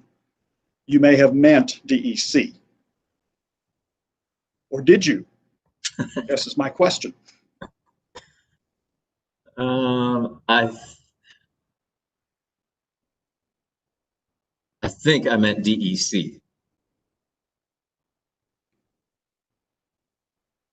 I believe I meant DEC, and under the context of what I meant by lack of confidence was these issues in my testimony, which is that the extent of groundwater impacts hadn't been determined, background groundwater concentrations hadn't been determined, and then an adequate receptor evaluation hadn't been determined. Now, when the General Assembly passed the 2016 CAMA amendments, it did not tell us why it included the alternate water supply requirement in that legislation, did it? Not that I'm aware of, no. And you did not survey the members of the General Assembly who passed the 2016 CAMA amendments to try to find out what motivated them to include the alternate water supply requirement in that legislation, did you? I did not. And you did not survey the general public to determine whether it had lost confidence in DEC, did you? I did not. It was based upon my experience with working in groundwater for 30 years and specifically contamination issues related to water supply wells, that it is unheard of that you would have to connect people to a municipal water supply if you hadn't impacted their wells. So it's an extraordinary event, especially within a half mile. And so in my opinion, that was because Duke had failed to determine the extent of groundwater impacts at its facilities, even though that they had known for 10 or more years in some cases that they were impacted. They hadn't established background concentrations until fairly recently, which didn't support their allegation that the concentrations were background. And in some cases, they hadn't done an adequate receptor evaluation so that you can even know where these water supply wells were until they were required to do so. Well, surveys, Mr. Hart, are a systematic way of gauging public sentiment. Yeah, and I think in this case, I really wasn't talking about lack of confidence. I may have, I think I used that term earlier, but I think I may have misspoke when we were talking here in my deposition about, I think I was talking more about, as I stated in my testimony, that the requirement to hook up people that aren't affected or aren't even reasonably in the path of groundwater contamination to alternate water supplies is an extraordinary measure. And there had to be a reason for that. And, you know, I think it was certainly related to the fact that DEC had not determined the extent of groundwater impact so that it could go to the public and say, these wells are clearly not impacted by our contamination. And here's our rationale why, and working with the regulators to show that and get their buy-in on that. That did not happen from my analysis until much more recent. And Mr. Hart, if you turn the page in your deposition, Exhibit 1 to page 178,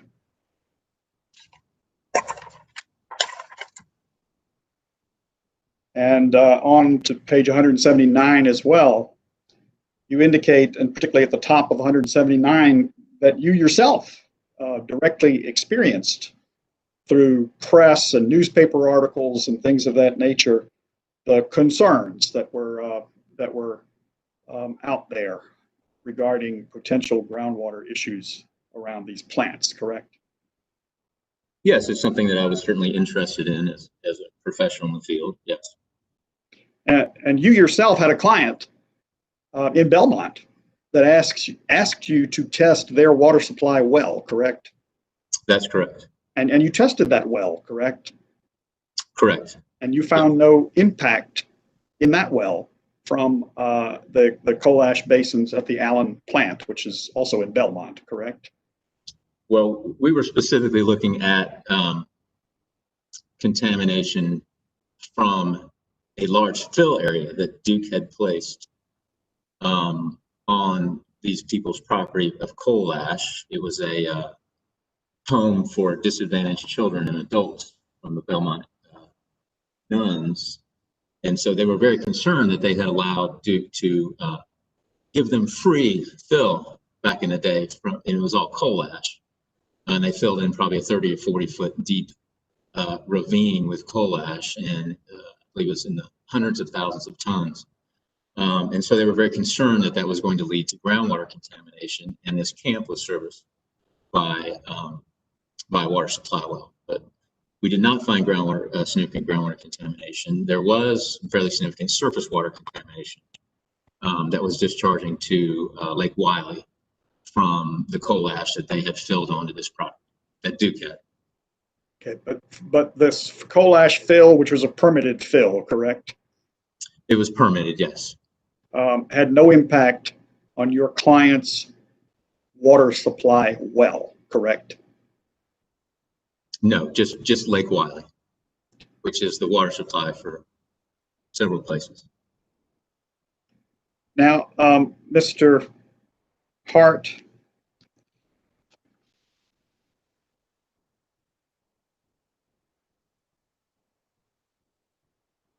look, if you would, at DEC Exhibit 11.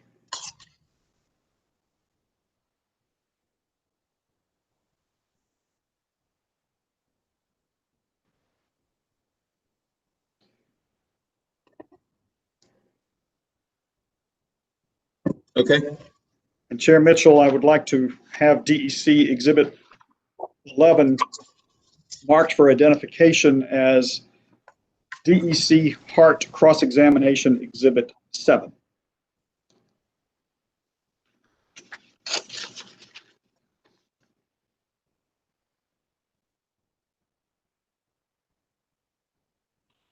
All right, the document will be so marked. Thank you, Chair Mitchell. And Mr. Hart, DEC Hart Cross-Examination Exhibit number 7 is an article in the Charlotte Observer published, at least in the paper on March 9th, and online if you go to the back of the last 2 pages of the exhibit. Online, published on March 8th, 2016, right? That's correct, yes. I think the online piece is a little easier to read, so let's look at that. Yes, that's what I have in front of me. And the headline is NC lifts warnings against drinking well water near Duke Energy ash ponds, correct?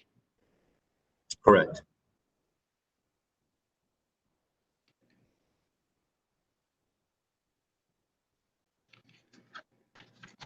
And so this is March of 2016. So right at this time, actually, the CAMA amendments were being debated in the General Assembly, or were about to be debated in the General Assembly, correct? I don't know when they were debated in the General Assembly. But in any event, the article recounts a public outcry when the state of North Carolina shifted gears and reversed an earlier drinking water advisory. It said that water in people's wells was good to drink, correct? Yes, it said it would rescind the advisory issued last spring after tests found elevated levels of vanadium and hexavalent chromium in private wells. And the article says, if you look at the last page of the exhibit in the second full paragraph, quote, the state's health and environmental departments sparred for months over the screening levels internal emails showed, with the environmental agency warning they were too stringent. Do you see that? I'm sorry, I lost you, but Just look at the very last page of the exhibit, yes. the second full paragraph. Oh, I see. Yes, yes, sorry. And the words "sparred for months" are underlined on the paper version of what we've got here, right, Mr. Hart? Correct. And it says the departments eventually agreed. Yeah, and I'll represent to you that "sparred for month" underlined is really a hyperlink when you look at it online. And the hyperlink takes you to another article. And that article would be what has been previously marked as DEC Exhibit 12. So if you could get that one in front of you, that would be great. Okay. And Madam Chair, if you, I would like to have DEC Exhibit 12 marked for identification as DEC Hart Cross-Examination Exhibit number 8.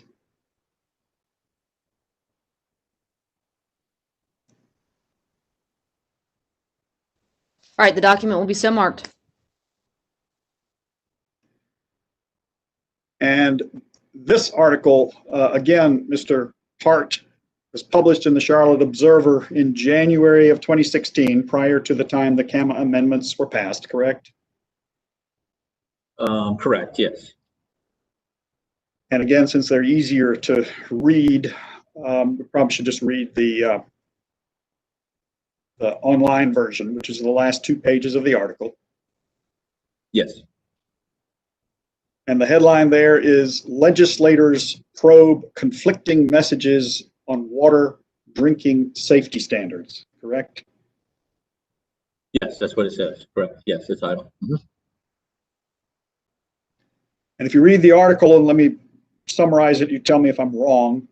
What the legislators were probing, Mr. Hart, was this ongoing fight between the state health agency, which issued the water advisory, and the DEQ, the environmental agency, which wanted it rescinded, correct?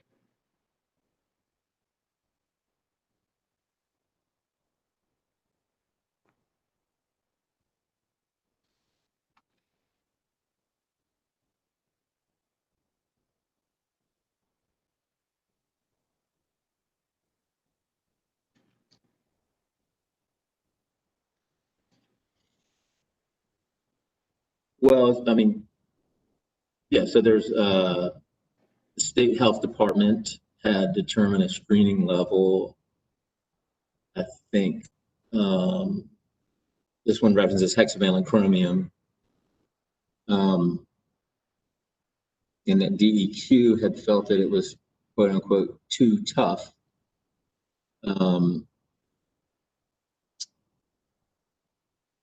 But that DEQ eventually consented to the tougher standard, is what it says. Well, actually, Mr. Hart, if the advisory was rescinded, as we saw in the prior exhibit, Exhibit 7, the fight between the DEQ, which wanted it rescinded, and the State Department of Health, which didn't want it rescinded, was won by the DEQ, correct? I mean, it says it was in the March 8th, 2016 letters. It says it was EHHS's decision to lift the don't drink advisory. And EHHS is the health department, which issued the advisory, correct? Correct. Yes, Health and Human Services, correct. And EHHS rescinded the advisory based on whatever the fight was between EHHS and DEQ, correct? It doesn't say why they did.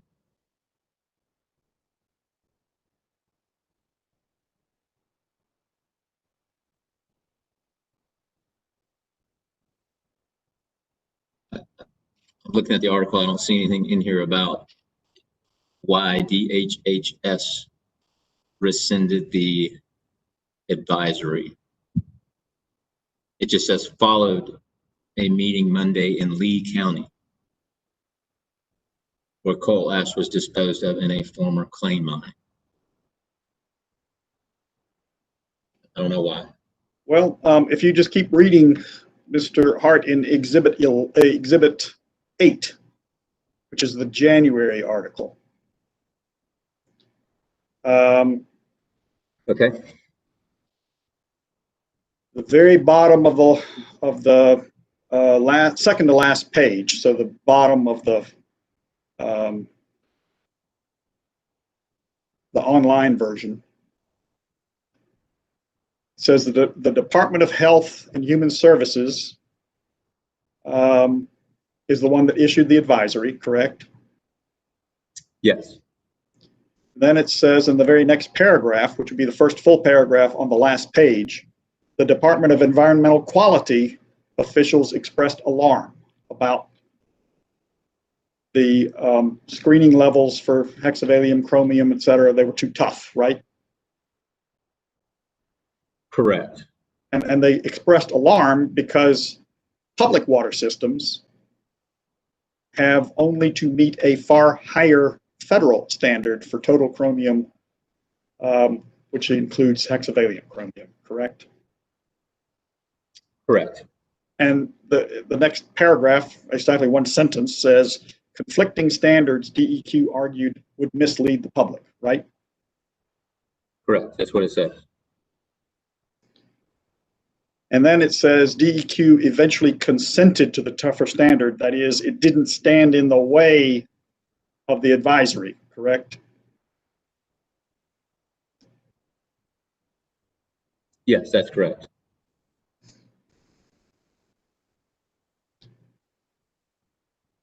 But ultimately, its view that the tougher standard should not be applied prevailed because the advisory was lifted, correct? Right. And at the end of the January 2016 article, says the health agency will reassess its recommendation when more groundwater test data are reported in the next month. So, I mean, I think this is a classic case of why you don't delay addressing your groundwater contamination and determining the extent of it, reliably establishing background levels, and doing receptor evaluation so you can, with confidence, go to the public and the agency and say, we know where our groundwater contamination is. We know it doesn't extend into these neighborhoods, or if it does, here's where it goes. We have background data. We've done a background data not only for our site, but regional, which is what ended up happening in some cases. They did a much broader study. And so that's what happens when you address proactively groundwater contamination. When you are reactive to groundwater contamination, this is the kind of thing that happens. Well, are you saying that Duke Energy Carolinas did not undertake steps with the DEQ and the health department to try to address this fight between the DEQ and the health department? Well, I mean, they were working on it during this time frame, but no, they hadn't established the extent of their contamination. They hadn't completed, they didn't complete receptor evaluations until required to do so in 2014. And so, you know, if those issues had been addressed before, which is what should have happened, then I think this all could have been avoided. Well, Mr. Hart, why don't we take a look at what was previously marked as DEC Exhibit 14.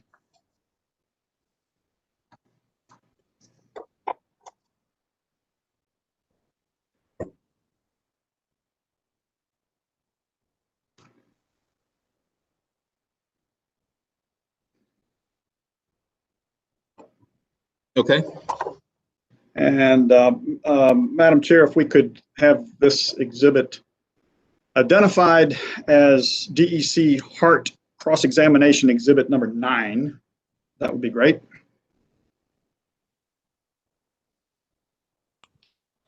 All right, the document will be so marked. And Mr. Hart, this is another Charlotte Observer article, this one actually post-dating the CAMA amendments in October of 2016, right? Correct. And again, just for ease of reading, we can go to the last 2 pages of the exhibit, which are the online version. Yes. And the headline of which is coal ash, not the source of well contaminant. Duke University study finds, right? Yes, that's the title. Yes. And the lead paragraph, opening paragraph, states a contaminant at the center of a months-long furor over coal ash and polluted wells doesn't come from ash after all. Duke University scientists report in a study published Wednesday, correct? Correct. And a couple of paragraphs down below says the state's decision to rescind the health advisories in March, which was the subject of Exhibit 7, prompted bitter exchanges among 2 state health officials, department leaders, and Governor Pat McCrory's office, correct? Yes, that's what it says. So, Mr. Hart,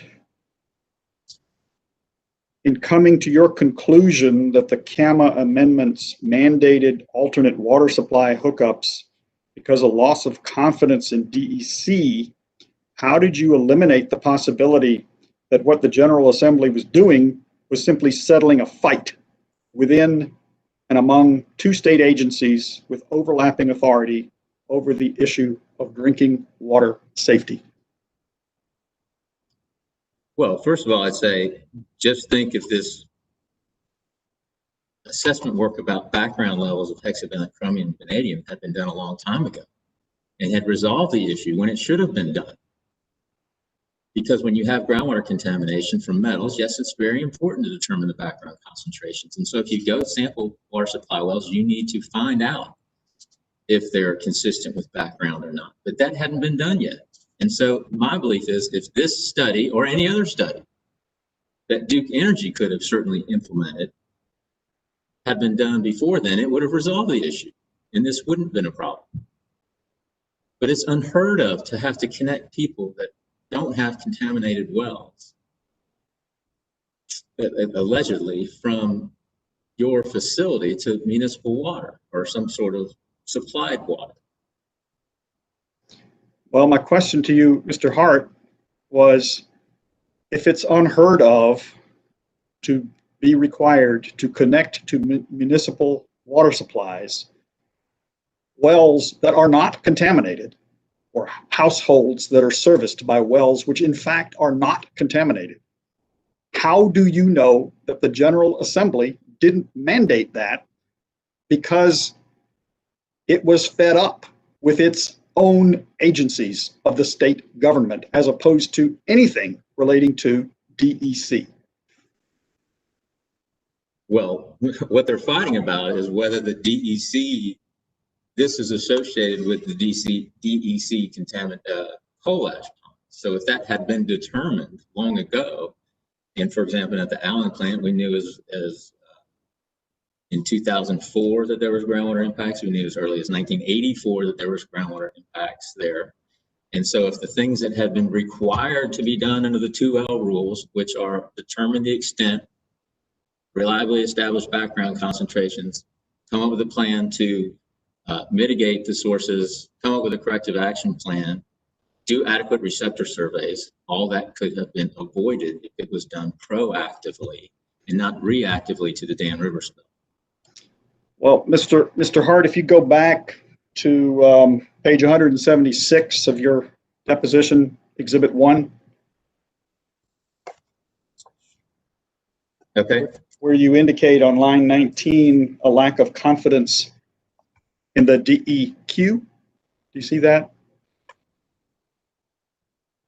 Yes. I'm wondering if that was just a Freudian slip. You actually, or not a Freudian slip, you actually meant to say DEQ as opposed to DEC in connection with your answer to my question that you answered on that page and in that paragraph. No, I meant DEC, and so I think the court reporter got it wrong. I don't think it was a Freudian slip. Well, actually, I think if you go back and listen to the tape, you said DEQ, but perhaps you didn't mean it. It's very easy to run those two together. Madam Chair, I don't have any further questions for Mr. Hart at this time. All right, any additional cross-examination for the witness? All right, redirect for the witness. Thank you. Just a few questions. First of all, Mr. Hart, I wanted to ask you if you had reviewed the rebuttal testimony of Mr. Lioy, L-I-O-Y, I'm not quite sure how to pronounce that, who filed his testimony specifically as a result of your supplemental testimony. Have you had a chance to review that? Yes, I did. Yes. And can you give us your opinion of his testimony regarding his remarks about your calculations? Well, yeah, in my opinion, it's, I certainly understand what he was getting at. And I think the confusion is my use of the term time value of money, which probably isn't a correct accounting term. And again, I'm not an accountant, but what I was trying to do and what I did was just determine the increase in costs from different periods of time from inflation for the work that's being done now if it had been started or initiated sooner. And so I understand that maybe time value of money isn't the right term from an accounting standpoint, but maybe it's the escalation from inflation. I'm not sure what it is, but that's how I read it. Thank you. Also, just to clarify, Mr. Mehta asked you a question about whether or not your decision to add other years was because your client told you to do so. Wasn't in fact what happened was that we asked what your testimony would support, and that is when you decided to add the earlier years? Objection, Madam Chair, leading. All right, restate the question, Ms. Townsend. All right. Again, just to clarify, Mr. Mehta asked you if the reason you used additional years of calculation was based on your client's request. Is that correct? That's what he asked me, yes. All right. And is that in fact the totality of what happened during our discussions? Well, we did discuss other dates after we discussed the original, which was the early 2000s to 2009-10. And, you know, I suggested some other timeframes that might also, well, that would also potentially be appropriate, including some of the early, late 80s, and then also the mid 90s. And I gave some examples of why I chose that in my test, why I chose those dates in my test. Thank you. And one final question. In your 30 years of experience, you've done a lot of, you've been a witness for many people. Have you ever done similar calculations in other cases? Well, yes. I mean, we certainly have looked at the costs of inflation and what that will do to the costs over time and the increase in costs of that, what that does to the costs, because it will increase the costs over time. Of course, this was a little unique because we're going backwards in time. But nevertheless, if I was, I think I could say just, Ms. Bednarczyk yesterday said she could transport herself to 1981 to talk about what a plant manager would do from reading a coal ash publication from EPA. I think in the same way I was trying to say, well, if I'm here in 2003 and I've got to address these environmental liabilities, what's that going to cost me? And if I wait, how much more is it going to cost me in the future? So it's similar kind of, you know, in my opinion, similar to what I've done before. Thank you. No further questions.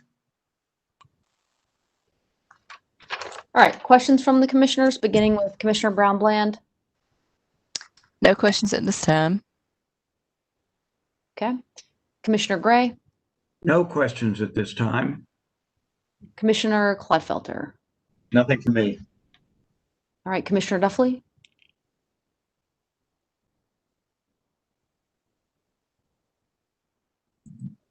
I did have one question. It's just a clarification question. So we heard, and I apologize to the witness Bedarsic, hopefully I have her name correct, that she stated that there were no water supply wells that were impacted. And if you could turn to page 75 of your testimony, please.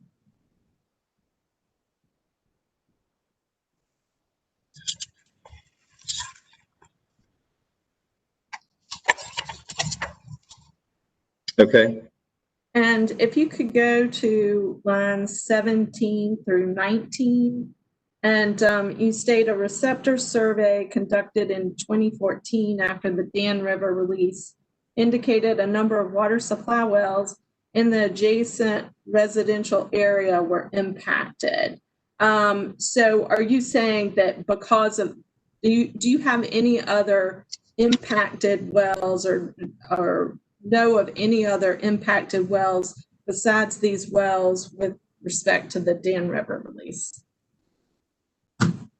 I'm sorry, I lost where you were. I may have. What page were you on? 75. So this is, I'm talking about Allen plant here.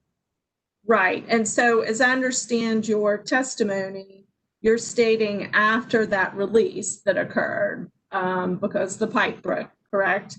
That there were a number of water supply wells that were impacted.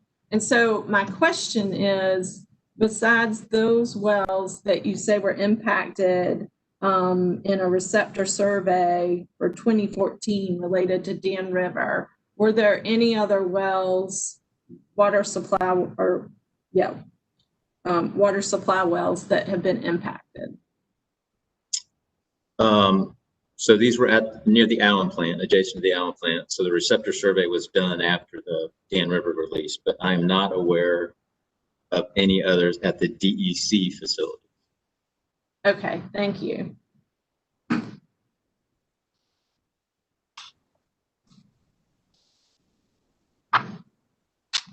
Anything further, Commissioner Duffley? Let me see.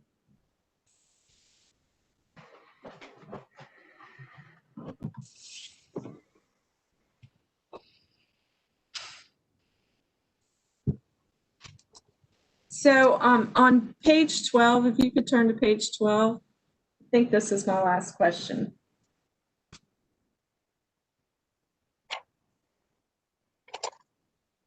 Okay.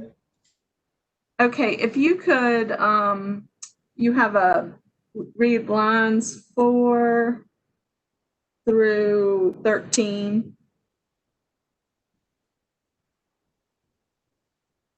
Or actually just the first sentence. Okay. DEC's costs are higher today than they would have been had it undertaken reasonable and prudent actions and practices in a timely manner to address storage and disposal of CCR and closure of its coal ash basins before the Dan River spill occurred in 2014. So are you stating that that the company acted imprudently? Is that a conclusion that you're making in this case?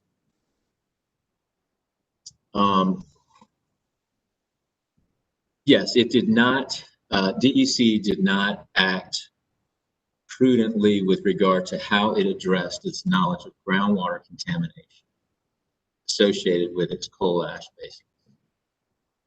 But just hypothetically, if one were to say that they did act imprudently, but my question is, can you have maybe not have made the perfect 100% perfect decision and not be imprudent?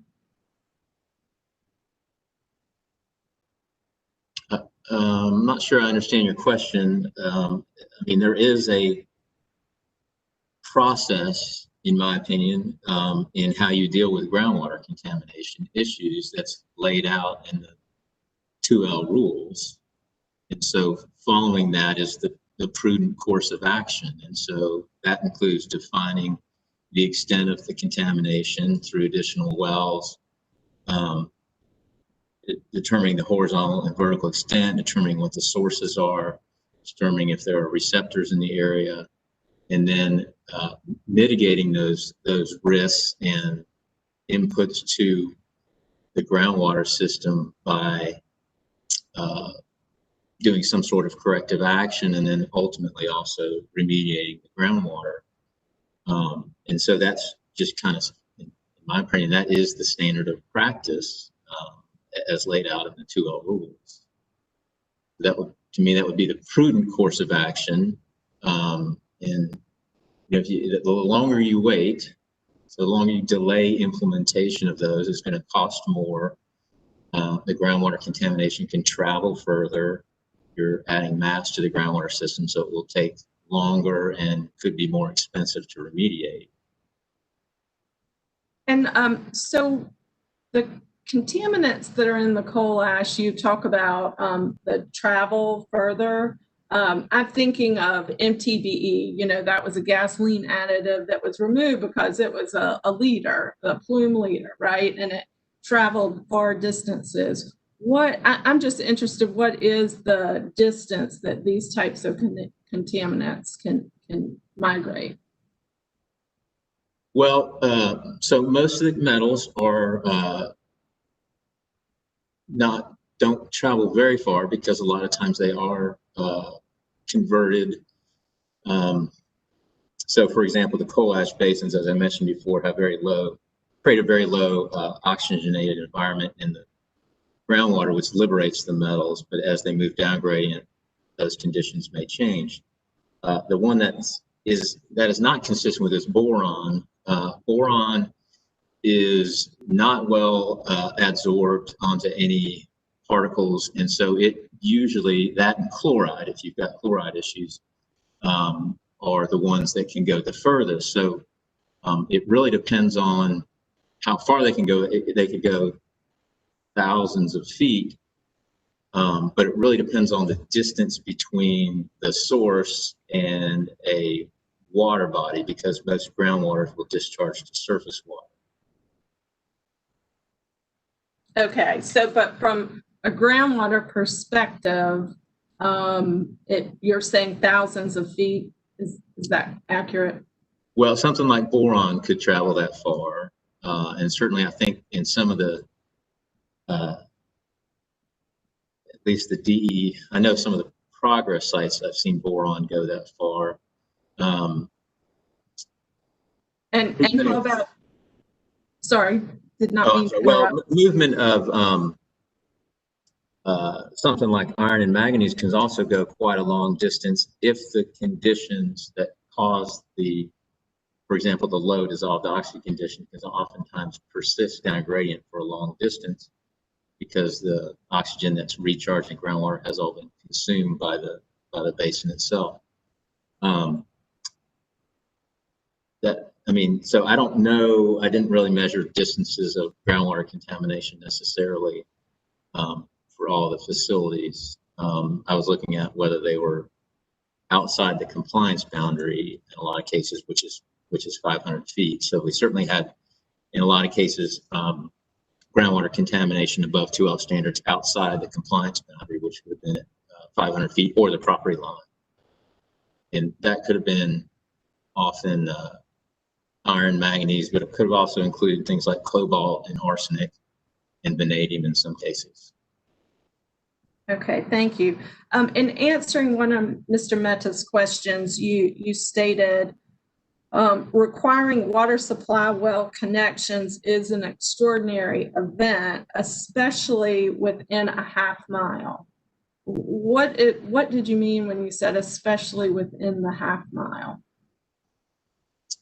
Well, so normally, so that half mile is, so groundwater is going to start and it flows in a specific direction.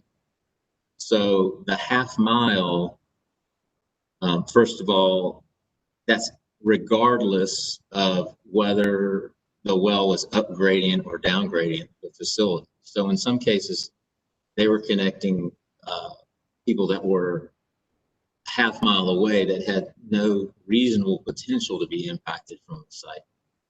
And so if they were down gradient and within, you know, I would say roughly 1,500 feet or so, that might be reasonable.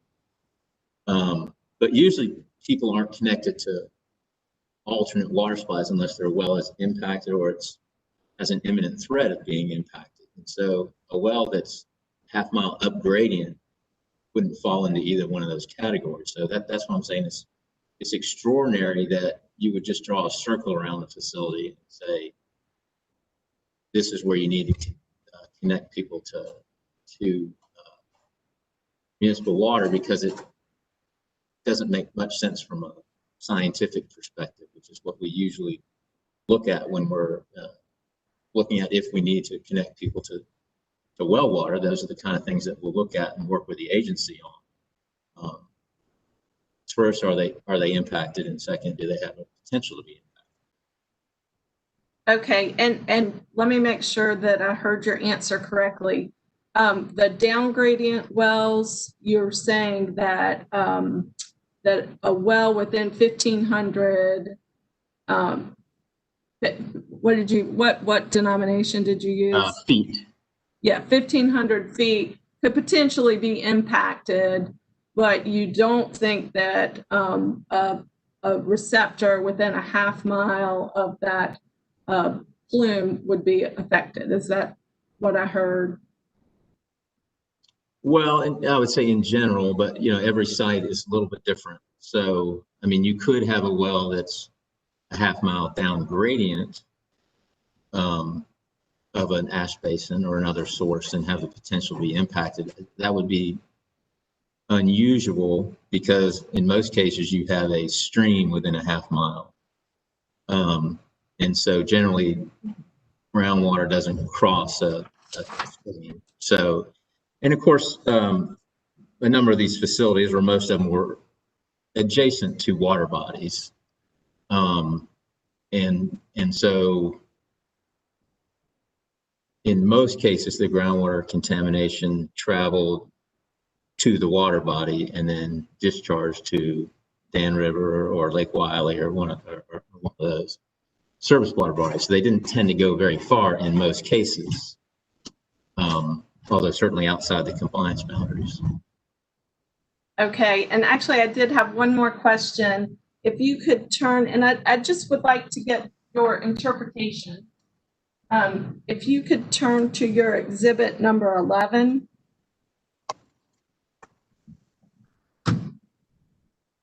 Okay. So I think Mr. Mehta asked you about this as well, this letter. And so I'm just trying to understand your testimony, because I do understand that 2L requires certain requirements. But, and you stated that they did, you know, that your testimony is Duke did not meet the letter of the law requirements of 2L. But I guess in looking at this December 18th, 2009 letter, if you look at that last paragraph. Okay. So it says, in light of concerns brought up by your staff in past discussions about combining the compliance boundaries of adjacent, you know, permitted activities, is going to be encouraged. And then the letter goes on site by site to make recommendations about monitoring wells. So was it Duke working with the regulators on these monitoring wells? Well, starting in 2010, I would say, they did start working with them. with regard to looking at where to put additional wells. So before that, with regard to like the USWAG sampling, that was started, and it was started as a voluntary program, but it was a commitment from the utilities group that if they found contamination, they would implement corrective actions. And so they did do some of that monitoring, and they just sent as far as I can tell from the information we have, they just sent the data to DEQ without any information about whether it was above or below the 2L standards or where the wells were in relation to the compliance boundary, were they background or down gradient, and then implied in their cover letters that the data were consistent with background, which wasn't true, in my opinion. And so it wasn't until DEQ looked at all this information they had been receiving from DEC in 2009 and asked for, hey, we've been getting all this data from you from this USWAG program. We need to find out more information. We need maps. We need, you need to put in some more wells. We need to know where the compliance boundaries are. You need to analyze for a broader list of constituents. And that's when they started to kind of at least get DEQ's input or address it with DEQ is around the 2010 timeframe. And then they did put in some more wells, which showed at the compliance boundary, which showed even greater, I mean, did show that there was issues at the compliance boundaries. And then really didn't do anything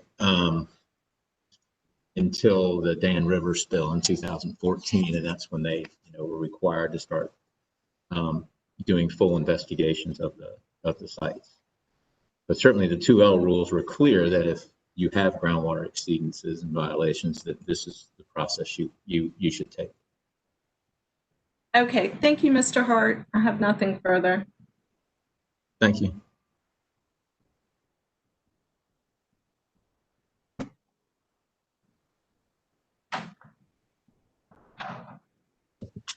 All right, Mr. Hart, I'm going to follow up one of Commissioner Duffley's. I'm sorry. Did you call my name? I'm sorry. No, not yet. I was going to ask Mr. Hart a question. Okay. And then I'll call on the remaining commissioners. I just want to follow up a question that Commissioner Duffley asked Mr. Hart. And you've explained sort of the USWAG voluntary activities that the company was undertaking at its sites. It seems like that was kind of the early 80s time period. I mean, I'm sorry, the early 2000s. And then I think your testimony, and correct me if I'm wrong, this is what I've heard just now in response to Commissioner Duffley, is that in the 2009-2010 timeframe, as evidenced by that letter that you attached as Exhibit 11 to your testimony, DEQ initiated discussion with the companies indicating that some additional investigative activities needed to be undertaken. When should, help me understand the point in time at which the company should have done more?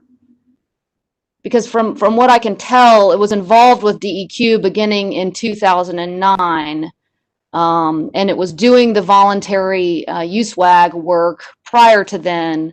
So I just want you to sort of nail it down for me.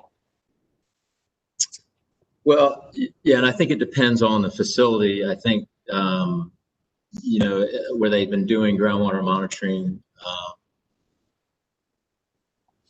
at Dan River and let me get right. Well, in HS Lee, where they had groundwater monitoring dating back to 1993, there were certainly indications of impact at those facilities.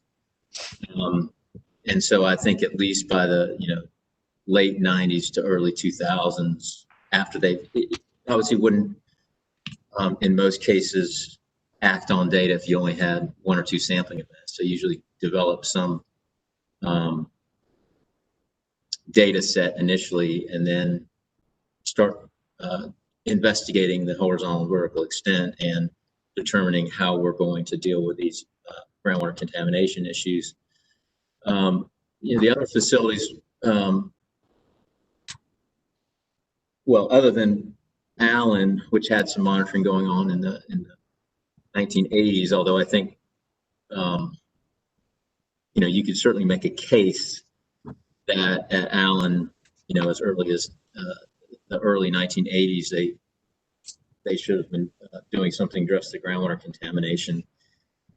That might be a little aggressive. So, I think from there, most places, once they did the USWAG monitoring, which ranged anywhere at Allen from 2004 until Riverbend in 2008, and also Cliffside, which showed very significant groundwater contamination issues, at least within the compliance boundary. That should have been the trigger to go to DEQ, tell them the issues we have, and start the process of defining the extent of contamination, and then addressing how are we going to address these issues.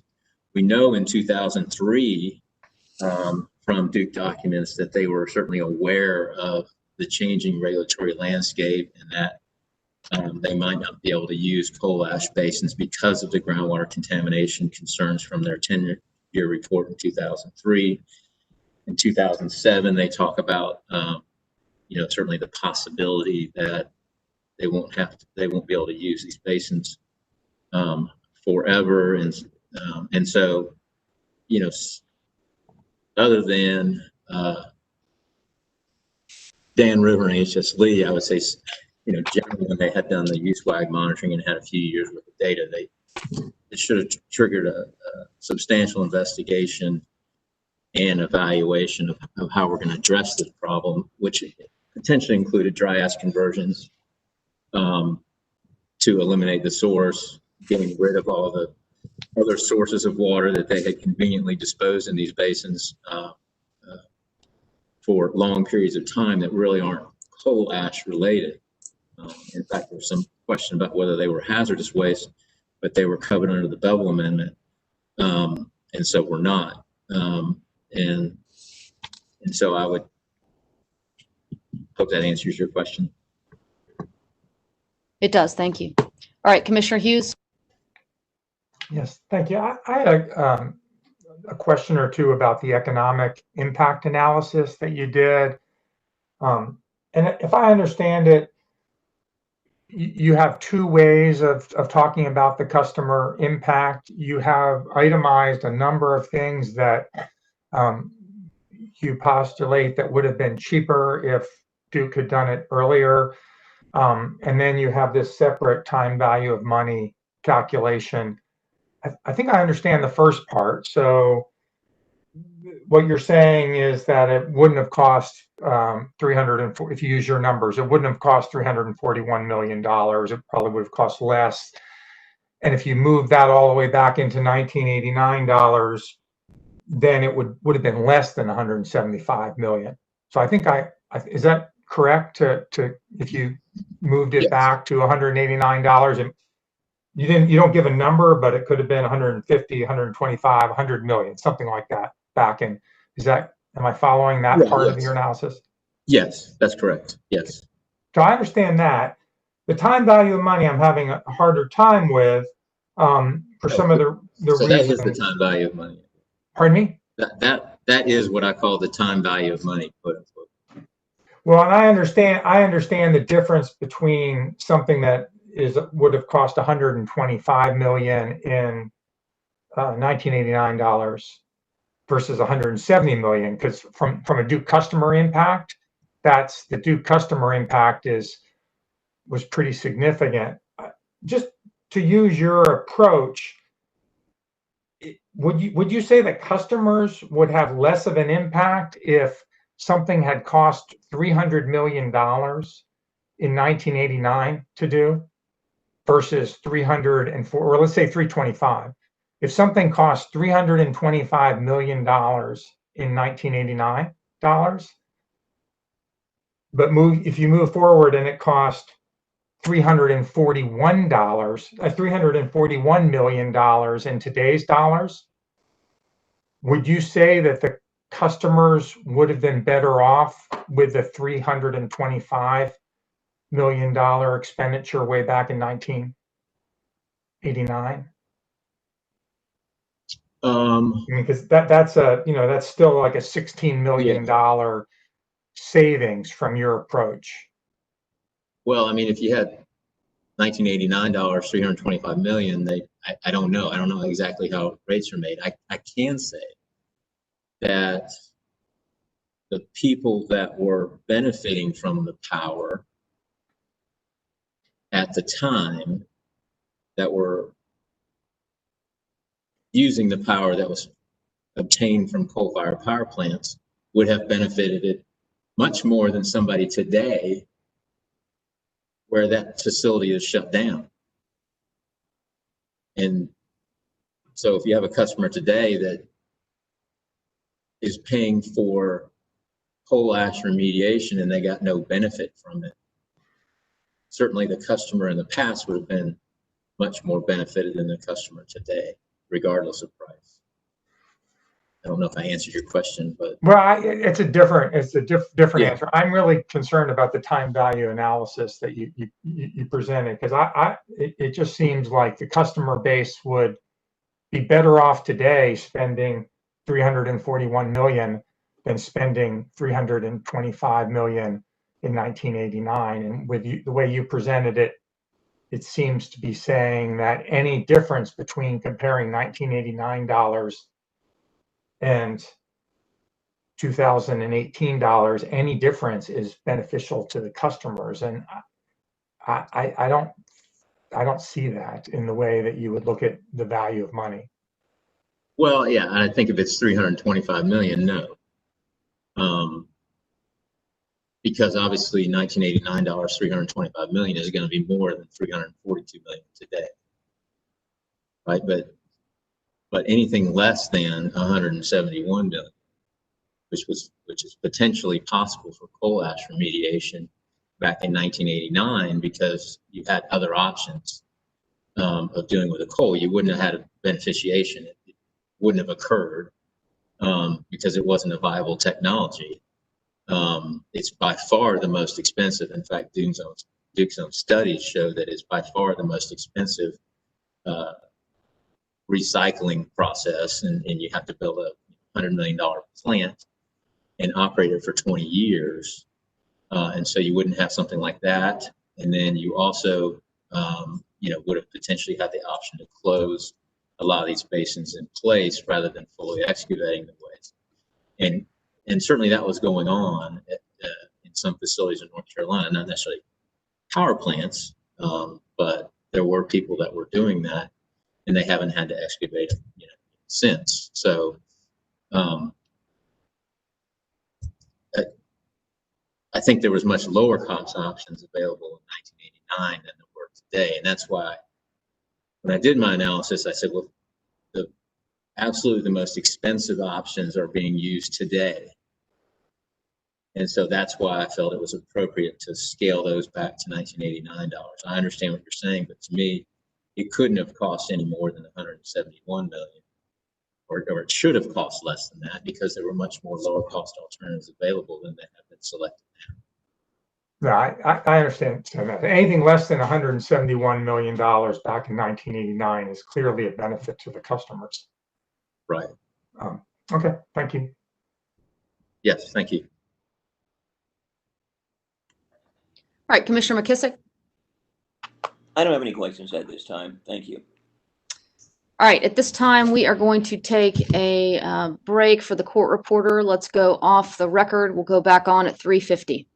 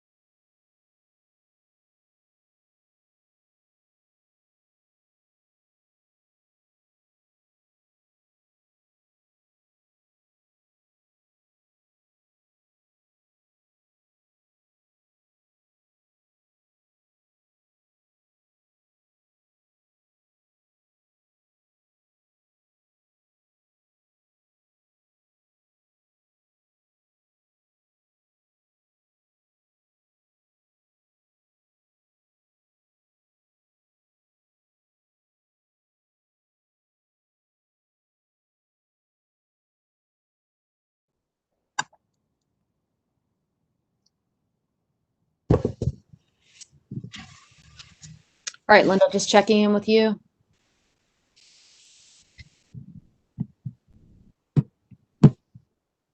All right, we will proceed with questions on commissioners' questions. Let's go back on the record, please. All right, questions on commissioners' questions. DEC has no questions, Chair Mitchell. All right, thank you, Mr. Mehta. Any questions from the public staff? Nothing from the public staff. Other intervening parties? All right, Attorney General's office? Yes, just a couple questions. Mr. Hart, Commissioner Duffley asked you a question regarding your exhibit number 11. If you could pull that back up. Yes, I have it up. All right. In the last sentence or last paragraph, which the two of you discussed, it said, in light of concerns brought up by your staff in past discussions, combining compliance boundaries for adjacent DWQ permitted activities will be allowed as well as encouraged. There was some inference based on that language that DEQ and DEC were actively involved in discussions. Is that correct?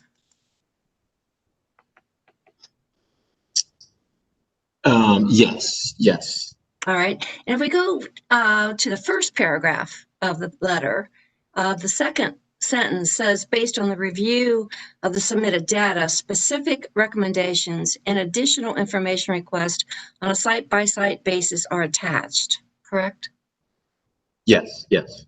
All right. And if we go to the first attachment, which would be the third page of that exhibit, which refers to Allen Steam Station, attachment 1. Do you see that? Yes, yes. All right. And under hydrogeology, the very first thing they say is that based on the supplied maps, monitoring wells, and they list quite a few, are located inside the review/compliance boundaries. And it says these wells are not suitable for determining compliance. Is that correct? That's correct. Yes. So prior to this time, there were no, these wells at least were not at the compliance boundary. Is that correct? At this time, well, yes, those wells were not at the compliance boundary. I believe at Allen there was a well that was installed at the compliance boundary in 2004, which showed impacts. But you know, what DEQ was saying is we need to install more wells at the compliance boundary. In fact, the third bullet. Particular wells, yes. Okay. In fact, the third bullet talks about it based upon a clarification of the 2L rules. Monitoring wells are now required to be located at the compliance boundary. So that requirement was established evidently around the 2009 date of this letter. Is that correct? Objection, leading. All right, Ms. Townsend, restate the question. What I'm asking is, based on the third bullet, what is your interpretation of what was occurring at that time in 2009?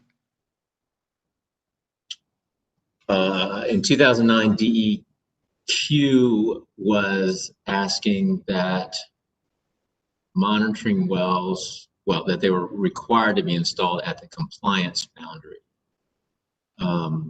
In the past, for the most part, wells had not been installed at the compliance boundary, and DEQ is saying the only way, the way we determine compliance with the 2L standards is to put wells in at the compliance boundary, since you have indications of wells which are inside the compliance boundary that there are groundwater contamination issues. And if we go to bullet 5, does that deal with the last paragraph on page 1 of the letter? Yeah, so I think what they're, yeah, so I think what that last, well, I know what that last paragraph in the letter is doing with that, that I was asked about previously, is about combining, if there were adjacent coal ash basins, could they combine the compliance boundaries around them so they basically only had one compliance boundary and not a compliance boundary around each facility? In other words, you don't have a compliance boundary that might go through another ash basin. They can combine them all into one big compliance boundary for all the permitted units. All right, if you would, if you look at each of the other attachments for each of the various sites, do you find the same reference to the fact that there are wells that they consider not suitable for determining compliance? I believe that is the case, yes. I will check. No further questions. Thank you.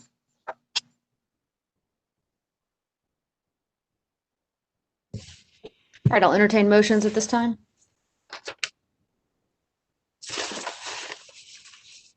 Chair Mitchell, I would move the introduction into evidence of DEC Hart cross-examination exhibits 1 through 9. All right, hearing no objection to your motion, Mr. Mehta, it will be allowed. Thank you, Chair Mitchell. All right, Mr. Hart, you may step down. Thank you very much for your testimony today, sir. Thank you. And Chair Mitchell, Ms. Townsend, I would like to put in the record Mr. Hart's exhibits, pre-marked exhibits. There were 62 exhibits. All right, hearing no objection to your motion, Ms. Townsend, Hart's exhibits 1 through 62 to witness Hart's pre-filed testimony shall be allowed into evidence. All right, any additional matters to consider?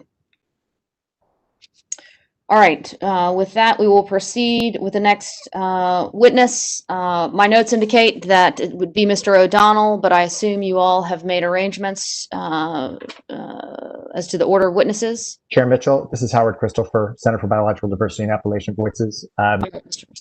Greer Ryan is next on the list, and she's here and prepared to testify. DEC had listed that they had cross-examination questions for her, but indicated to us this morning that if we treat her as an excused witness for efficiency's sake, that they'll waive cross-examination. So I can introduce her testimony as an excused witness if the commission is so inclined, or she can go ahead with her testimony today if the commission wants to ask her questions. All right, let me check in with my colleagues to see if any of the commissioners has a question for witness Ryan.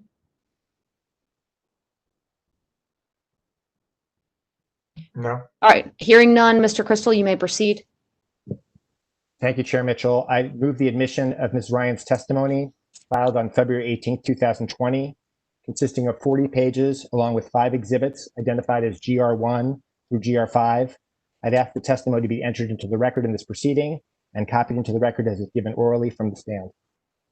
All right, hearing no objection to your motion, Mr. Crystal, it is allowed. Thank you, Chair Mitchell. Thank you. All right, thank you. All right, next up we have the North Carolina Justice Center. Thank you, Chair Mitchell. This is David Neal. At this time, we would call Jonathan Wallach to the screen. All right, good afternoon, Mr. Wallach. I'd like you to raise your right hand, please, sir. Do you affirm the testimony you're about to give shall be the truth, the whole truth, and nothing but the truth? I do. All right, thank you, Mr. Neal. You may proceed. Please state your name, title, and business address for the record.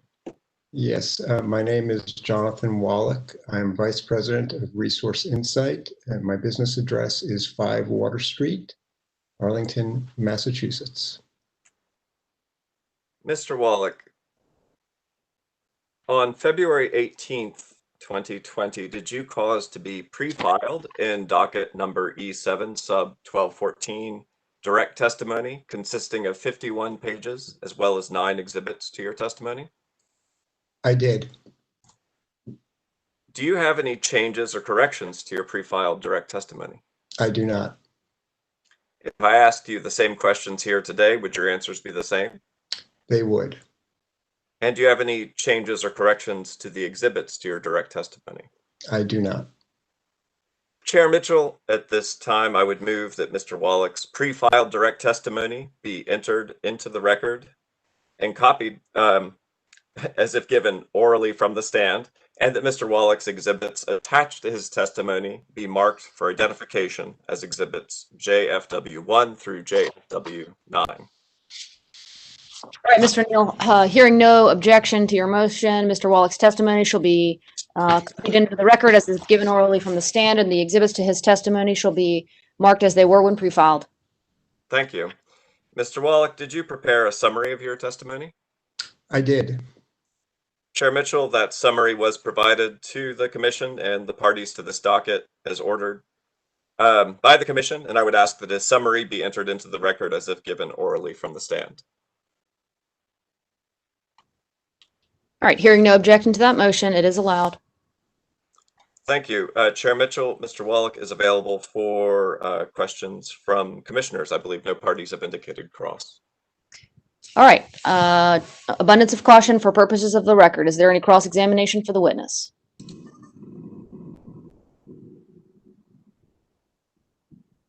All right, hearing none, we will proceed to questions from commissioners, beginning with Commissioner Brown-Bland.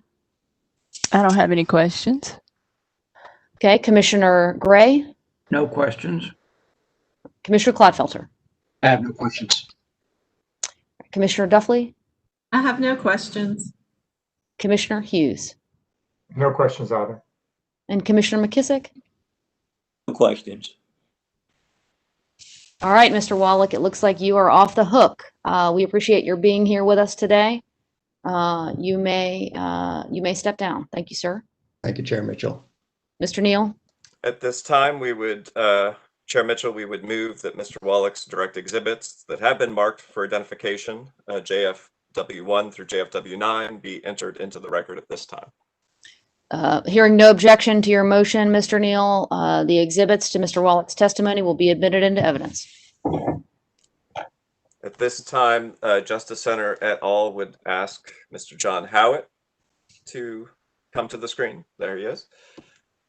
All right, good afternoon, Mr. Howitt. Good to see you again. Please raise your right hand. Do you affirm the testimony you're about to give shall be the truth, the whole truth, and nothing but the truth? I do. All right, you may proceed, Mr. Neal. Mr. Howitt, could you give your name and business address and title for the record? Good afternoon. John Howitt. I'm Senior Policy Analyst with National Consumer Law Center, 7 Winthrop Square, Boston, Massachusetts. Chair Mitchell, Mr. Howitt's pre-filed direct and exhibits have already been entered into the record from the consolidated hearing. So at this time, I would just note that I would ask him about his summary. Mr. Howitt, did you prepare a summary of your testimony relating to the prepaid advantage program in this case? I did. And Chair Mitchell, that summary again was provided to the commission and the parties in this docket, and I would ask that Mr. Howitt's summary be entered into the record as if given orally from the stand. All right, hearing no objection to that motion, Mr. Neal, it will be allowed. And at this time, Mr. Howitt is available again for cross-examination or questions from the commission. I will also note that I know Commissioner Hughes had begun to ask some questions about prepaid advantage during the consolidated hearing. But I rudely interrupted since he was going to be here for the DEC case. All right, any cross-examination for the witness?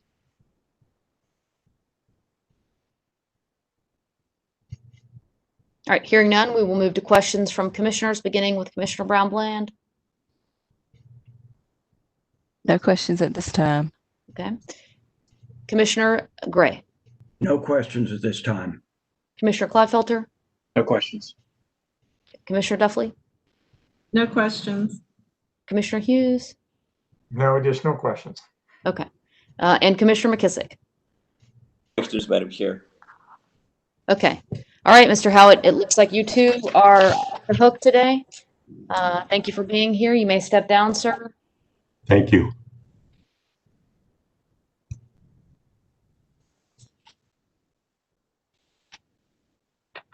All right, looks like NCSEA is up now. Mr. Smith. Good afternoon, Madam Chair. Again, Ben Smith for NCSEA.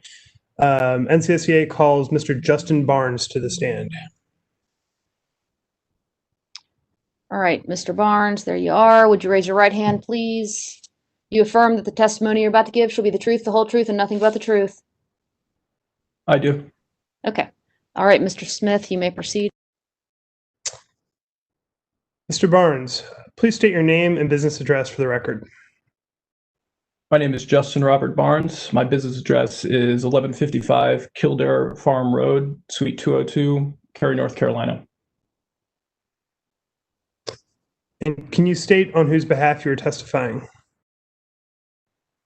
I'm testifying on behalf of the North Carolina Sustainable Energy Association.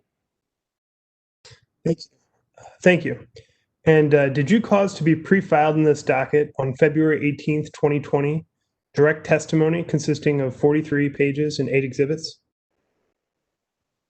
I did.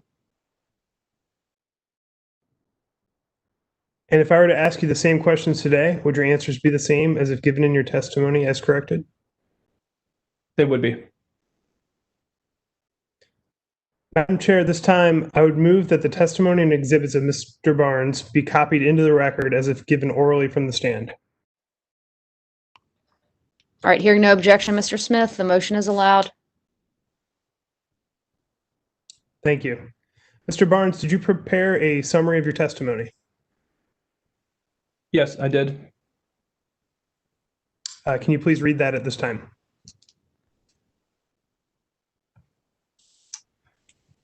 Commissioners, thank you for the opportunity to testify before you today. My name is Justin Barnes, and I'm the Director of Research at EQ Research, LLC. I'm appearing here on behalf of the North Carolina Sustainable Energy Association, or NCSEA. The purpose of my testimony is to propose the establishment of targeted electric vehicle, EV-specific charging rate options for both residential and non-residential customers. I use the term EV-specific to refer to rates that apply to EV charging separately from a customer's other non-EV electricity use, and the term targeted to refer to rates specifically designed to take advantage of the unique attributes of EV charging load to produce benefits for EV owners and non-EV ratepayers. With respect to the rationale and justification for targeted EV-specific rates, the case is compelling. Well-designed EV rates that incentivize off-peak charging can produce cost savings for EV owners that help offset the higher upfront cost of an EV and the cost of home charging equipment, and produce more equitable rates for EV owners whose charging needs largely coincide with low-cost periods for other reasons, such as personal and work schedules. Those same rate designs can produce cost savings for other ratepayers by flattening the load curve, avoiding the need for costly grid investments that might otherwise be needed to accommodate increased EV charging load, and aiding in renewable energy integration. Furthermore, the availability of targeted EV-specific rates is a core element of achieving transportation electrification, which in turn is a core element of North Carolina's Clean Energy Plan developed pursuant to Executive Order 80. Current rate options available for residential home EV charging are insufficient because they lack an option to have relatively more flexible EV charging load measured and priced separately from whole building load. And the fact that the only time-varying rate option available contains a demand rate component that produces an unbalanced and inconsistent price signal for incentivizing off-peak charging. I recommend the establishment of a rate option that 1, permits home EV charging to be separately measured, 2, uses a more granular 3-period pricing design with a shorter on-peak window while retaining an off-peak window of at least 8 hours during all months of the year, 3, limits any incremental fixed charges to the costs of metering necessary to separately measure EV charging load, and 4, produces meaningful cost savings relative to a flat rate after consideration of any incremental metering costs and typical amounts of home EV charging. For non-residential EV charging, including public charging, insufficiencies in the current suite of rate options center on the facts that the available options either 1, lack a time-varying price signal, or 2, provide a time-varying price signal principally through demand charges, which tends to produce extraordinarily high effective electric rates for the higher capacity charging units, such as direct current fast charger DCFC stations that are commonly used for non-residential charging applications. I then described several options for addressing the issue of demand charges specifically, which include substituting volumetric rate components for demand charges, establishing limits or caps on demand charges, allowing load aggregation for the purpose of calculating demand charges, and modifying the application of demand charges to be based on daily maximum demands rather than monthly maximum demand. I ultimately recommend that Duke Energy Carolinas be directed to deploy a rate for separately measured non-residential EV charging using existing schedule OPTV as a base, but with a more granular 3-period pricing design with a shorter on-peak window than the 2-period design contained in schedule OPTV. The rate should either substitute volumetric charges for the on-peak demand charges, or 2, contain a demand charge limiter cap designed to produce a maximum implied electricity rate that approximates the rate a residential customer would pay to charge an EV under a standard flat rate option such as Schedule RS.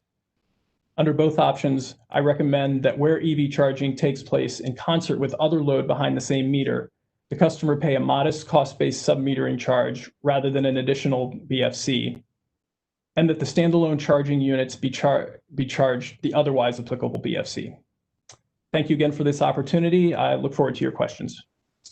All right, Mr. Smith, by order of the commission on September 2nd, we indicated that testimony summaries would be introduced but not read, introduced into the record but not read by the witness, just in the interest of making efficient use of hearing time. Your witness has obviously just read his summary. No one objected to his reading, so I'm assuming that you worked this out with the parties in advance of your witnesses providing his testimony summary. Chair Mitchell, I apologize. We did not work this out. And Okay. Thank you. Thank you, Mr. Smith. So I want to remind the parties that we are trying to make the most efficient use of hearing time here. And we have issued an order that spoke directly to this issue. Because there have been other witnesses today for whom no questions have been asked, but who complied with the order and who had their testimony summaries introduced but did not read their testimony summaries, I'm going to give them a chance to read their testimony summaries now, just so in the interest of fairness, if they choose to do that. But I would like to remind the parties, again, that we've issued an order that speaks directly to this. And it is my expectation that we will all work our hardest and our best to comply with the orders of this commission. That is the expectation. Again, in the interest of making the most efficient use of our time together in this hearing, let's comply with the orders that we've provided on procedure. All right, I'm going to allow counsel for the parties who have had testimony summaries introduced this afternoon, allow their witnesses to read those testimony summaries if they so choose. And I will start with witness Ryan, Center for Biological Diversity. Assuming we haven't lost Mr. Crystal.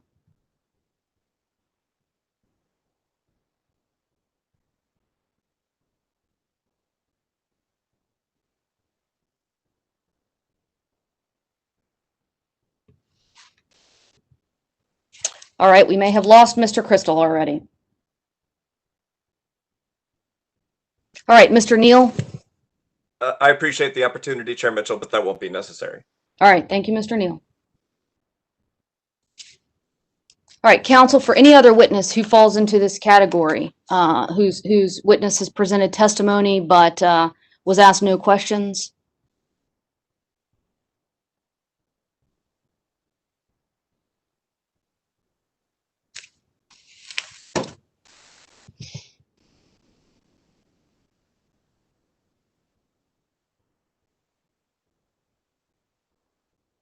All right. We will proceed with cross-examination for the NCSEA witness. Any cross-examination for witness Barnes?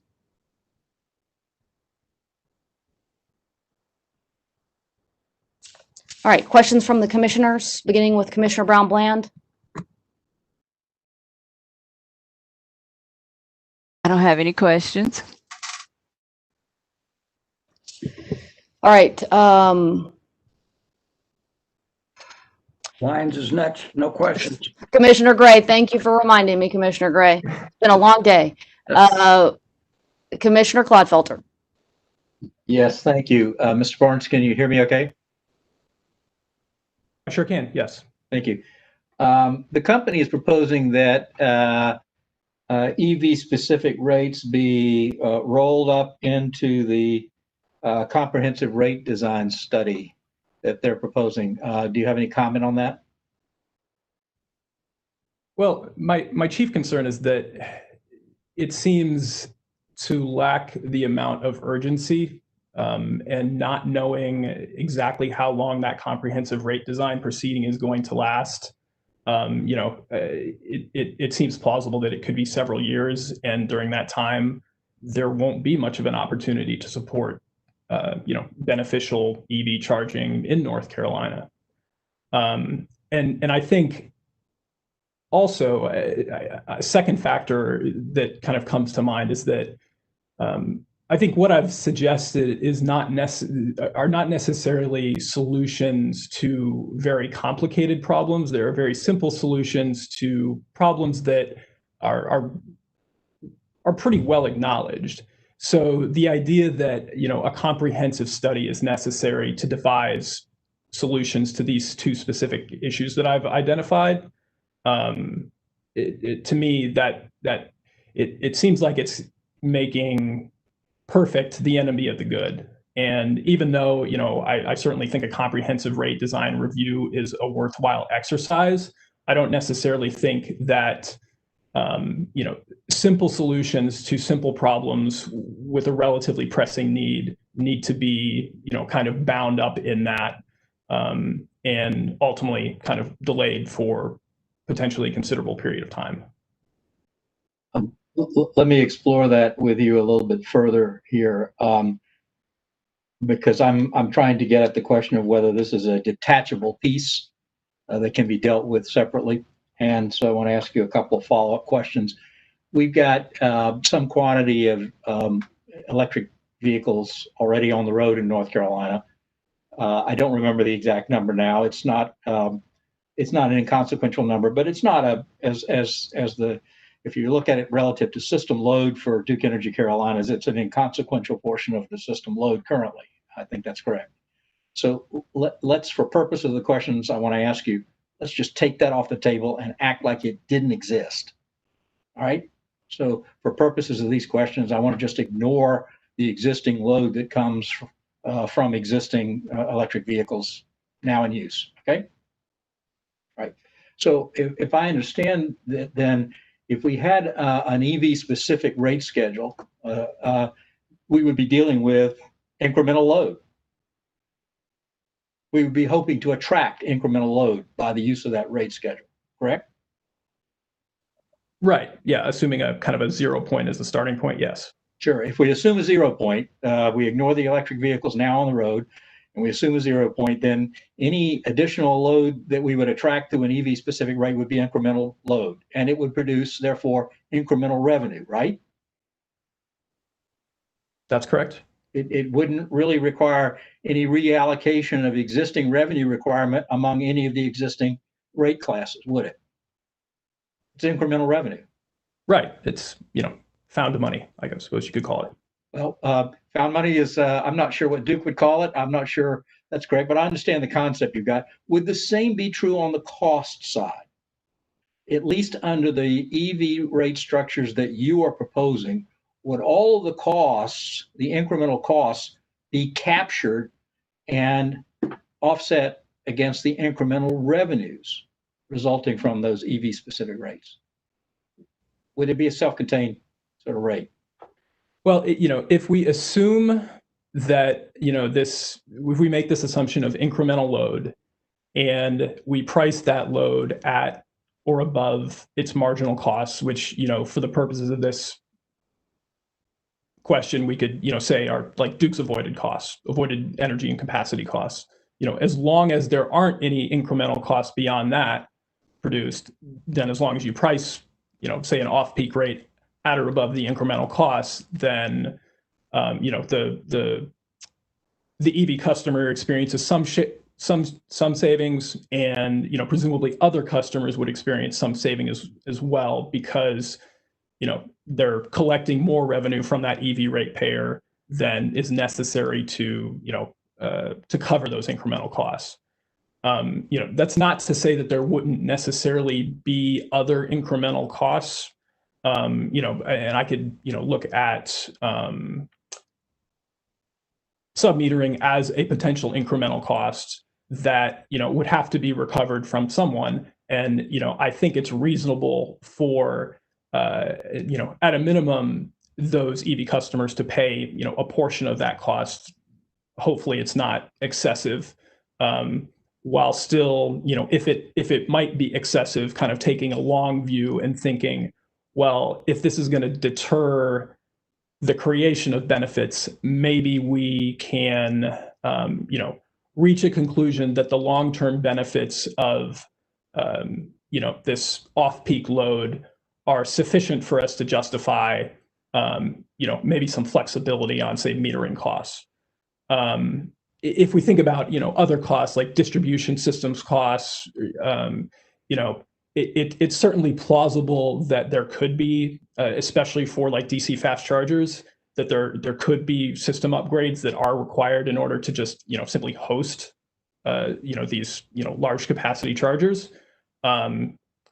It's not an issue that I addressed in my testimony. My assumption is that, the cost causer would pay that. That is, if you require system upgrades and they are, considered special facilities or excess facilities, then you're going to be charged for those.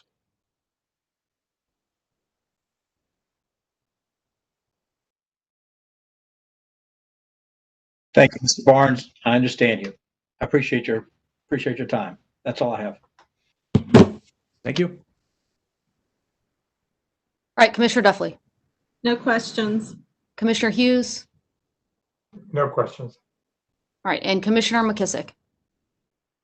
Madam Chair, I do have one or two quick questions. All right. Let me ask you this, sir. I know you discussed in your testimony the idea of sub-metering for consumer use, and more importantly, you talk about a 6-hour off-peak period that would be available for people to use. Is this being done in any other jurisdictions that you're aware of at this time? Well, the topic of sub-metering, in terms of separately measuring EV usage from other whole home load, yeah, I mean, absolutely. And I believe I can't point to the specific number that was included in some of the exhibits in my testimony, but there are dozens of EV specific rates that allow you to separately meter EV usage. Now, the specific topic of sub-metering is, to be truthful, I wish I would have spent a little bit more time on it in my testimony, because it's not, there are, I think, nuances to it that defy the simplicity of just the term sub-metering. Because sub-metering can mean just separate measurement with a whole new utility revenue grade meter. It could also mean the installation of, what would be considered a secondary meter that, maybe doesn't cost quite as much as a new revenue meter. It could mean metering through capabilities that are integrated within kind of your more advanced chargers, your electric vehicle supply equipment. That is that, you don't need a separate utility meter because you're already getting the measurements that are communicated to the utility, directly from the charger. Or even from the EV itself. Traditionally, utilities have gone, at least over the course of like the last, say 5 years or so, towards kind of the more revenue grade or, sub-metering option that you would find for things like, off-peak water heating or something like that. There are some programs and tariffs that have started to explore that EVSE, electric vehicle supply equipment, integrated sub-metering. There are probably half a dozen examples of that. That might be understating it. There are quite a few. So it's relatively tried and true. I think the reason why EVSE integrated metering probably hasn't been explored to the degree that that kind of call it more traditional metering options are is just because, one, it's new. Two, there have been, at least some instances of, metering accuracy issues or communications issues or integration into utility billing system issues. So it's not quite as plug and play as something as utilities have been doing for, a really long time. Does that answer your question, or have I kind of gone off a little bit? No, you did answer it, and I think you identified the different categories of sub-metering that you attempted to capture in your direct testimony, even though they were not all specifically laid out in your testimony. Now, another thing which you spoke of was the aggregation of multiple meters for the purpose of calculating demand charges and things of that sort. Could you elaborate a little bit further on that concept and whether that is in fact being employed within the utility industry at this time? It's being employed at a minimal level at the moment, as far as I'm aware. I've heard of a few examples for, special, in some cases that were very specialized. The specific example I cited was from a PacifiCorp general rate case where they had proposed what they called a conjunctive demand pilot. As far as I know, it's one of the kind of like most broadly applicable pilots of its type.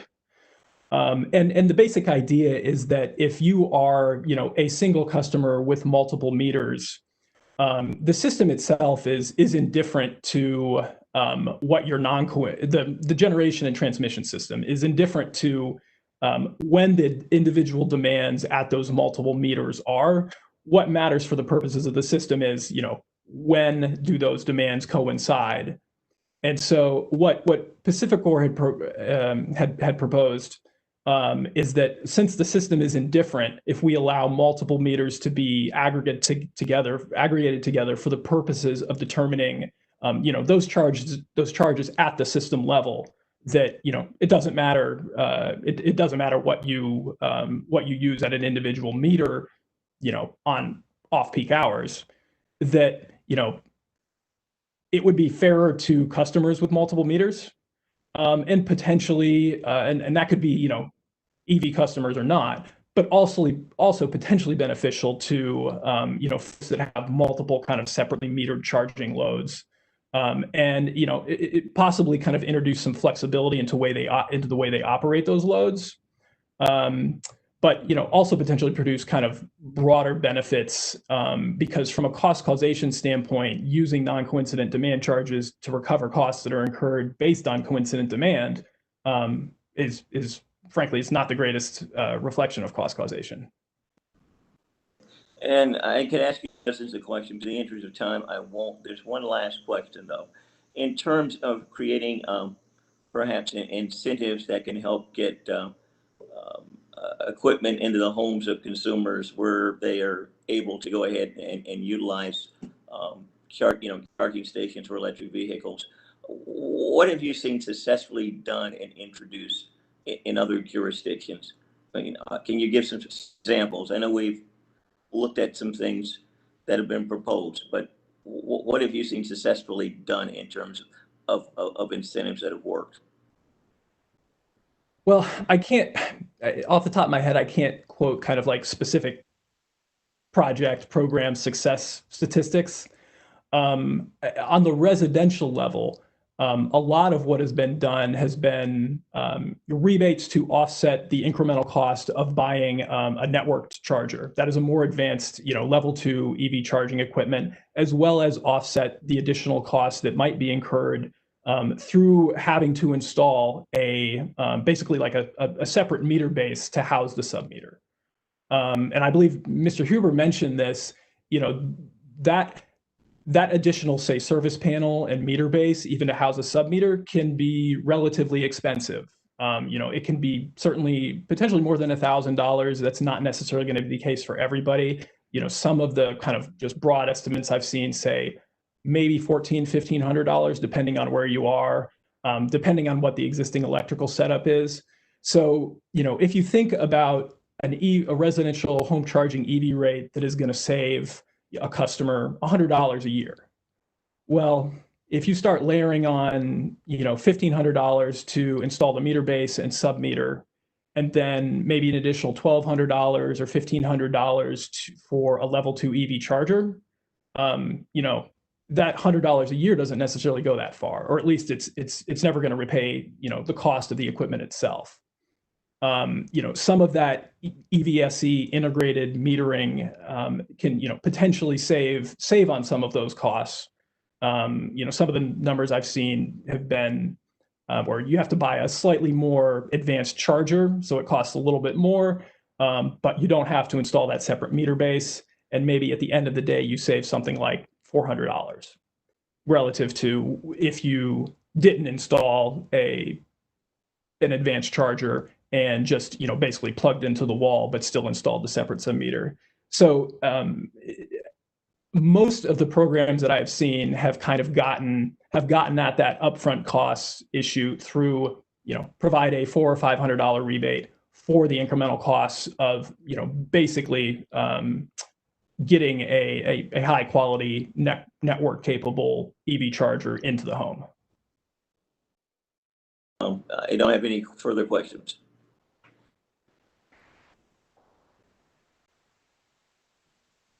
All right, we've come to the end of the day today. We will go off the record, go back on the record tomorrow morning at 9 o'clock. Thank you very much.